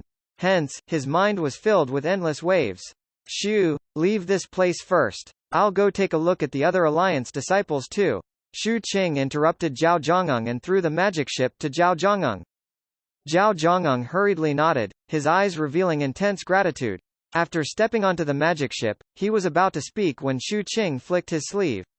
Immediately, a huge force landed on Zhao Zhongyang's very ostentatious Phoenix magic boat. Immediately, the magic ship rumbled and sped toward the outer perimeter of the corpse forbidden. Shu Qing's body swayed and he was about to head to the other areas to take a look. However, at that moment, his expression suddenly changed. He abruptly turned his head and looked into the depths of the fog with a solemn expression. His body suddenly retreated, wanting to leave. At that moment, earth-shattering fluctuations were erupting in the direction he looked at earlier. Accompanied by a terrifying aura and mournful roars, Shu Qing could sense that the seawater in the surroundings was churning. Streams of light appeared in the depths of the fog and were spreading in all directions. Those streams of light contained Dao charms, giving Shu Qing the feeling that they were like threads of Dao marks in the eyes of nihility cultivators. Nihility. Shu Qing's heart sank, but he didn't panic. After all, this was only a projection clone. However, what made him even more solemn was the miserable laughter coming from the roars in the fog. Dead, they're all dead. They were all eaten. Ha ha, all eaten. All chewed to pieces. The voice contained madness and craziness. It was as though it had experienced a huge stimulation, causing the other party's mind to fluctuate to the extreme and hence go crazy. The instant this bitter laugh rang out, the fog exploded outwards and a figure suddenly rushed out while laughing crazily. This figure wasn't a human but a non-human. His entire body was covered in rotting scales, half of his head was gone, and his body was collapsing. His entire body emitted astonishing anomalous substances. Wherever he passed, large waves would rise on the surface of the sea. When the rumbling sound soared into the sky, he collided with the waves. After he passed through the waves, he laughed bitterly. As though the injuries in his body couldn't be suppressed, he spat out blood and wailed at the sky. This scene was reflected in Shu Qing's eyes. His pupils contracted. His clone couldn't withstand the pressure of the non-human cultivator and was collapsing. However, at this moment, the crying non-human cultivator suddenly turned his head. When he looked at Shu Qing, he lifted his right hand and grabbed at Shu Qing. In that instant, Shu Qing's collapsing clone involuntarily flew out and was grabbed by the non-human cultivator. A clone. They're all dead. All of them are dead. The non-human cultivator laughed bitterly. Shu Qing's expression remained calm. At that moment, half of his body had already dissipated. It wouldn't be long before he disappeared. He looked at the non-human race with extremely dense anomalous substances all over his body and fell silent. As for the crazy non-human cultivator, he suddenly brought Shu Qing in front of him. His face was almost touching Shu Qing's when he suddenly spoke. Did you see that? Shu Qing shook his head. Then I'll let you take a look. After that, you can go out and tell the people outside that he has woken up.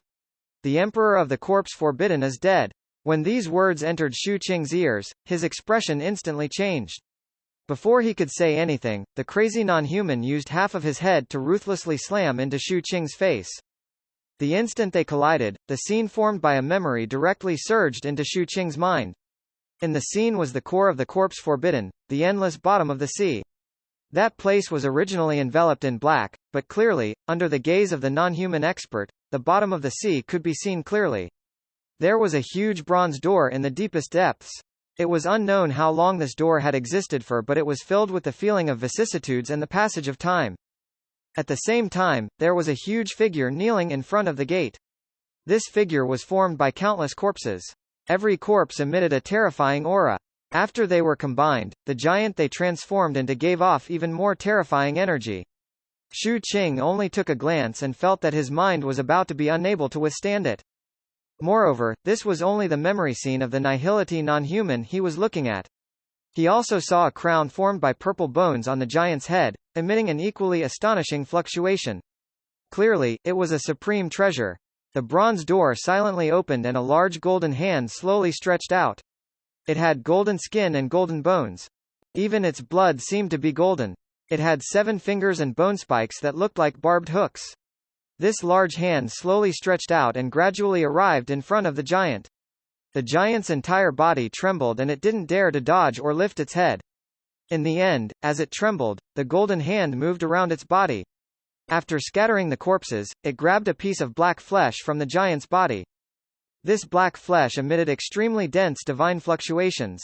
The large hand grabbed the black piece of meat and slowly returned to the ancient bronze door. Gradually, the sound of chewing rang out. After that, the giant formed by countless corpses seemed to have lost its soul and support as its body collapsed. Corpses began to rot and finally transformed into a rotting mountain. Read latest chapters at Wuxia World. Cite only the scene ended here. Xu Qing's clone completely collapsed under the intense impact of this scene, turning into countless light spots that were drowned by the black fog that was rolling over. The non-human also laughed bitterly as his body was enveloped by the fog. After a long time, the sound of chewing rang out from the fog, and it didn't dissipate for a long time. 493 young eagles spread their wings on the ancient bronze mirror of the sea corpse race. Xu Qing abruptly opened his eyes. His body was in turmoil and his internal organs were in extreme pain. He felt a sweetness in his throat and spat out a mouthful of blood that landed on the ancient mirror, turning into droplets that flowed out. When he lifted his head, Xu Qing's eyes revealed shock. That giant formed by countless corpses is the Emperor of the Corpse Forbidden? It was eaten by the existence inside the bronze door. The image of the golden arm stretching out from the bronze door appeared in Xu Qing's mind. The divine feeling it emitted and the vastness that couldn't be looked at directly caused endless waves in his mind. He was very clear that the scene he was looking at was the memory of that non-human cultivator and not something he looked at directly. In other words, all of this had already undergone filtering. However, even so, Xu Qing's clone still directly collapsed. Even his main body was injured. He could very well imagine that the life level of the arm was extremely high. Another god. Xu Qing didn't need to guess to know the answer. He didn't know how many gods existed in this world. It was only after a long time that Xu Qing suppressed his churning emotions. He immediately used the 7 Blood Eyes taboo magic treasure to contact his master and tell him everything he saw. After Xu Qing finished reporting, the bell chimes rang out from the 8 Sects Alliance very quickly. The Senate where the ancestors of the various sects were immediately held an emergency meeting. Xu Qing didn't know how the 8 Sects Alliance would deal with this matter in the future. At that moment, he had received a decree from Old Master Seventh that he couldn't probe the depths of the Forbidden Region but had to pay close attention to the outer edges. At the same time, he reminded him that if he felt that something was amiss, he could return immediately. Xu Qing could sense the severity of the situation from his master's words, so he agreed. As he recuperated, he locked the 7 Blood Eyes taboo magic treasures at the edge of the corpse forbidden. He would pay attention at all times. The reaction of the 8 Sects Alliance was also very fast. In just 2 days, the taboo magic treasures of the various sects of the 8 Sects Alliance were in an initiated state. They also sent the news throughout the Yinghuang province that there might be a change in the corpse forbidden. As soon as this notice was released, the Yinghuang province was in an uproar. The last time something similar happened was in the Spirit Sound Forbidden region. Although a long time had passed since the calamity, it still existed in the records of the various forces. The tragedy back then was horrifying. The 8 Sects Alliance sent a team of experts. Led by the ancestors of 2 sects, they headed to the corpse forbidden to carry out their final investigation. During this investigation, the 8 Sects Alliance even invited the sword-holding court to participate as a witness. The matter was too serious. Not only was the 8 Sects Alliance paying attention, but the Grand Affairs Immortal Sect and the Litu Sect were also paying attention. After all, once there was a problem with the corpse forbidden, all the forces in the Yinghuang province would be unable to avoid the calamity. The sword-holding court arrived as well. A sword-holder elder personally arrived. The group of them quickly entered the corpse forbidden. Shu Qing paid close attention through the taboo magic treasure. After these people entered, waves of energy fluctuations rose in the corpse forbidden. The entire process didn't last long. In just half a month, the group from the Eight Sects Alliance returned. All of them had solemn expressions. It was the same for the swordholder elder who had accompanied them as a witness. Very soon, the results of the investigation into the corpse forbidden were announced to the entire Yinghuang province. There were indeed changes in the forbidden region. The corpse door had opened and the corpse emperor had died. However, the impact didn't spread too far and the seal had been strengthened again. As soon as this news was out, most of the small sects and forces in the Yinghuang province heaved a sigh of relief. However, this wasn't the case for the large forces. On the contrary, they became even more vigilant. They also restrained their range of activity and were on guard. This was because although the content of the announcement was the truth, the investigation this time had found a clue. The corpse door of the corpse forbidden didn't open on its own, nor did it open from the inside. Instead, it opened from the outside. Moreover, even if the seal was strengthened, this seal could only be considered barely useful. A chaos would emerge from the corpse forbidden sooner or later. However, this shouldn't happen very soon. After all, the Eight Sects Alliance had discovered it in time. This also gave the Yinghuang province time to prepare. However, who exactly opened the corpse door? This question became a haze that enveloped the minds of the various forces in the Yinghuang province. Those who could open the corpse door were definitely not ordinary beings. Some people suspected Illuminate, but from the various clues, it didn't seem to be the case.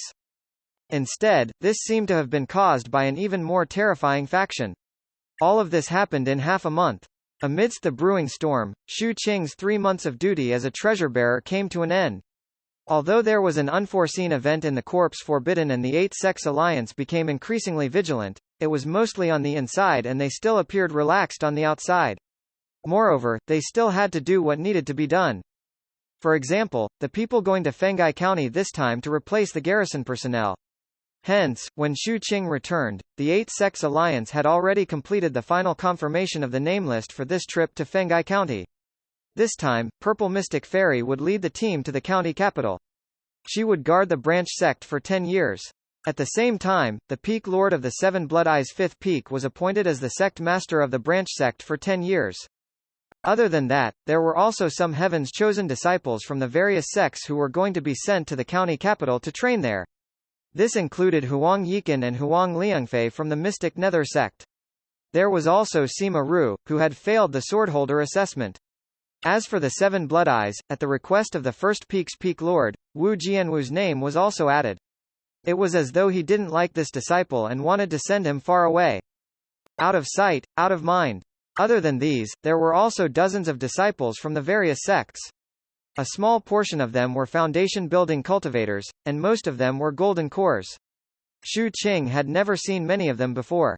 After the name list was confirmed, on the third day after Shu Qing returned, a huge flying ship rose into the air from the Eight Sects Alliance.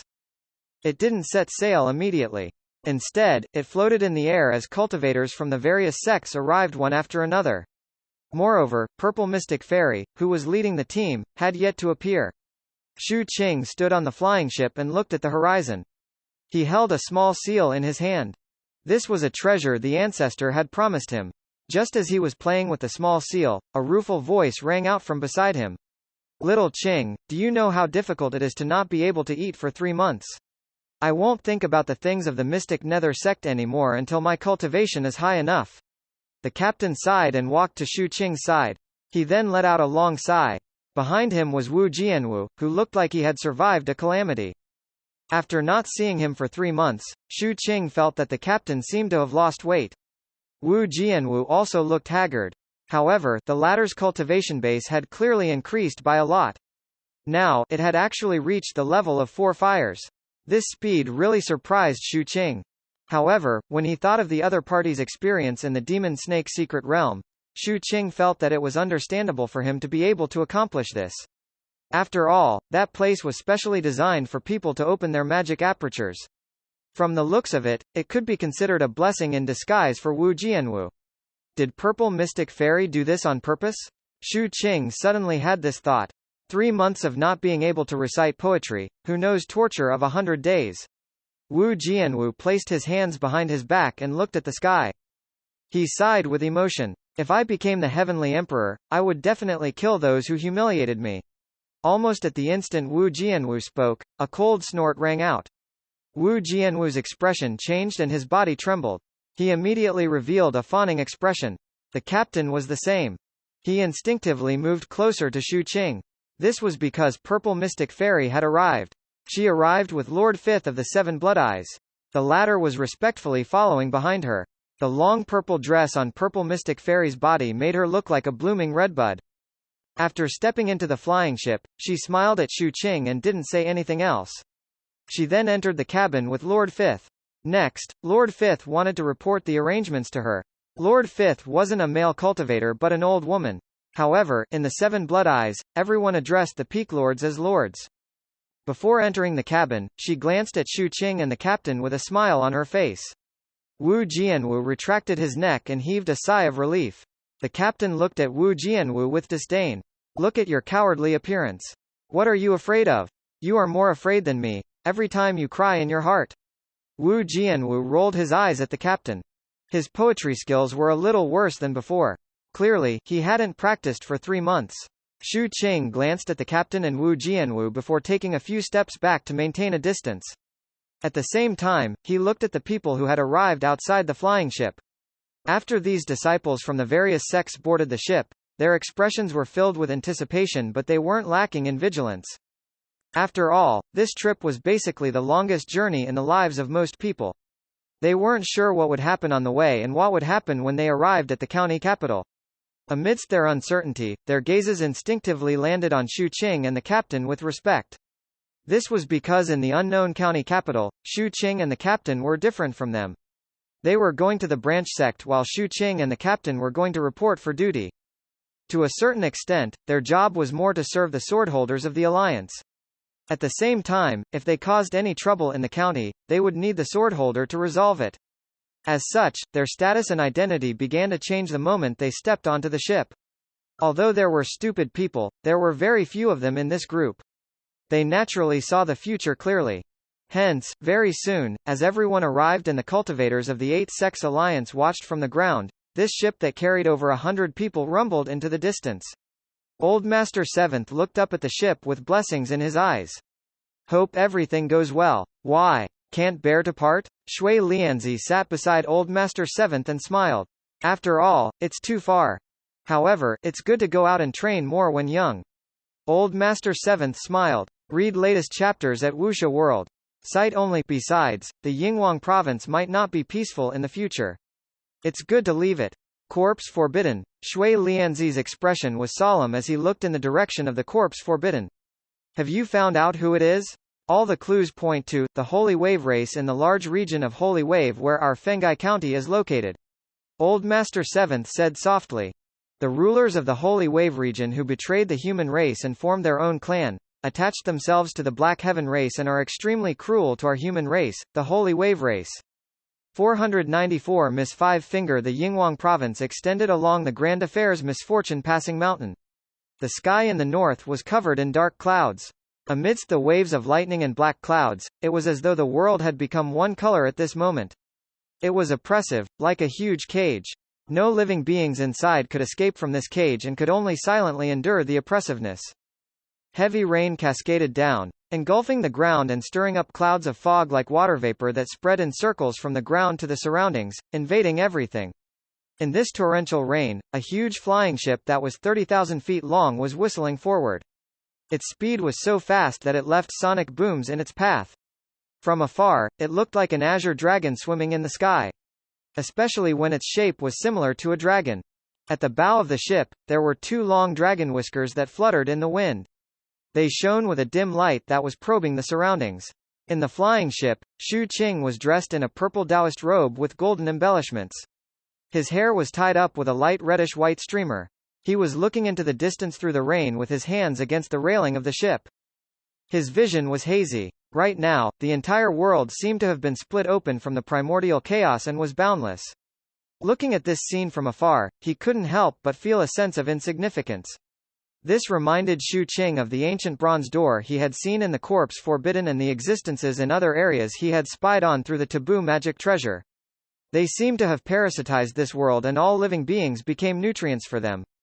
It was disgusting. Xu Qing sighed softly and retracted his thoughts. It had been half a month since they left the Eight-Sex Alliance. In this half a month, other than cultivating, he spent most of his time standing on the bow and looking into the distance. He felt some special feelings about this long trip. There was anticipation, melancholy, and other complexity. The anticipation was because he would start a new life in an unfamiliar place next. He had walked from a corner of the Nanhuang continent to the Seven Blood Eyes and then to the Yinghuang province. The place he was going to now was a place that ordinary people wouldn't be able to reach in their entire lives. The capital of a county. The melancholy was because, of Mount Morning Glow. He yearned to reach it immediately and was also nervous about seeing the graves with his own eyes. These emotions intertwined and became complex. Xu Qing fell silent. After a long time, he looked at the small seal in his hand. This item was only the size of a fingernail and was completely black. There were some ferocious beast patterns carved on it and they were very exquisite. He had completely studied and understood the small seal the ancestor had given him in this half a month. This was a powerful weapon that mainly focused on killing. Once it was used, it possessed the ability to cause massive damage.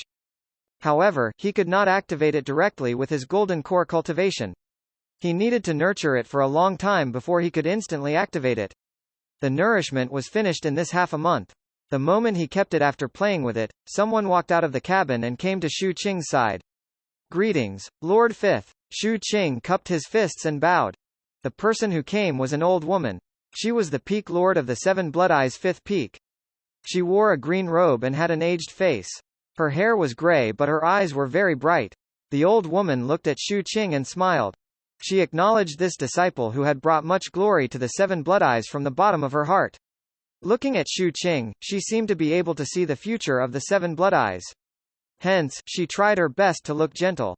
It was just that after many years of studying yin formations, she naturally emitted a coldness, so much so that even her smile contained a gloominess. "Your heart isn't calm." The old woman looked into Xu Qing's eyes. She could sense that there seemed to be waves in the heart of this disciple in front of her. Xu Qing nodded. In a person's life, there will always be farewells, long journeys, and uncontrollable emotions. Outsiders can't help you with this. Only you can help yourself by trying to understand it. You're still young. Treat this journey as taking a look at the foreign customs. There are 13 provinces in Fenghai County, and the Yinghuang province is located in the southernmost part. Next, we'll pass through 4 provinces and reach the capital of Fenghai County. The situation in each province is also different. Although the human race is the main race, there are also many non-human races. The old woman smiled, still exuding heavy gloominess. "Lord Fifth, will this journey take 8 months?" Xu Qing cupped his fists and thanked the old woman for her comfort before asking softly. "That's right. I came to tell you about this. This time, we will borrow the help of 7 public teleportation points, 3 unusual paths, and 3 months of desert flight before we reach the capital.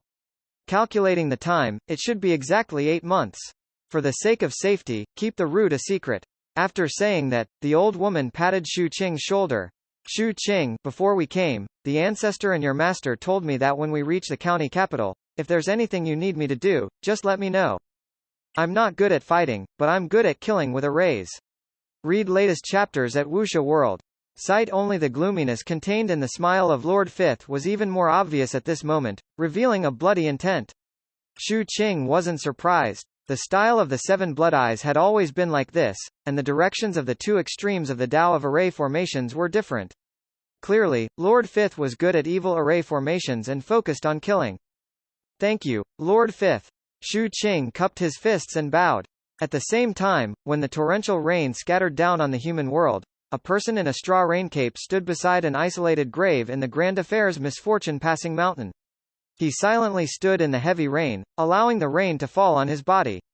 495 Miss Five Finger, 2. As the rain connected the world with the curtain, he slowly lifted his head and looked at the flying ship that had left. Under the bamboo hat, his eyes emitted a faint golden light. That was a manifestation of divinity. An intense killing intent churned in this person's heart. However, just like his aura, it wasn't revealed at all. There were no energy fluctuations from his body at all. He stood there as though he had fused with his surroundings and couldn't be sensed. Yuner, it won't be long before I can help you achieve your wish of killing that person. The person in the straw rain cape lowered his head and looked at the lone grave in front of him. He then spoke softly in a hoarse voice. The words on the gravestone in front of him were a little blurry in the wind and rain, but upon closer inspection, one could still faintly see a line of words on it. The grave of beloved son, Shungyun. There was no corpse in the grave. This was a cenotaph. After a long time, the person in the straw raincape walked in the direction the flying ship had left in. Time slowly passed just like that. The flying ship Shu Qing and the others flew past the Immortal Enrichment River and the northern ice plain. It crossed the border of the Yinghuang province and stepped into the territory of the Quzhou province. Unlike the Yinghuang province, Quzhou province didn't have a sea, so regardless of the weather or temperature, it didn't contain humidity. Cultivators who lived in the Yinghuang province all year round would feel a little dry here. However, after a simple adaptation, this feeling would quickly disappear. There were many mountains in Quzhou province. At the same time, there were many more non-human races here than in the Yinghuang province. On the way, just as Lord Fifth had said earlier, Shu Qing indeed saw many cultures and customs. These peculiar races and their customs allowed him to have a better understanding of the myriad races. For example, at this moment, the flying ship they were on was flying on a colorful plain. The plains below seemed to have a very special geology, so the colors were mixed. Looking down, the plains seemed to be pieced together by different colors. At the same time, a green patch of the plains that was about 100,000 feet vast suddenly blurred. Shu Qing noticed this scene and his eyes narrowed as he observed carefully. Very soon, a scene that shocked him appeared. That blurry green area actually sat up from the ground. This wasn't a plain but a green robe. It was too big and spread out on the ground. If someone who didn't know its true body passed by, they would think that this greenery was a part of the plains. However, in reality, this was a huge piece of clothing. Almost at the same time it sat up, the other colors on the plains also sat up one by one. Some even rose into the air and approached the flying ship. They were all clothes. There were robes, pants, hats, and gloves. There were all sizes of clothes on the huge plain, and probably no less than 1 million. Right now, only a small portion floated out. They surrounded the flying ship and continued to circle it as it moved forward. These clothes seemed to have ranks. Some were luxurious, some were solemn, and some were like commoners or guards. However, there were no bodies wearing them. They were just clothes. Shu Qing's expression was solemn. The captain also ran out of the cabin and arrived beside him. He looked at those clothes with a surprised expression. Could it be that there's a nether fairy here too? When the others on the flying ship saw this scene, they were all vigilant. Purple Mystic Fairy also walked out of the cabin. Looking at those clothes, the corners of her mouth curled into a smile as she greeted a princess dress in front of the flying ship. The 2 sleeves of the princess dress flicked and it bowed like a human. After that, it ignored the flying ship's barrier and floated in. When it arrived in front of Zizan, it actually hugged her. After that, a divine sense spread out, as though it was exchanging pleasantries with Zizan. They seemed to know each other. Outsiders couldn't hear the details and Shu Qing's mind was also filled with wonder. When he continued to pay attention, it was unknown what Zizan said to the princess dress, but the princess dress actually turned around and seemed to be looking at Shu Qing. Shu Qing lowered his head and cupped his fists. Very soon, more clothes flew over from the ground below. Among them, some of the maid's clothes even carried some spirit fruits. They ignored the flying ship's protective barrier and floated in. After they put the spirit fruits on the flying ship, they didn't leave immediately. Instead, they curiously flew around everyone. From their previous actions and auras, one could sense that they didn't have any ill intentions. Some gloves flew in front of Shu Qing. They were of various styles and most of them were slender. After circling around him and realizing that he didn't pay attention to them, they flew toward the captain. The captain curiously sized them up and even poked them. Not long later, Zizan and the princess dress finished exchanging pleasantries. The princess dress flicked her sleeve and the clothes on the flying ship instantly flew outside and surrounded the flying ship. They escorted the flying ship out of this plane, and made a gesture of cupping their fists to bid farewell. It was only when they couldn't see any traces of the clothes that everyone on the flying ship heaved a sigh of relief. The cloth race is one of the large factions in the Quzhou province. I didn't expect Fairy to know them. The old woman from the 5th peak sighed with emotion. Purple Mystic Fairy smiled lightly. I'm old friends with the eldest princess of their race. When I was young, we went out to travel together. Back then, she always wanted me to wear her but I rejected her. Senior, what will happen if you wear it? The captain's heart skipped a beat when he heard this. He placed his right hand behind his back and couldn't help but ask. Shu Qing blinked. He saw the captain's right hand behind him wearing a black glove made of gauze material. It was one of the gauze gloves that had surrounded him earlier. At some point in time, the captain had worn it. Zizan cast a meaningful glance at the captain and calmly spoke. After wearing it, you will forcefully form an ancient contract with them. The flesh covered by them will belong to them from then on. The captain heaved a sigh of relief and lifted his right hand to look at the glove on it. I see. That's nothing much. Since it's your friend's race, Purple Mystic Fairy, let this be a gift to them. As the captain spoke, he bit his wrist. Under the strange gazes of everyone on the flying ship, the captain bit off his wrist. Throughout the entire process, his expression didn't change at all. Clearly, he was used to it. After biting his wrist off, he took the gloved broken hand and threw it out of the flying ship. He even smiled and waved his left hand. Goodbye. I'll come and play with you when I have time in the future. The gloved broken hand floated outside the flying ship and actually waved goodbye to the captain. With some reluctance, it slowly left. Can you imagine that my right hand is bidding farewell to me? The captain looked at Shu Qing with a rueful expression. Read latest chapters at Wuxia World. Sight only. Shu Qing tacitly agreed. The surrounding people didn't know what to say either. This scene caused Wu Jianwu's eyes to widen, revealing a strange glint as he felt an urge to recite poetry. In ancient times, a large snake broke its tail and ran home after eating it. Today, Erniu bit off his hand and got Miss Five Finger as a friend.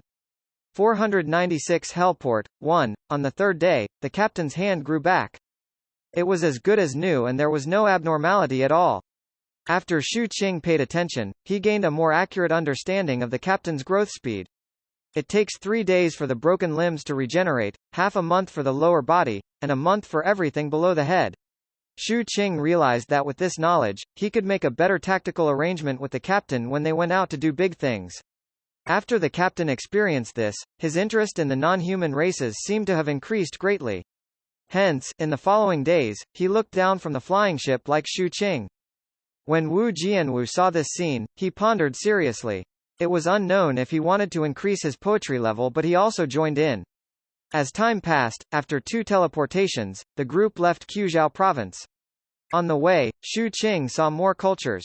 The captain also obtained more information about the non-human races, and Wu Jianwu's harvest was also very great. His poem finally returned to its previous peak and even improved a little. The world transforms myriad beings, control the world to refine the sword heart. Wu Jianwu stood amidst the strong wind and laughed loudly, his voice echoing in all directions. Fool. The captain curled his lips. Shu Qing didn't care about Wu Jianwu's madness. At that moment, he lowered his head and looked down. A storm was sweeping across the ground here. Countless trees were being bent, as though they would be lifted at any moment. This was a unique climate in Yunfang province. Different from the Yinghuang province and Quzhou province, the Yunfang province was surrounded by violent winds almost all year round. As a result, the various forces here were better at speed and had their own unique ways to train their bodies. Also, the wind here was different during the day and at night. The wind during the day was violent, and the night wind was cold. Moreover, there were many bizarre entities. There were non-human races, and a lot of mutated beasts. Right now, Shu Qing saw over 100 giants thousands of feet tall on the land filled with storms. These giants were naked and their bodies emitted a stench that even the wind couldn't disperse. They all had gray skin, red eyes, blackish-yellow teeth, and didn't seem to have much intelligence. Some were running, some were sitting, and some were fighting each other like wild beasts. He also saw many giants carrying cages made of tree bark. Many living beings of the myriad races were imprisoned in those cages, and most were on the verge of death. These were the giants' food. Some giants threw them into a crude stone platform and used a huge pestle to crush them into minced meat before eating the paste.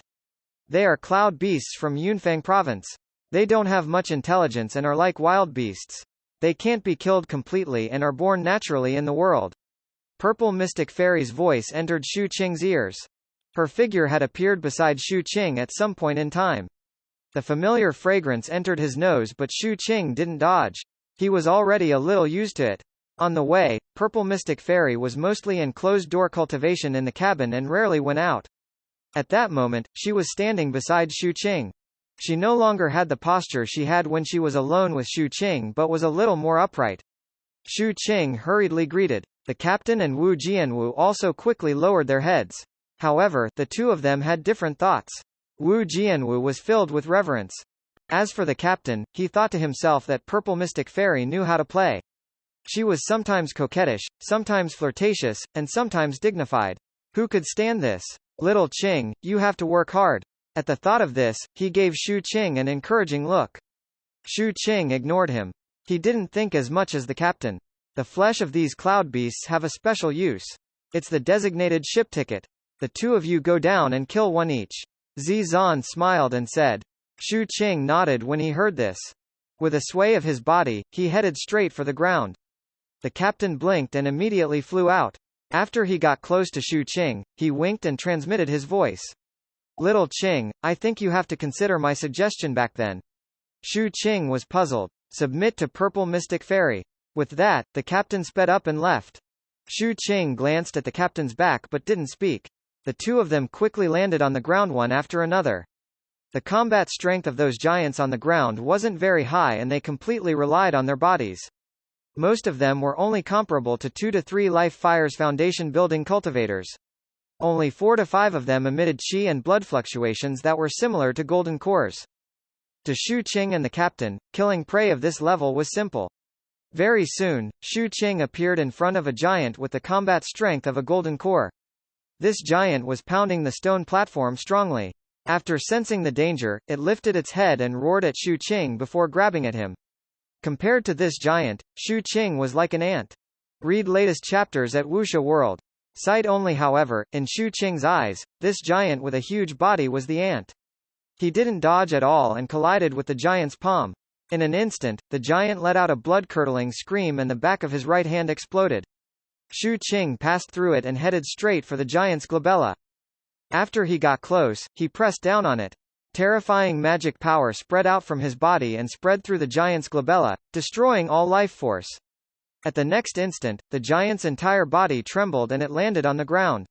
As a loud bang rang out, the captain had also completed his kill. A golden core giant also fell to the ground. 497 Hellport, 2, however, the two of them didn't put away the giant's corpse immediately. Instead, they looked into the distance at the same time and their eyes gleamed. In the direction they looked, 2 longswords whistled over from the storm. Their might was astonishing as they broke through the storm and arrived instantly. However, their target wasn't Shu Qing and the captain but the other giants. In the blink of an eye, as the flying swords swept out, 3 giants let out blood-curdling cries. Their bodies trembled as the flying sword pierced through their chests, exterminating their vitality. At the same time, 2 figures whistled over from the storm. These 2 people, a man and a woman, were both wearing white robes with a cape on their backs.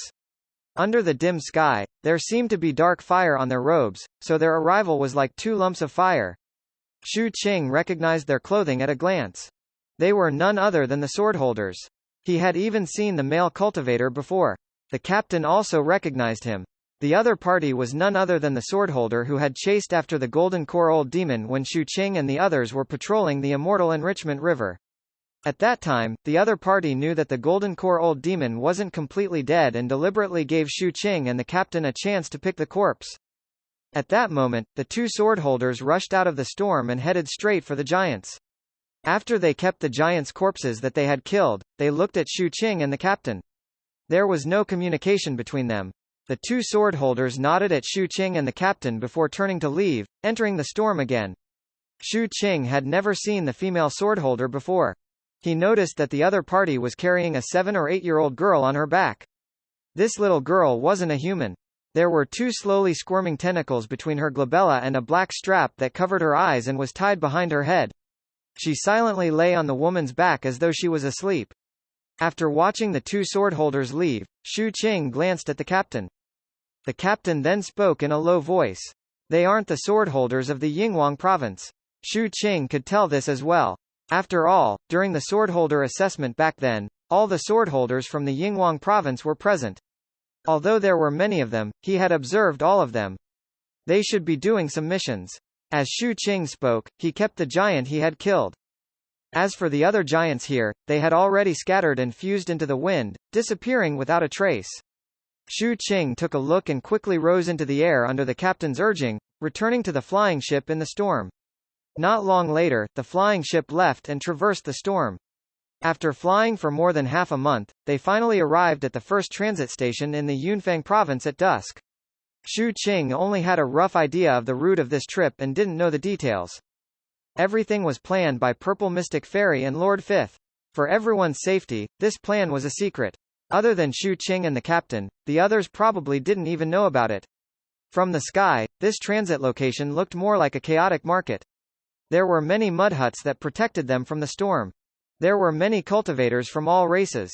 Among them, there were also some black-clothed men with many earrings on their ears and malicious ghosts tattooed on their faces. These people walked in the city square. Wherever they passed, all the foreign cultivators would be on guard. This is the territory of the Ghostmark sect. The Ghostmark sect is one of the large factions in the Yunfang province. They rear malicious ghosts and their spells are sinister. Purple Mystic Fairy's voice echoed in Shu Qing's mind. This was a voice transmission only directed at him. When Shu Qing heard this, he took a few more glances at those men in black. From the tattoos on their faces, he could faintly sense some obscure fluctuations. They were somewhat similar to the deviant ghosts he had seen in the ghost cave. Their arrival attracted the attention of the cultivators. However, as Purple Mystic Fairy alighted from the flying ship, everyone in the market fell silent. The pressure that belonged to nihility caused the expressions of those men in black to change. There were also a few men in black who immediately came over and respectfully welcomed them, sending them to the inn in the market. Rest for a night. Tomorrow, the night and day will alternate. The moment dawn breaks, a ghost ship will come to Hell Port. We'll borrow the ghost ship to move forward. The marketplace here will become a ghost lane at night. If you don't have the ability, don't go out recklessly. In the inn, Purple Mystic Fairy calmly spoke. After she finished speaking, she walked into her room. The others also suppressed their curiosity about Ghost Lane and the ghost ship Zizan had mentioned and returned to their respective rooms. Hellport? What's a ghost ship? The captain stood beside Shu Qing and asked curiously. Shu Qing shook his head. His curiosity wasn't that strong, but he was a little interested in the ghost lane that Purple Mystic Fairy had mentioned. This reminded him of the market he had visited in the Phoenix Forbidden. Night soon fell. As the whimpering wind outside continued to echo, Shu Qing, who was cultivating cross-legged in the inn's room, had a change in expression. He could sense that at that instant earlier, the aura outside seemed to have reversed yin and yang, alternating between life and death. He had experienced this scene before and wasn't unfamiliar with it. Shu Qing slowly opened his eyes. After pondering for a moment, he walked to the window. Standing there, he pushed open a gap and looked outside. The appearance of the market outside had changed drastically. Countless ghosts and monsters floated on the streets. They had all kinds of sinister appearances, like a night parade of 100 ghosts. At the same time, many stores appeared, selling items needed by the dead. In the distance, in the center of the market, there were a large number of iron chains that bound a large foot. This huge foot floated in the air. Its entire body was green and it looked sinister. Shu Qing's eyes narrowed the moment he saw it. He had a faint feeling that this green foot seemed to come from the same source as the monk's head he had seen in the Phoenix Forbidden's ghost market. It was dismembered and scattered in different ghost lanes? Shu Qing fell into deep thought. He simply pushed open the window and leapt out. Previously, he had seen many good things at the ghost lane, but he couldn't afford them. Ever since he came to the Yinghuang province, he had killed many people. Although he didn't deliberately gather the heartblood, he had quite a lot of souls that could also be used as a currency. Shu Qing felt that he could go take a look again. However, in order to avoid the trouble caused by the shadow last time, Shu Qing didn't let the shadow cover him this time. Instead, he activated the third heavenly palace, causing his entire body to be filled with the aura of the poison restriction pill. Only then did he enter the ghost market and blend into the ghosts. Time flowed by and Shu Qing's journey in Ghost Lane was very smooth. He bought many ghost poison items.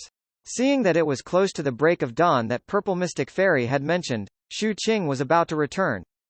However, not long after he walked out, when he passed by a store, a faintly discernible voice rang out from the store. Read latest chapters at Wuxia World. Sight only. The ghost lane was silent, so the faint sound of singing was quite conspicuous. The voice didn't feel out of place and fused with the market. The previous life is not here, but the afterlife is always here. I cut off the lovesickness and drew the mortal world. The instant this song entered Shu Qing's ears, he stopped in his tracks and abruptly turned his head to look. 498 The Hell Path. The place where the singing came from was a dark store. The shopkeeper was a multi-eyed ghost. It floated above the store and its entire body was covered in eyes. As Shu Qing stared at it, half of the multi-eyed ghost's eyes looked at Shu Qing. Shu Qing didn't care and walked over. He looked at a small bronze bottle among the many items on the ground. Sound-catching bottle. Shu Qing immediately recognized it. He had once obtained a sound-catching bottle. Later on, he used that bottle to capture the tune of the night parade of 100 ghosts and used it to attract the giant pulling the sun's carriage, finally obtaining Golden Crow refines all life. However, under the pressure of the giant, the sound-catching bottle had shattered. The singing voice came from the bottle. Shu Qing fell silent for a while. He then pointed at the sound-catching bottle and looked at the multi-eyed ghost. After that, he threw out a pouch that contained a portion of the souls. After the multi-eyed ghost caught it and checked, all its eyes narrowed as though it was thinking. Very soon, it shook its head. Shu Qing glanced at the ghost in front of him. He knew that most of the ghosts and monsters in the market were greedy, so he threw out another leather pouch. However, this time, there was a hint of coldness in his eyes that was clearly warning the other party. Perhaps it was because there were enough souls, or perhaps it was because of the coldness. The multi-eyed ghost nodded after some thought. Shu Qing picked up the sound-catching bottle and covered it. As the sound of singing disappeared, he turned and left. After returning to the inn, Shu Qing looked at the small bronze bottle in his hand as he waited for the dawn to break. A deep sense of doubt rose in his mind. This voice is indeed the voice of the woman in the pentagonal wooden hut in the ghost cave. It's obvious that someone used a sound-catching bottle to store her voice. Shu Qing recalled the scene in the ghost cave back then. As the woman sang, the divine eye in the depths of the ghost cave slowly closed. He didn't know if this song was only targeted at that god or if this voice itself contained some unfathomable power that could make gods close their eyes. However, no matter what, Shu Qing felt that it was very worth it to buy this sound-catching bottle. Not long later, as the departure time was about to arrive, footsteps rang out from outside the room. Shu Qing kept the small bottle and tidied his clothes before pushing open the door and walking out.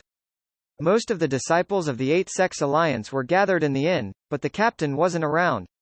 Shu Qing wasn't surprised. Others might hesitate about the ghost lane, but the captain definitely wouldn't be able to hold it in. However, it was obvious that going to the county capital was the most important thing in the captain's mind. Hence, just before the departure time, the captain entered in a hurry from outside. His eyes were still filled with excitement as he arrived beside Shu Qing. "Little Qing, did you go to the ghost lane? Let me tell you, there are good things there." Shu Qing was about to speak when his expression changed at the next instant. All the disciples in the inn were the same. An astonishing pressure spread out from outside the inn. This pressure emitted an indescribable coldness, causing the people in the inn to feel as though they were caged in eternal ice. There was also a great fear that rose uncontrollably in everyone's minds. Shu Qing wasn't unfamiliar with this feeling. The first time he encountered bizarre entities, he had a similar feeling. At the same time, during the 3 months when he became a treasure-bearer, he felt similar things from the depths of the forbidden zones when he gazed through the taboo magic treasure. Just as everyone's minds were trembling, Purple Mystic Fairy's figure walked out of the inn's room and arrived at the inn's entrance in one step. She lifted her hand and gently pushed forward. As the door of the inn opened, everything outside was different from what Shu Qing had seen when he returned earlier. The ghost lane was still there, as was the normal market. It was as though white and black, yin and yang had appeared at the same time. The two markets overlapped and turned blurry. Amidst this blurriness, a black ship that was thousands of feet long silently appeared from the void and floated in the sky. This black ship was riddled with holes and was extremely dilapidated. The sails on it were also tattered, revealing the aura of decay and age. At the same time, it also carried an extremely dense aura of death. Its arrival brought forward an icy oppression that seemed capable of freezing everything. This was a ghost ship. It stopped in midair, as though this market was a port. It would stop here for a short time and wait for the people who wanted to board it. "Get on the ship." Purple Mystic Fairy's voice calmly rang out. With a step, she directly stepped into the sky and entered the gloomy ghost ship. Shu Qing and the captain looked at each other and took a step forward at the same time, heading straight for the sky. The others also braced themselves and flew up. Very soon, the group from the Eight-Sex Alliance stepped on the ghost ship. As they stepped in, the cold feeling became even more obvious. The dilapidation of this ghost ship was also reflected clearly in Shu Qing's eyes. More than half of the deck had rotted, and many places were filled with holes. In fact, the stern of the ship was so dilapidated that it looked like it was about to disintegrate. There were no signs of any ghosts in this ghost ship. However, the gloominess here was extremely intense. Shu Qing also discovered that it wasn't just the Eight-Sex Alliance who boarded the ship. There were dozens of cultivators in the city square who chose to board the ship at this moment.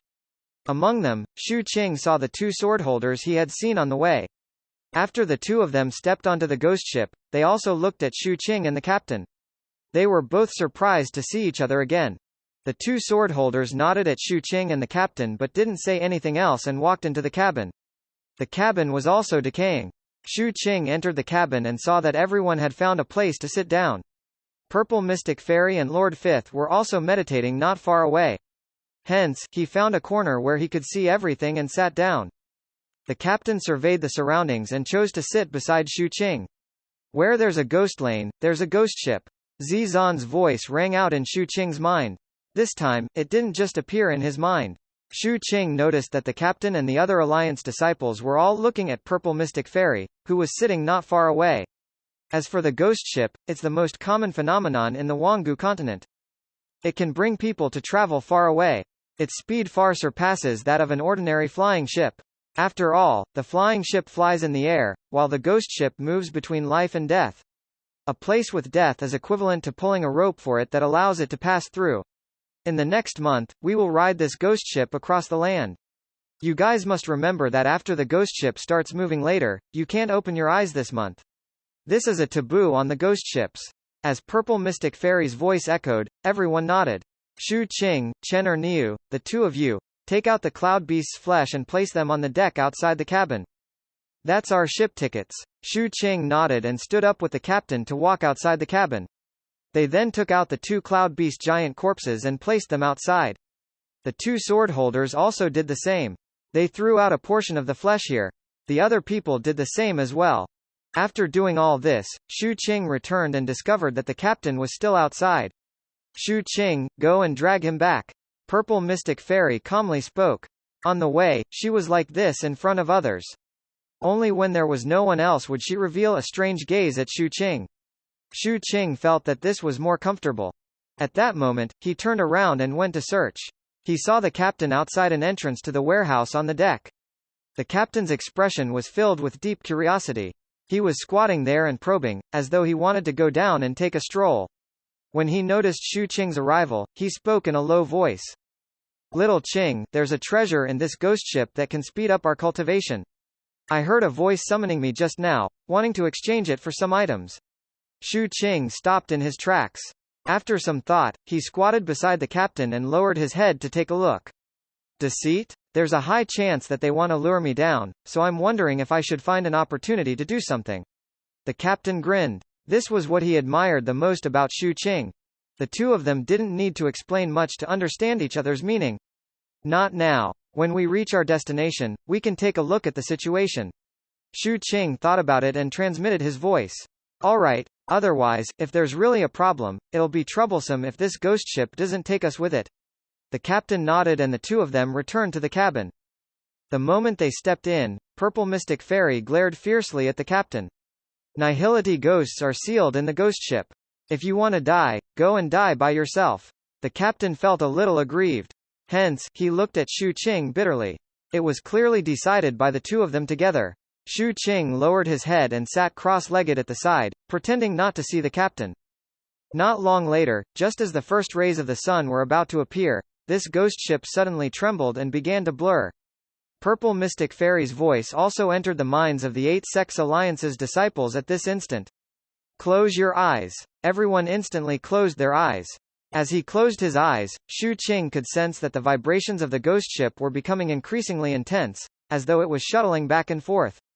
Very soon, the first rays of the sun appeared between heaven and earth, and this ghost ship also disappeared from the sky. The overlapping ghost shop on the marketplace on the ground dissipated, and the marketplace returned to normal. As for the ghost ship, the cold intent grew stronger and stronger as the ship continued to move. The surroundings were even more silent, and only the trembling of the ship continued. Although Shu Qing's eyes were closed, the shadow transmitted a scene in his mind. On the scene was the dilapidated cabin of the ghost ship. Everyone had their eyes closed. Only the captain stuck an eye out of the shirt on his chest and observed his surroundings. This eye was very bizarre and carried a hint of blue light, emitting malevolence and gloominess. It seemed to have fused with the surrounding atmosphere like a ghost eye. Shu Qing wasn't surprised.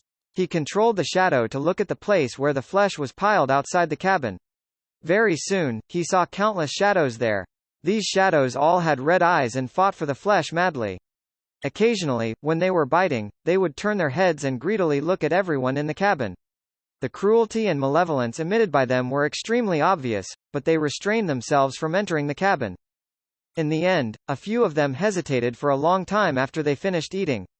It was as though they couldn't hold it in anymore and chose to crawl into the cabin and drift around in front of everyone. When they passed by Purple Mystic Fairy, one of them silently disappeared. Another one disappeared when they passed by Lord Fifth. Another one appeared in front of Shu Qing and sniffed his face. The red light in its eyes intensified and it opened its mouth. However, at the next instant, as Shu Qing took a breath, this ghost suddenly trembled and was directly sucked into Shu Qing's mouth, suppressed in the heavenly palace. There was also a ghost floating at the captain's side, staring at his ghost eye. After noticing that its companions had disappeared in the surroundings, this ghost was clearly terrified. Just as it was about to leave, the captain's ghost eye transformed into a large mouth at the next instant. Read latest chapters at Wuxia World. Sight only it swallowed the ghost. After that, it transformed back into its eye form as though nothing had happened and even winked at Shu Qing.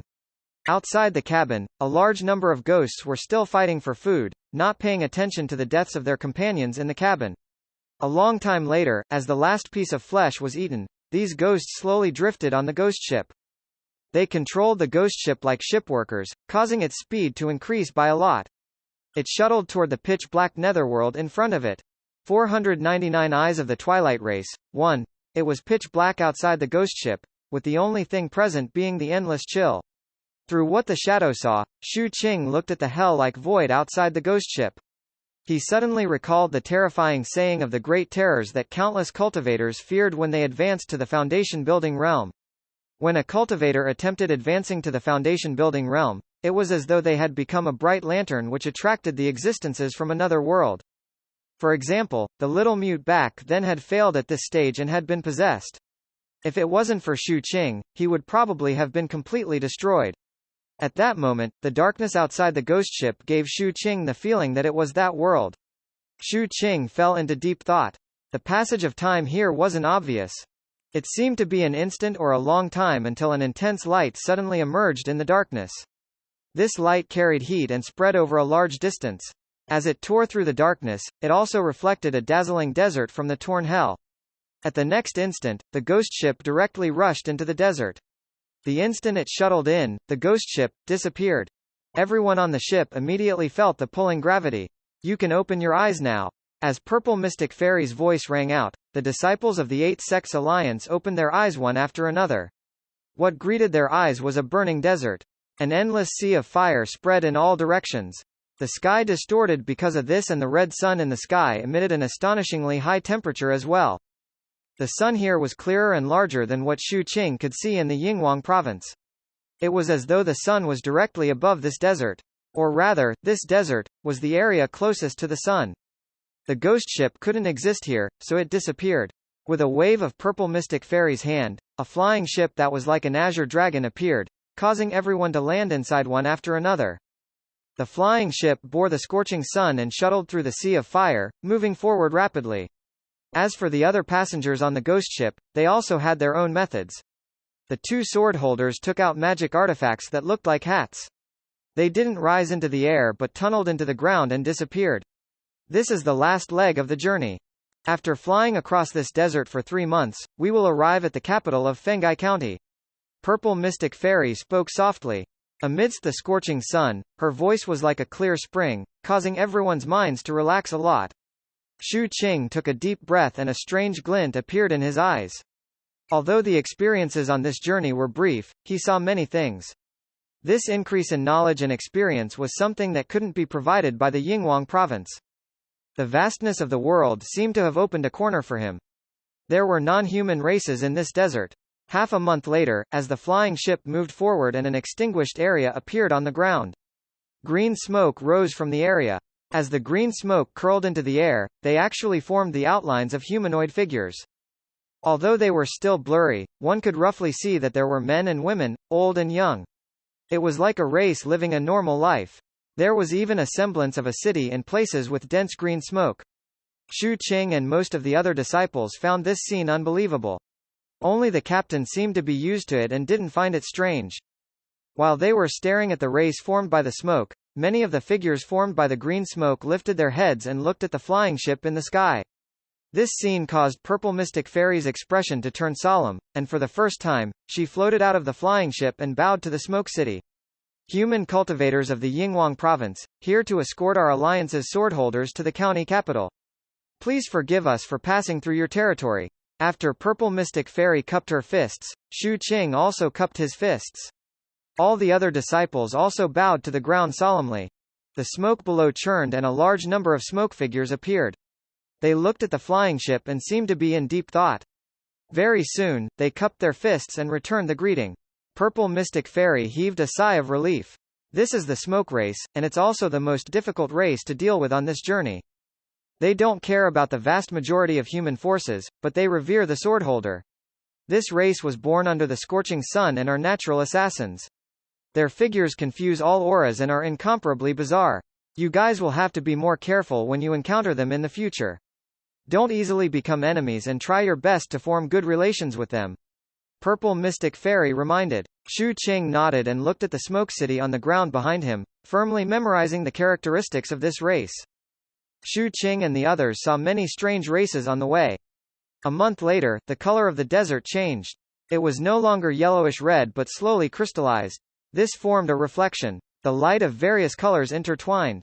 Although it was gorgeous, it was extremely dazzling. If one's cultivation base wasn't enough and looked at it for a long time, they would be blinded. The flying ship looked like it was shuttling through a sea of light. Read latest chapters at Wuxia World.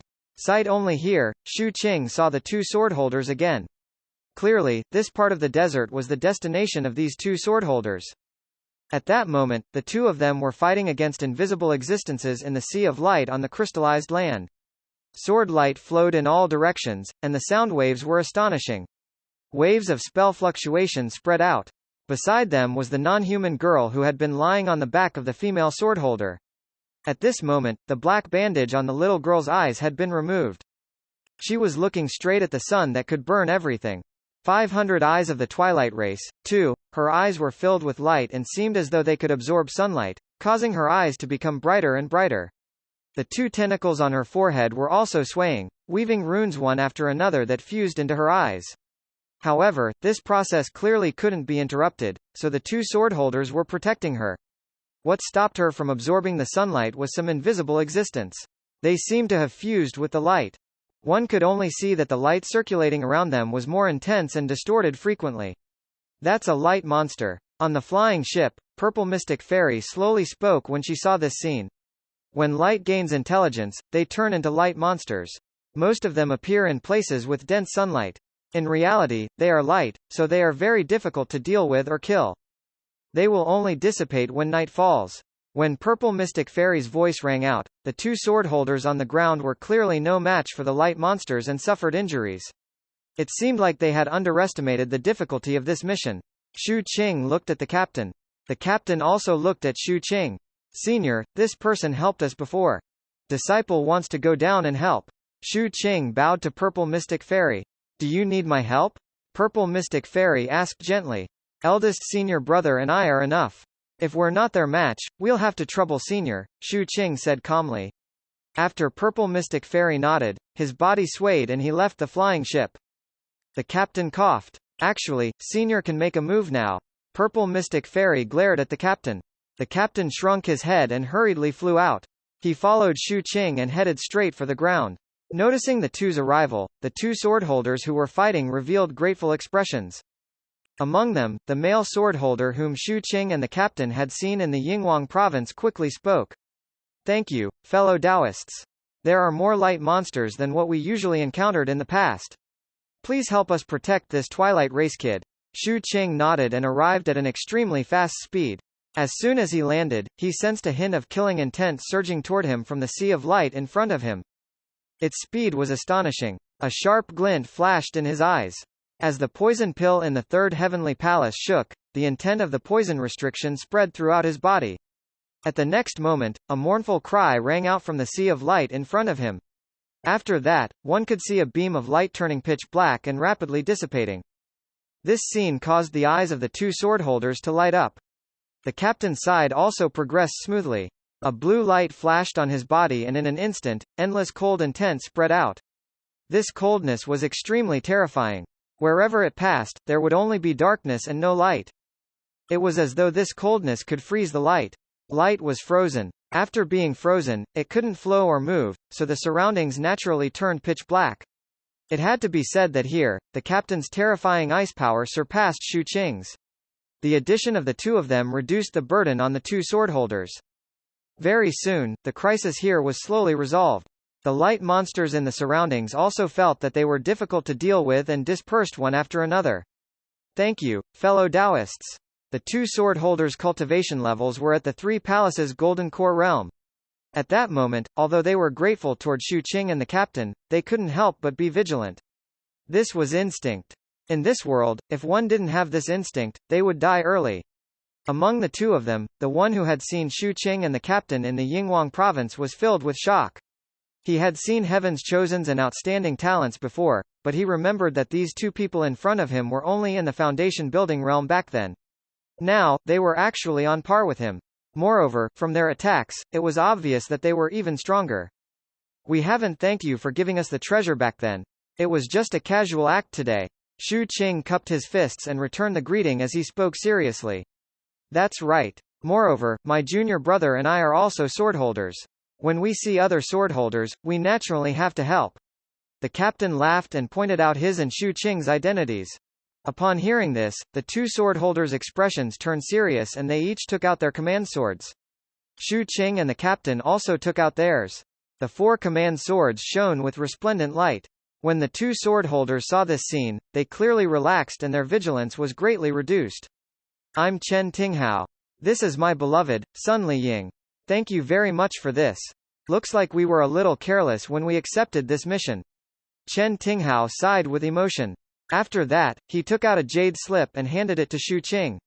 I'll give you guys half of the military credits for this mission. Don't refuse. This is how we swordholders interact. We're comrades. Hearing this, Shu Qing and the captain didn't refuse. After taking the jade slip, the four of them chatted while waiting for the Twilight Girl to absorb the sunlight. Chen Tinghao and Sun Liying learned that Shu Qing and the captain were going to the county to report for duty. At the same time, Shu Qing and the captain also understood the other party's mission this time. The Twilight Race was one of the rare allies of the human race. Their talent was to use their eyes to absorb sunlight and then they could sell their eyeballs in an area without the sun. This time, Chen Tinghao and Sun Liying had accepted a mission to escort this little girl here to absorb the sunlight because the sunlight here was the densest. Not long later, the girl finished absorbing. She closed her eyes again and put on the black ribbon. She was much exhausted and weakened, and was carried on the back of Sun Liying. Because they were also returning to the county capital, under Shu Qing and the captain's invitation, the two of them chose to board the flying ship with them. On the flying ship, Chen Tinghao and Sun Liying greeted Purple Mystic Fairy respectfully. Purple Mystic Fairy also expressed her welcome. She hoped that Shu Qing could make more friends with the swordholders before he entered the county capital. However, her cultivation level was too high. If she stayed here, the pressure on Chen Tinghao and Sun Liying would be extremely huge. Hence, after she welcomed them, she returned to the cabin. Before she left, she smiled and asked Shu Qing to entertain them as the host. They communicated happily. Hence, as the flying ship moved toward the county capital, Chen Tinghao returned the favor and introduced the county capital in detail to Shu Qing and the captain. The county capital is the core of Fenghai County. Basically, the large forces in every province have established branches in the county. However, they are at the bottom of the entire county capital system and can be considered sixth tier. The fifth tier above them is the various government offices of the county. Read latest chapters at Wuxia World. Cite only. Above them are the three major forces and a family in Fengai County. They are the Great Void Demon Transformation Sect, the Primordial Lightning Lineage, the Blood Frost Sect, and Marquis Yao's Dao Residence. Among them, Marquis Yao's Dao Residence is the most special. The ancestor who founded the family was one of the 36 heavenly marquises of our human race in the past. He was bestowed the word, Dao, by the ancient sovereign mystic Nether. Only then could they continue to use the name Dao Residence in their name. Chen Tinghao's voice gradually rang out as the flying ship sped. They were getting closer and closer to the county capital. 501 Large Bird Qingqian Lord Fifth had told Xu Qing some things about the county capital. However, after all, it wasn't as intuitive as what the swordholders in the county knew. Through Chen Tinghao's description, Xu Qing gained a deeper understanding of the forces in the county capital. For example, there were many forces who established their branches in the county capital, like the Eight Sects Alliance.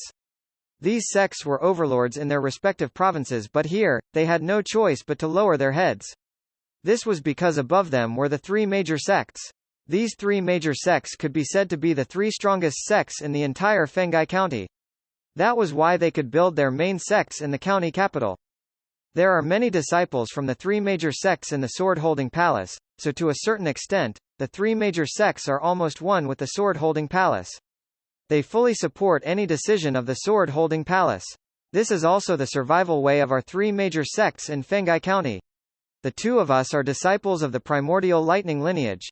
Chen Tinghao smiled. Under his explanation, Xu Qing also understood the foundation of the Yao residence. As a powerful aristocratic family, it could be said that they were an absolute influential class. Although Heavenly Marquis Yao died back then, the foundation he laid still exists. Even though the Yao family has been expelled from the Grand Imperial Capital region, it is still a towering tree in Fengai County that is on par with the three great sects. However, compared to the entire county, the three major sects and the Yao family can only be considered the fourth tier. There are two great non-human races above the three sects. They are in the third tier. Chen Tinghao had a straightforward personality, especially when he was talking to Xu Qing and the captain, who were also swordholders. It was as though the moment he knew that they were swordholders, he instinctively let down his guard against the two of them. This was completely different from when Xu Qing was in the sect. The two great non-human races are the Holy Demon race and the Quasi-Immortal race. At the mention of the two non-human races, Chen Tinghao's expression turned a little gloomy. Xu Qing and the captain's gazes also narrowed slightly. Lord Fifth clearly knew something about them. However, to the other disciples of the Eight Sects Alliance, this information was something they didn't know in the past. After the two fellow Taoists go to the county capital, you must be careful of these two races. Sun Liying, who was sitting beside Chen Tingmao, played with her hair and spoke softly. Among them, the members of the Holy Demon race were born with two faces, one at the front and other at the back. They look strange, but at the same time, their schemes go deep. As for the Quasi-Immortal race, they are similar to the human race but are extremely arrogant. Their characteristic is that their hair and brows are white. Even their pupils are the same. They have terrifying combat strength. Xu Qing nodded and remembered the characteristics of these two races. Chen Tinghao sighed. These two great non-human races are the strongest races in Fengai County other than our human race. Under the balance and compromise of the county governor, we are barely able to coexist peacefully, but the conflict is gradually increasing. However, the situation is still manageable for now. After all, the Holy Wave race in the Holy Wave large region where our Fengai County is located is covetous of the only place in its territory that isn't under their control. There are internal and external troubles. The captain suddenly spoke. That's right, internal troubles and external troubles. Chen Tinghao punched his leg. In the capital, the two great non-human races are filled with ambition. Outside the capital, the Holy Wave race's intention to annex it has never been extinguished. If it wasn't for the fact that the afterglow of the human race is still there, Fengai County would have been devoured long ago. Our human race only has one region and 7 counties. We can't lose any more territory. Xu Qing fell silent. He had heard of and felt the afterglow of the human race before. Let's not talk about these. When you reach the county capital, you can experience it yourself. Let's continue the talk about the forces in the county capital. In the county capital, there are 3 palaces that belong to the second tier. They are the Sword-Holding Palace, the Observance Palace, and the Law Palace. Our Sword-Holding Palace controls everything related to battles, battle with foreign races and arresting criminals. As for the Observance Palace, it is in charge of rites, etiquette, education, announcing the emperor's imperial decree, and inspection. It also has the responsibility of recording the history of our human race. As for the Law Palace, they are in charge of the trial and the rules of law. They have their own law enforcement cultivators. They have the right to monitor everything related to the rules. The human race has the upper mystic 5 ministries and the lower mystic 9 ministries. However, Fengai County has its county system, so it has only been equipped with the 3 ministries for many years. These 3 palaces are all from the upper mystic ministries. Xu Qing knew that the status of the sword-holding palace was definitely extremely high in the county. When he heard that the sword-holding palace belonged to the second tier, it matched his judgment. As for the first tier above the 3 palaces, he could guess who it was. The first tier is the county governor. Chen Tinghao's expression was solemn. It's rumored in the external world that the county governor is indecisive and has an overly soft personality. He often compromises. However, in reality, in the hearts of us swordholders, other than the palace master, the person we respect the most is the county governor. For the past 800 years, the county governor has guarded Fengai County. Although he didn't make any contribution to the expansion of the territory, he has balanced the situation inside and outside and is conscientious.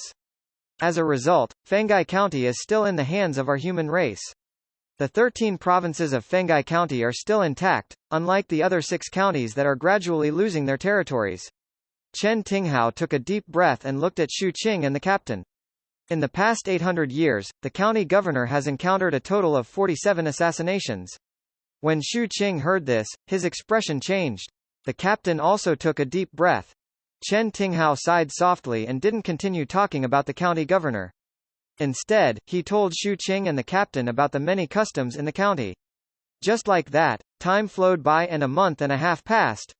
As the desert gradually became sparse, a green land was slowly reflected in the eyes of everyone in the flying ship. The ground was covered in plains and there weren't many mountain ranges. Moreover, the anomalous substances here were also thin. The spiritual energy here was clearly much denser than in the other areas. Even the sky was clearer and brighter.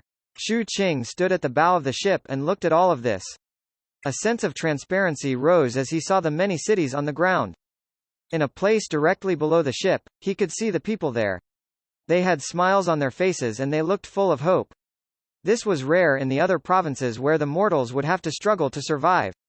We're here. Chen Tinghao smiled. Here, we can use the teleportation array of any place to head outside the county capital. There's a public teleportation point not far ahead.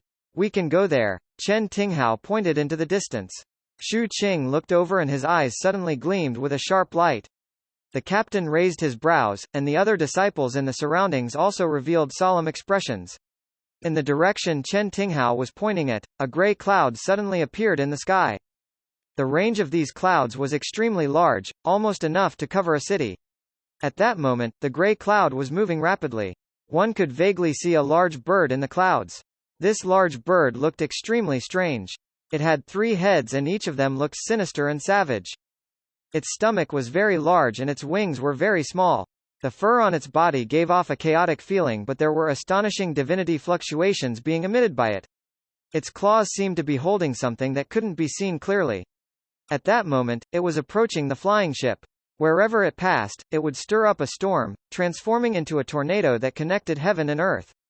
Its aura was powerful and vast. Its senior Qingqian, Chen Tinghao, was stunned. Senior Qingqian is a friend of the previous county governor. 800 years ago, when the previous county governor returned to the imperial city, he invited him. However, he didn't go over but lived in Fengai County and would fly out occasionally. He is a prehistoric mutant and his bloodline can be traced back to the ancient sovereign's era.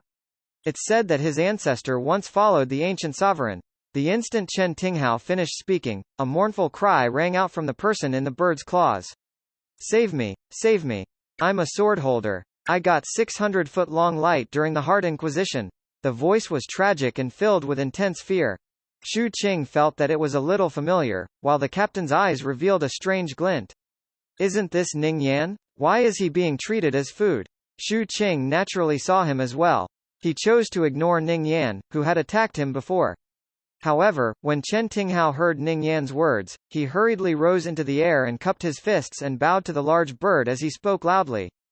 Sir Qingqian, please calm down. Can you wait for me to investigate if this person is really a member of my swordholder? If so, please be magnanimous.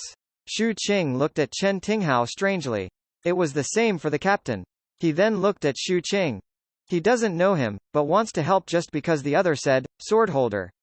The captain didn't say this, but Xu Qing had already understood the meaning of his gaze. Hence, he fell into deep thought. You guys will be the same in the future. Sun Liying seemed to have guessed what Xu Qing and the captain were thinking and spoke softly. After that, she rose into the air and stood beside Chen Tinghao, also greeting the large bird. The captain immediately became vigilant. He felt that perhaps the other swordholders were like this. However, if he encountered danger and reported 10 feet of light, no one might come to save him. Hence, he didn't speak much on the way, afraid that others would ask about the length of his light. At that moment, Purple Mystic Fairy also walked out of the cabin and stood beside Xu Qing, staring at the sky warily. In the sky, as Chen Tinghao's Dao companion greeted, the large bird circled in the air. Its 3 heads and 6 eyes swept across the flying ship, as though it was confirming something. After that, it released its claws.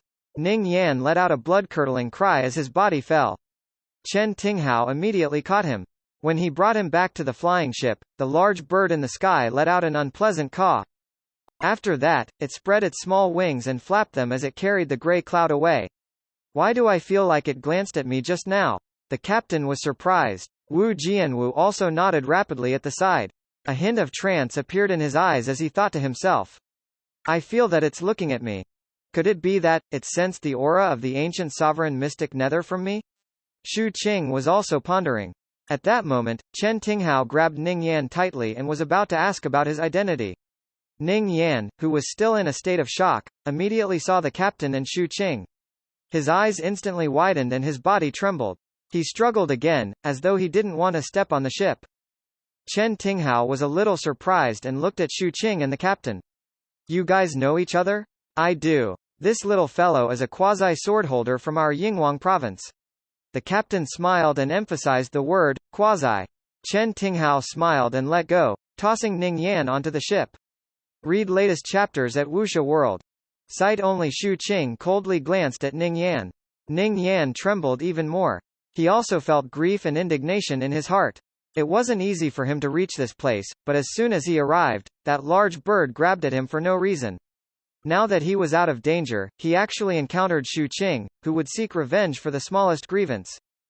Just as he was feeling incomparably nervous, he saw Purple Mystic Fairy and his eyes instantly revealed an intense glint. He suddenly ran over and knelt down with a plop, speaking loudly. Ancestor, I've finally found you. 502 Pon Ning Yan's sudden kneeling surprised everyone. Purple Mystic Fairy glanced at him indifferently, as though she was used to such actions. Mystic Nether Sect? Ancestor, you're wise. I'm a cultivator of Mystic Nether Sect. When I was in the sect, I admired the sect ancestor of the 3,700 Mystic Nether sects of the Yinghuang province. The captain had a strange expression. Xu Qing frowned and recalled the specialness of the Mystic Nether sect. Due to the ancient sovereign Mystic Nether, there were many Mystic Nether sects. Sects of all sizes would call themselves the Mystic Nether sect if they had even a slight connection to the ancient sovereign. For example, back at the Grand Affairs Misfortune Passing Mountain, Xu Qing and the captain had seen a Mystic Nether sect. This Ning Yan was clearly from a similar sect. After all, Purple Mystic Fairy knew very well if he cultivated the Mystic Nether sect's cultivation arts. Hence, thinking of the greeting, she nodded and let him travel with them. Ning Yan panicked.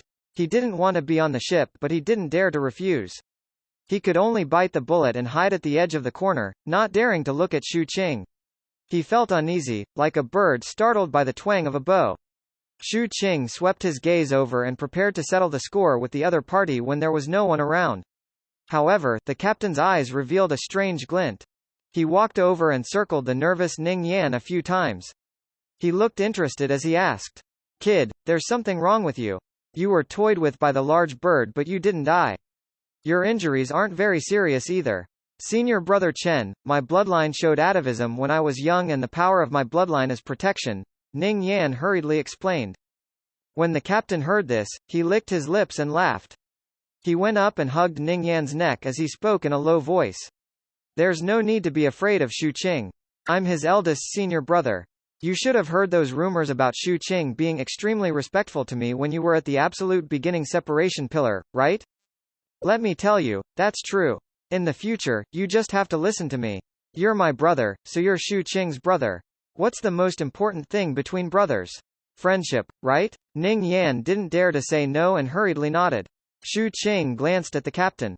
He felt that this scene was a little familiar, as though he had seen it on someone before. As such, he glanced at Wu Jianwu at the side. Wu Jianwu was also stunned. He thought of his previous encounter and looked at Ning Yan sympathetically. The captain was hoodwinking Ning Yan as the flying ship moved forward. It wasn't far from the teleportation point Chen Tinghao had suggested. That place was actually the last teleportation location on the route of the 8th Sex Alliance. After this teleportation, we'll arrive at the county capital.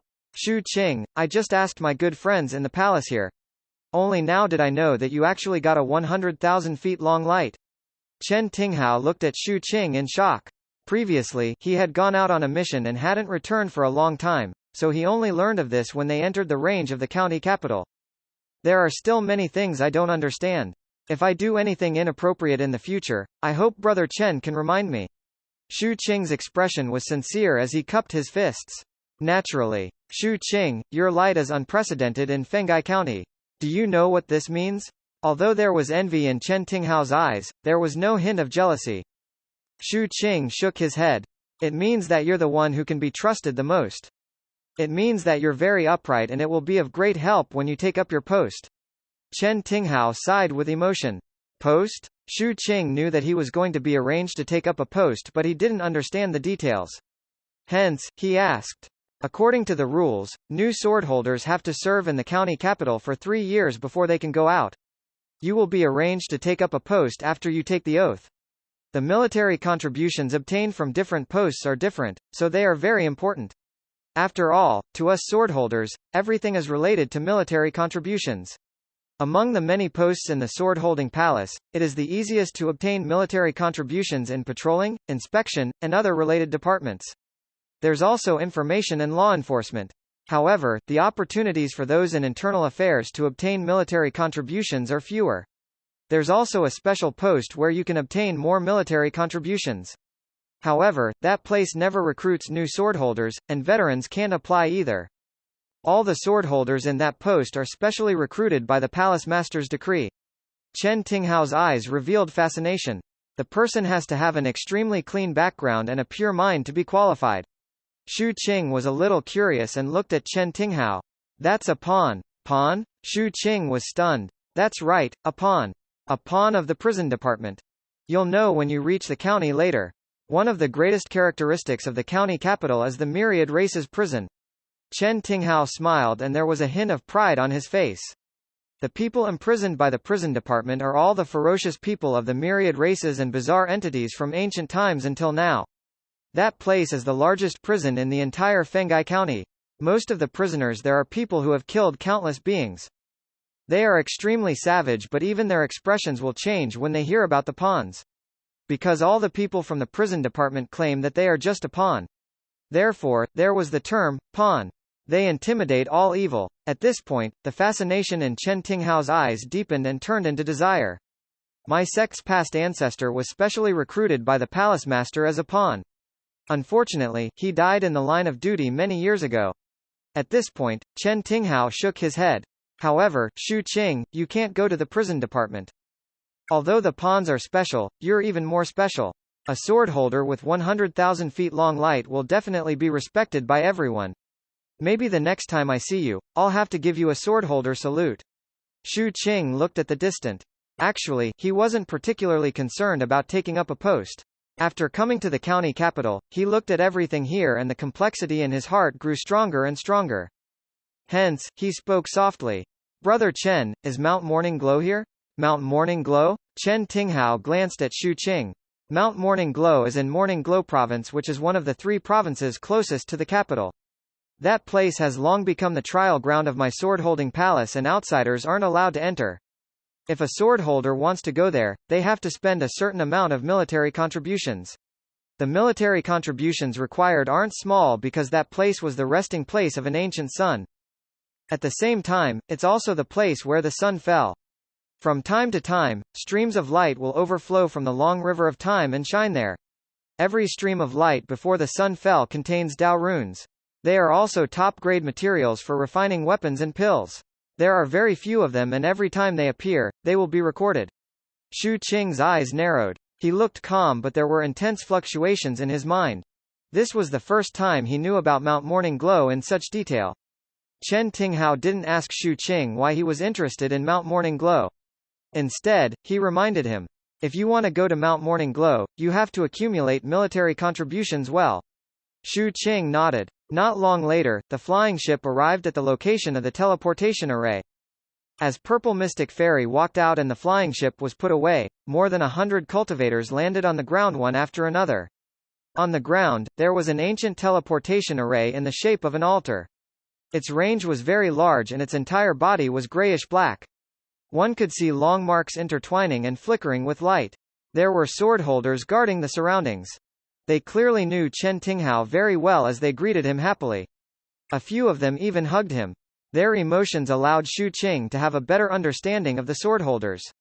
Very soon, under the arrangement of these swordholders, the group of people from the Eight Sects Alliance walked into the teleportation array. Under the shockingly vast light, they completed the last teleportation of this trip. When they appeared, they were already outside the county capital. An astonishingly huge statue was reflected in everyone's eyes the moment their figures appeared. It was a statue of ancient sovereign mystic Nether. It was astonishingly vast, as though it could support the world. Compared to it, everyone was like dust. In fact, if an ordinary person lifted their head, they wouldn't be able to see everything about the statue. It stood on the ground with the sky above its head. The clouds only reached its waist, and it required the cultivators to focus extremely before they could barely see it in its entirety from afar. The statue's hands were raised as though it was embracing the world. Between the statue's hands was a majestic floating city. That was the county capital. The size of this city was several times larger than the Eight Sects Alliance's city cluster. There was endless light inside that transformed into a sea of light. There were 3 smaller palaces floating around it. Although they were smaller than the city, any one of these palaces would occupy an extremely vast area on the ground. Shu Qing was shocked when he saw the 3 palaces in the city. However, what caused even greater waves in his mind was the ground. Directly below the floating capital, under the feet of the ancient sovereign statue, the ground was as smooth as a mirror. Under the mirror, was a super-large prison built underground. The mirror-like ground above the prison was translucent. If one stood high in the sky and lowered their head, they would be able to see that there were many layers underground, like an abyss. That place was the prison department that Chen Tinghao had mentioned earlier, the largest prison in Fenghai County. In the air between the prison and the floating city was a huge ancient bronze sword. This sword was vast and majestic. The sword light it emitted was resplendent and could be seen in all directions. The character Yuan was engraved on the body of the sword. It was a sword holder's sword. The sword slowly rotated, emitting an indescribable terrifying pressure. It guarded the capital while suppressing the prison. This wasn't the end. There were some buildings on the ground that attracted the attention of everyone from the Eight Sects Alliance. They were the pentagonal sword pavilions built around the prison. These sword pavilions were arranged in circles and in an extremely orderly manner. However, their heights varied. The tall ones were almost the height of the capital city, and the short ones were only dozens of feet tall. There were so many of them that there were probably more than 100,000 of them. Each of them was separated by 10,000 feet, forming a ring that circled dozens of times. Those are the sword pavilions. When the sword holders come to the capital for duty, they will put down their spirit swords here and form a sword pavilion. It's also where the sword holders usually stay. As long as the sword holder doesn't die, the sword pavilion won't dissipate. If someone dies in battle, their details will be read out by the deacons in a specific ritual before the sword pavilion disappears. Welcome to the sword holders' headquarters in Fenghai County and the county capital.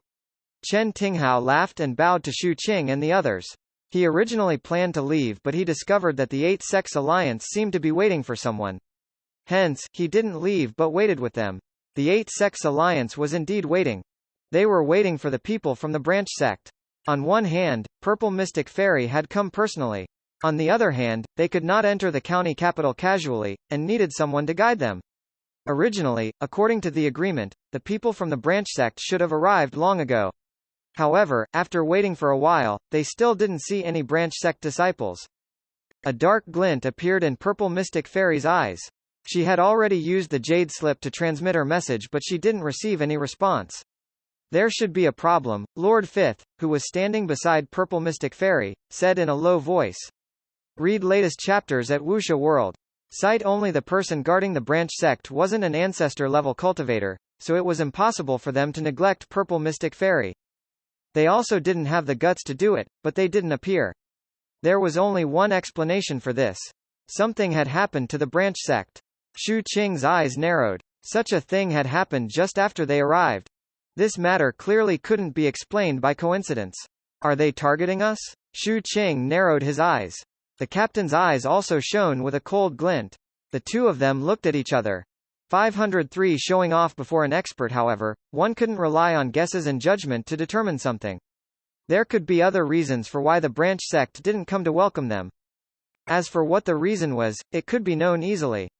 They just had to make a trip to the branch sect. Purple Mystic Fairy lifted her head and looked at the capital in the sky. Although the branch sect didn't appear and couldn't guide them, it wasn't difficult for her to resolve this matter. The eyes of Lord Fifth also revealed a hint of coldness. As for the others, most of them were deep in thought. Many of them secretly glanced at Shu Qing and the captain. Chen Tinghao and Sun Liying also sensed that something was amiss. After asking politely, Chen Tinghao immediately spoke. Senior Zizan, fellow Taoist Shu Qing, fellow Taoist Erniu, I'll ask later if something happened to your 8-sect alliance's branch sect. However, if it's just guiding you into the city, we can help. As he spoke, he immediately took out a jade slip and transmitted his voice. When Shu Qing and the captain heard this, they bowed to Chen Tinghao to express their gratitude. Purple Mystic Fairy nodded slightly. If there was no need, she didn't want to use her connections in the county capital on her first day here, especially on such a small matter like entering the city. Moreover, the most important thing was that this was the county capital and there were many experts here. She couldn't be as fearless as she was in the Yinghuang province. Here, she had to be more cautious. This was especially so when they had just arrived. Hence, she first needed to figure out what had happened to the branch sect of the 8-sect alliance. With Chen Tinghao's help, 3 beams of light quickly flew out of the county capital above and transformed into 3 people. These 3 people wore brownish-black standard-issue robes and their bodies were surrounded by lightning. Clearly, they were from the same sect as Chen Tinghao. However, they didn't look like a swordholder. After they arrived, they exchanged pleasantries. Under Chen Tinghao's introduction, Shu Qing knew that these 3 people were primordial lightning lineage disciples who were on patrol duty in the city. When the 3 of them heard Chen Tinghao introduce Shu Qing and the captain as new swordholders, they were clearly even more polite. Their expressions were filled with respect as they escorted the group of people from the 8-sect alliance into the county capital. This scene caused Shu Qing, who was good at observing, to gain another understanding of the status of the swordholder. At the same time, he instinctively looked at the city that was getting closer and closer. This city looked circular from afar and was incomparably vast. There were high walls surrounding it and countless rune marks flickered inside, forming waves of terrifying pressure. This was especially so when they got close. This pressure was extremely astonishing. When it swept past them, it seemed to be verifying their identities. With Chen Tinghao and the 3 patrols as guarantors, Shu Qing and the others didn't encounter any obstacles during the verification of their qualifications to enter the city. They successfully stepped into the county capital. As he stepped in, a majestic city was reflected in Shu Qing's eyes. Although the capital was large, it was orderly. There were many buildings on the long streets and most of them were made of green jade with purple and red roofs. It looked imposing but at the same time, there was a natural sense of solemnity. Also, because the city was filled with spirit plants and trees, this solemn atmosphere also carried a hint of elegance. Dense spirit qi was constantly emitted from every brick, tile, blade of grass, and tree, enveloping the surroundings, causing the entire capital city to be filled with vitality. There were many mortals and cultivators inside, and the streets were bustling with activity. The buildings looked imposing from afar. Up close, there was no lack of aesthetic beauty. There were many courtyard houses with large doors and small houses that exuded exquisiteness. Regardless of scale or appearance, they weren't something the Eight Sects Alliance's city cluster could compare to. The difference in foundation between the two sides was obvious. What shocked Xu Qing the most were two places. Firstly, because the capital city floated on the chest of the ancient sovereign mystic Nether's statue, the first thing one saw when they lifted their heads was not the god's fragmented face or the sun and moon, but the head of the ancient sovereign mystic Nether's statue.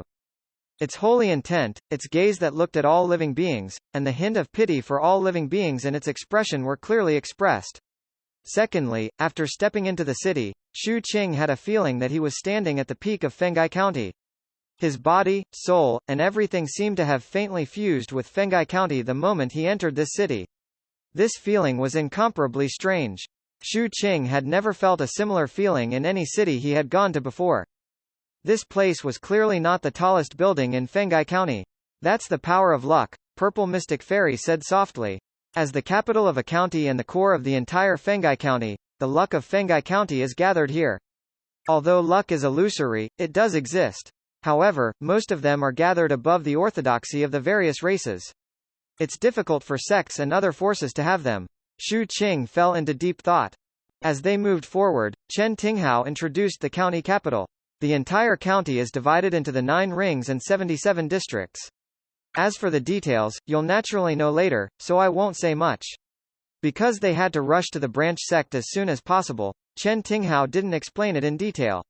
Instead, after knowing the address of the branch sect, he brought them there as quickly as possible.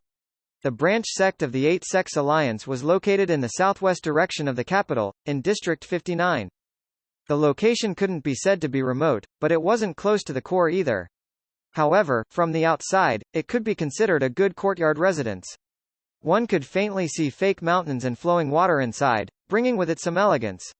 However, there wasn't a single branch sect disciple here now. Moreover, the gate of the courtyard was also sealed by black talismans. Looking at the seal, the expressions of the Eight Sects Alliance's disciples turned unsightly. Purple Mystic Fairy's gaze swept across the seal and she expressionlessly took out a jade slip and began to ask her acquaintances in the county capital. This seal already explained everything. Something had indeed happened to the branch sect. Zhang Xian? After Xu Qing's gaze swept past the seal, he looked at the captain. The captain and Xu Qing looked at each other and their eyes slowly narrowed. He and Xu Qing were both from the homicide department. Not only had they seen seals, but they had also used similar items. Hence, they knew that generally speaking, sealing a residence meant that the matter hadn't been thoroughly investigated. Hence, outsiders weren't allowed to step in and destroy it.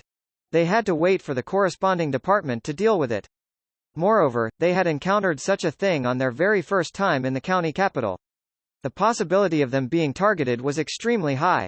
As for who did it, Xu Qing thought about it and deduced Zhang Xian had the motive and the ability. After all, Zhang Xian was recruited directly. It was enough to show his background in the county capital. Chen Tinghao also frowned when he saw this seal. He took out a jade slip and inquired about it. His 3 fellow sect members also asked around. The capital was too large, so unless it was a matter within one's jurisdiction, it was impossible for everyone to know about the matters in other areas. However, as the local heads of the county capital, they soon obtained an answer. 7 days ago, the branch sect here was taken away by the Law Palace on suspicion of overstepping their bounds. They are currently being interrogated. Chen Tinghao raised his brows and looked at Xu Qing and the others. At that moment, Purple Mystic Fairy also learned the answer from an acquaintance, but it was more detailed. The order was sent by the director of the 3rd Department of the Law Palace, Yao Yunhui. Overstepping one's authority can be serious or a small matter. This is clearly intentional. Xu Qing, among the new sword holders of the sword-holding court this time, what's the surname of that person from the Grand Affairs Immortal sect? His surname is Zhang Xian. Xu Qing said in a low voice. Do you guys have any conflicts? Purple Mystic Fairy asked. Yes. Xu Qing nodded. Then, it should be him. I found out from my good friend that this Yao Yunhui is a member of the Yao family. Back then, she married into the Grand Affairs Immortal sect, which caused the Yao family to be unhappy. Her Dao companion's surname was Zhang, who passed away early. The two of them had a son.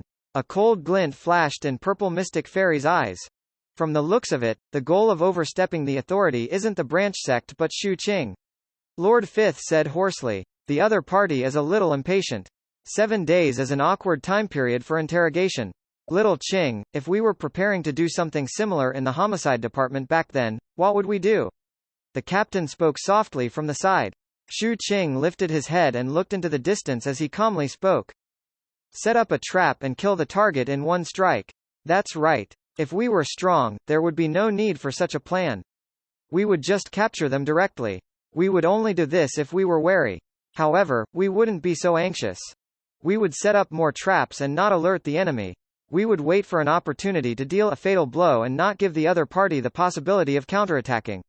The captain licked his lips. If you're in such a hurry, there's only one goal: slander. So, capture a group of people first and wait for the target to appear before taking him away with the excuse of cooperating with the investigation. At the same time, be more arrogant. It's best if you make the other party angry and arrest him. The homicide department doesn't do such a thing often because it's too crude. Why? Wu Jianwu didn't understand and asked blankly. When Ning Yan heard this, he secretly glanced at him disdainfully.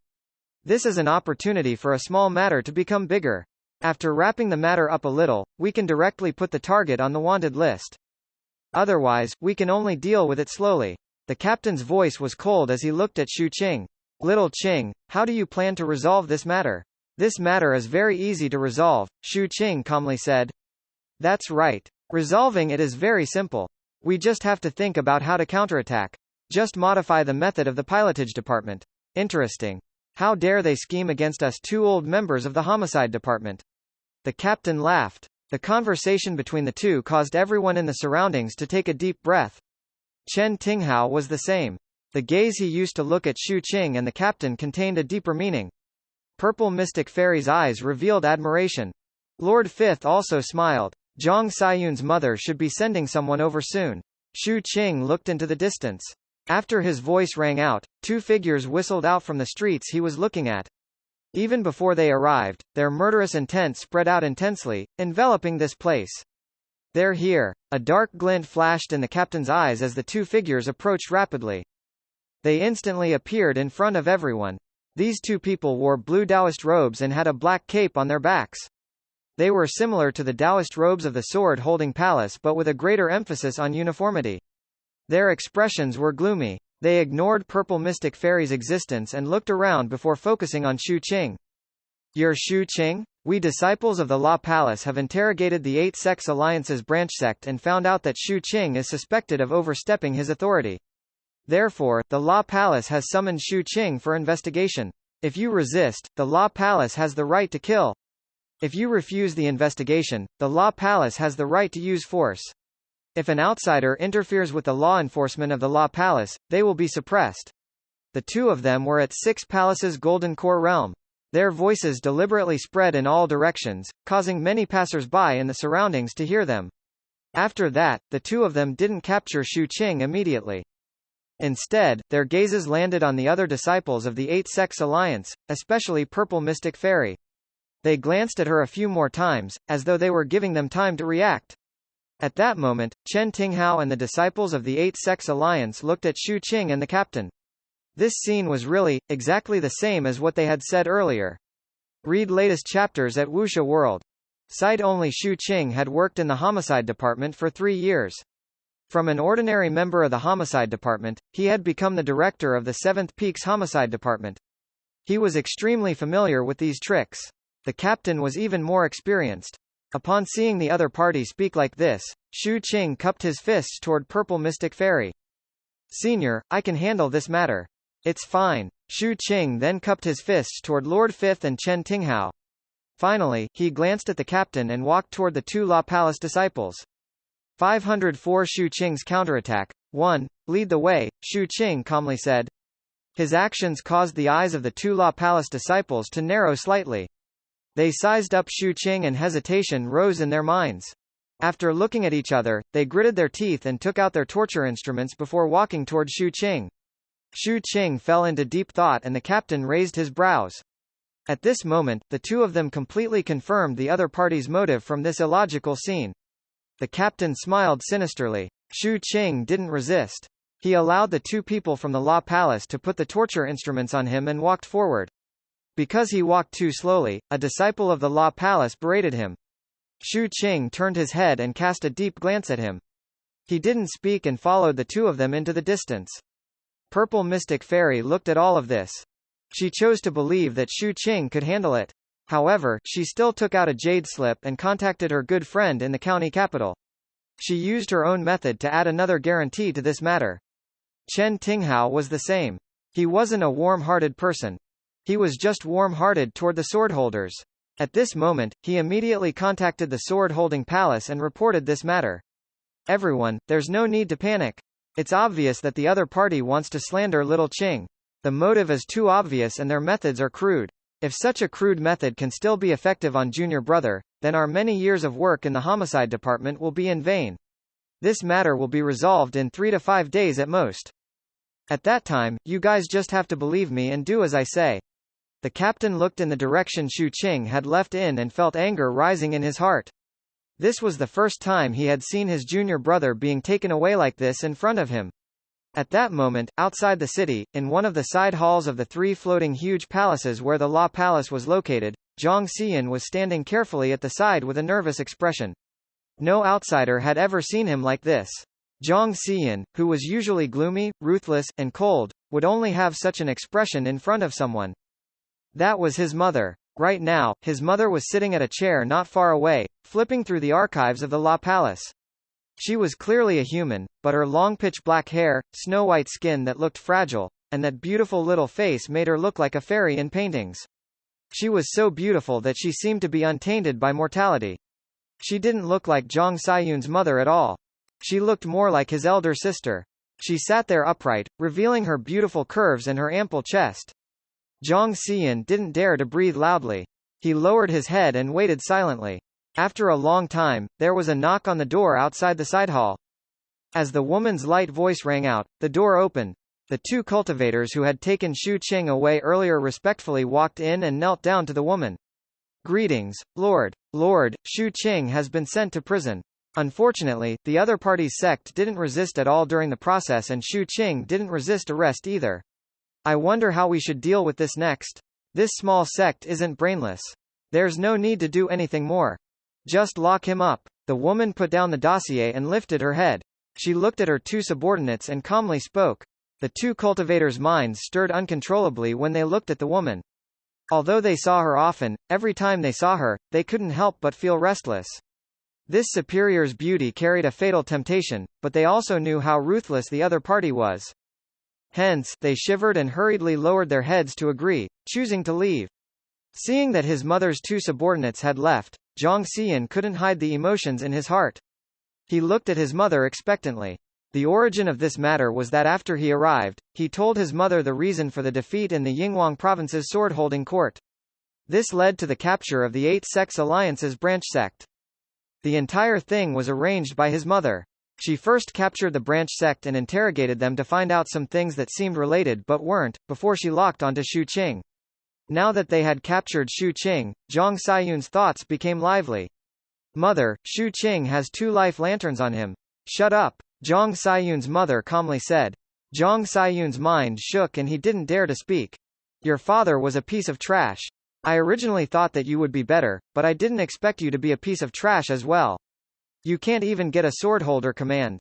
In the end, your grandmaster still had to recruit you directly. Zhang Xian lowered his head, feeling bitter. Looking at her son, Yao Yunhui sighed softly inwardly. She was indeed a little disappointed in Zhang Xian. Yuner, you have to take things one step at a time. Shu Qing achieved 100,000 feet long light. The emperor personally chose him and even the Dao bell of the sword-holding palace in Fenghai County rang once for him. He is the center of attention. He even holds the prestige of the Yinghuang province. Do you really think he can be touched casually? Mother, are you going to fish? Zhang Xian fell into deep thought. At least you're not fully stupid. That's right. The first reason I locked him up was to see who would speak up to stop the imprisonment and who would coldly watch. After all, he got boundless light. I don't believe no one is willing to stand up for him. Read latest chapters at Wuxia World. Site only. We can only make a move on Shu Qing right now, when he has just arrived and hasn't grown his wings yet. Once he really reports for duty, who would dare to rashly provoke him? You can't be too anxious when doing things. Besides, this matter can't convict him at all. My second goal in capturing him isn't to convict him. In 3 days at most, I'll let him go on the grounds that the investigation needs more time, and I will release their branch sect people as well. However, because the investigation isn't over, there will be a stain on his resume that he is suspected of overstepping his bounds. 505 Xu Qing's counterattack. 2. This stain can cover the glory of his 100,000 feet light, but it's still not enough. This matter still needs to be recorded several times in different ways. After many times, his boundless radiance will dim in the eyes of the world.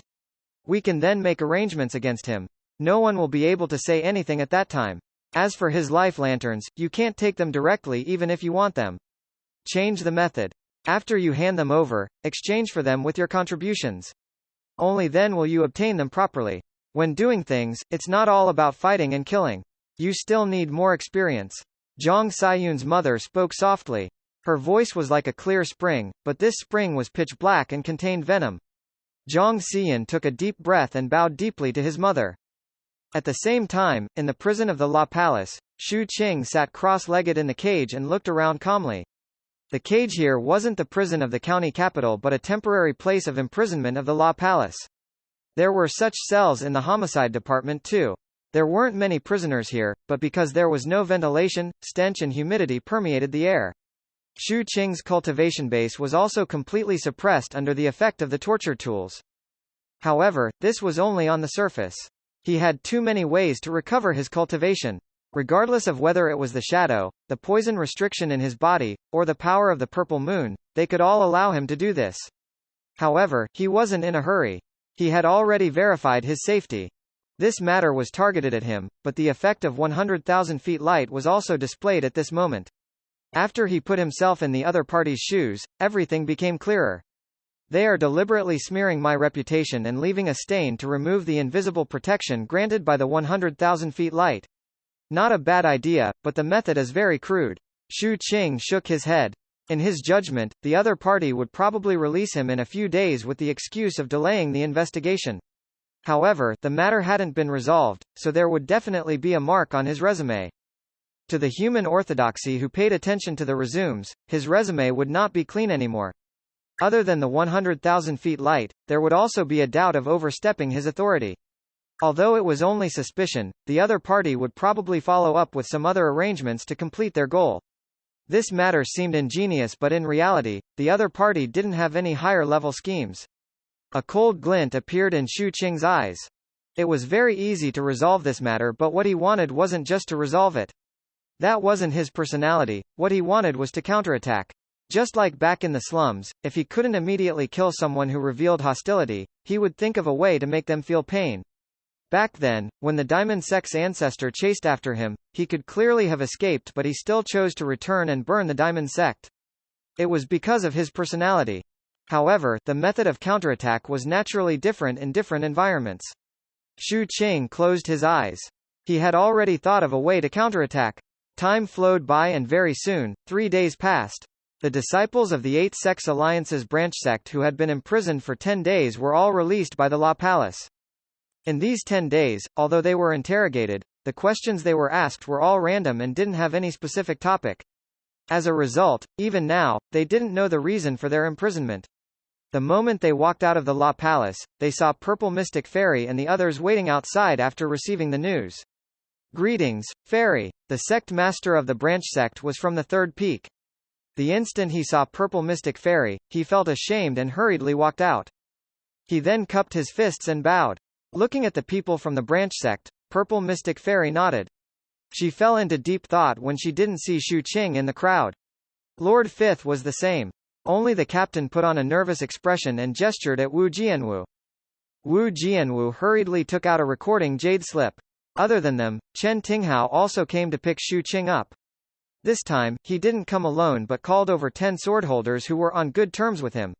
Where's Xu Qing? While everyone was surprised, Xu Qing's figure slowly walked out of the La Palace under the push of the 2 La Palace cultivators. Having 100,000 feet long light and you're actually suspected of overstepping your bounds. You're lucky this time. When you return, I hope you'll think about it carefully. Your matter has not concluded yet.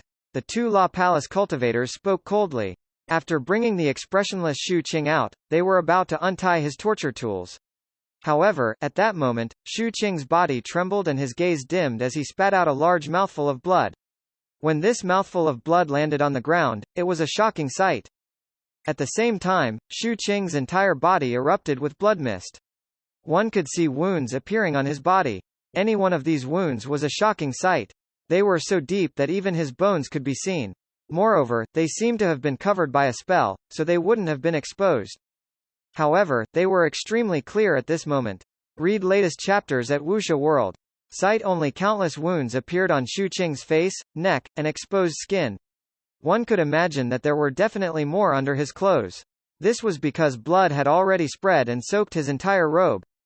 All of this gave people the feeling that during the 3 days Shu Qing was imprisoned, he had suffered inhuman torture.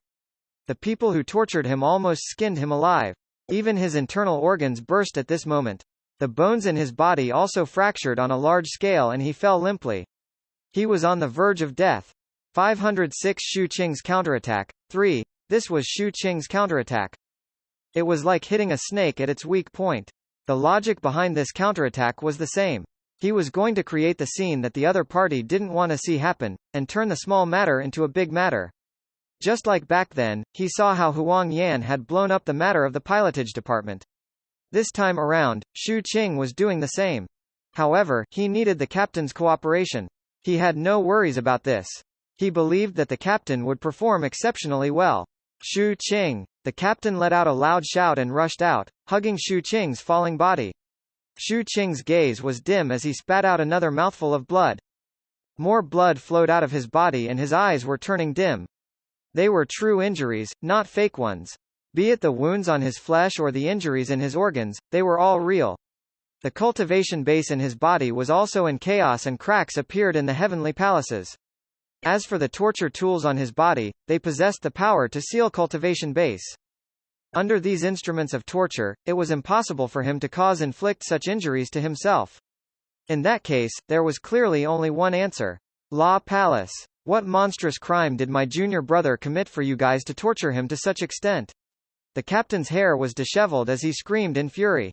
Law Palace. Tell me, what crime did my junior brother commit? He's just an ordinary new swordholder. He's here to report for duty and was taken away by you on the first day he arrived.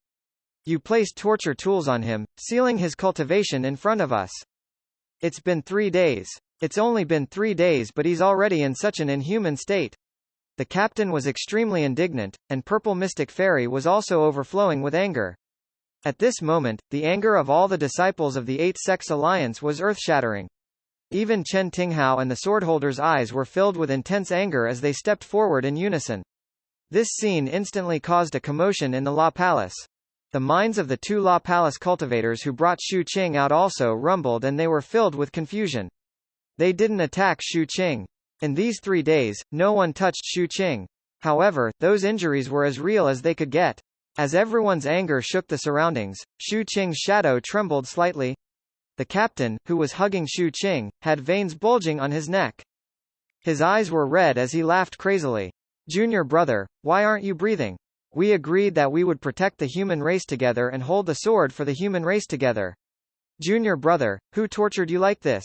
Why did they do this? Could it be because of jealousy and hatred toward your 100,000 feet light, or because you offended Zhang Xiyan? Why are you so stupid?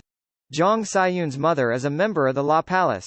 I already said that you shouldn't have come here, but you said that you believe in the fairness of the human race and the light of the swordholder.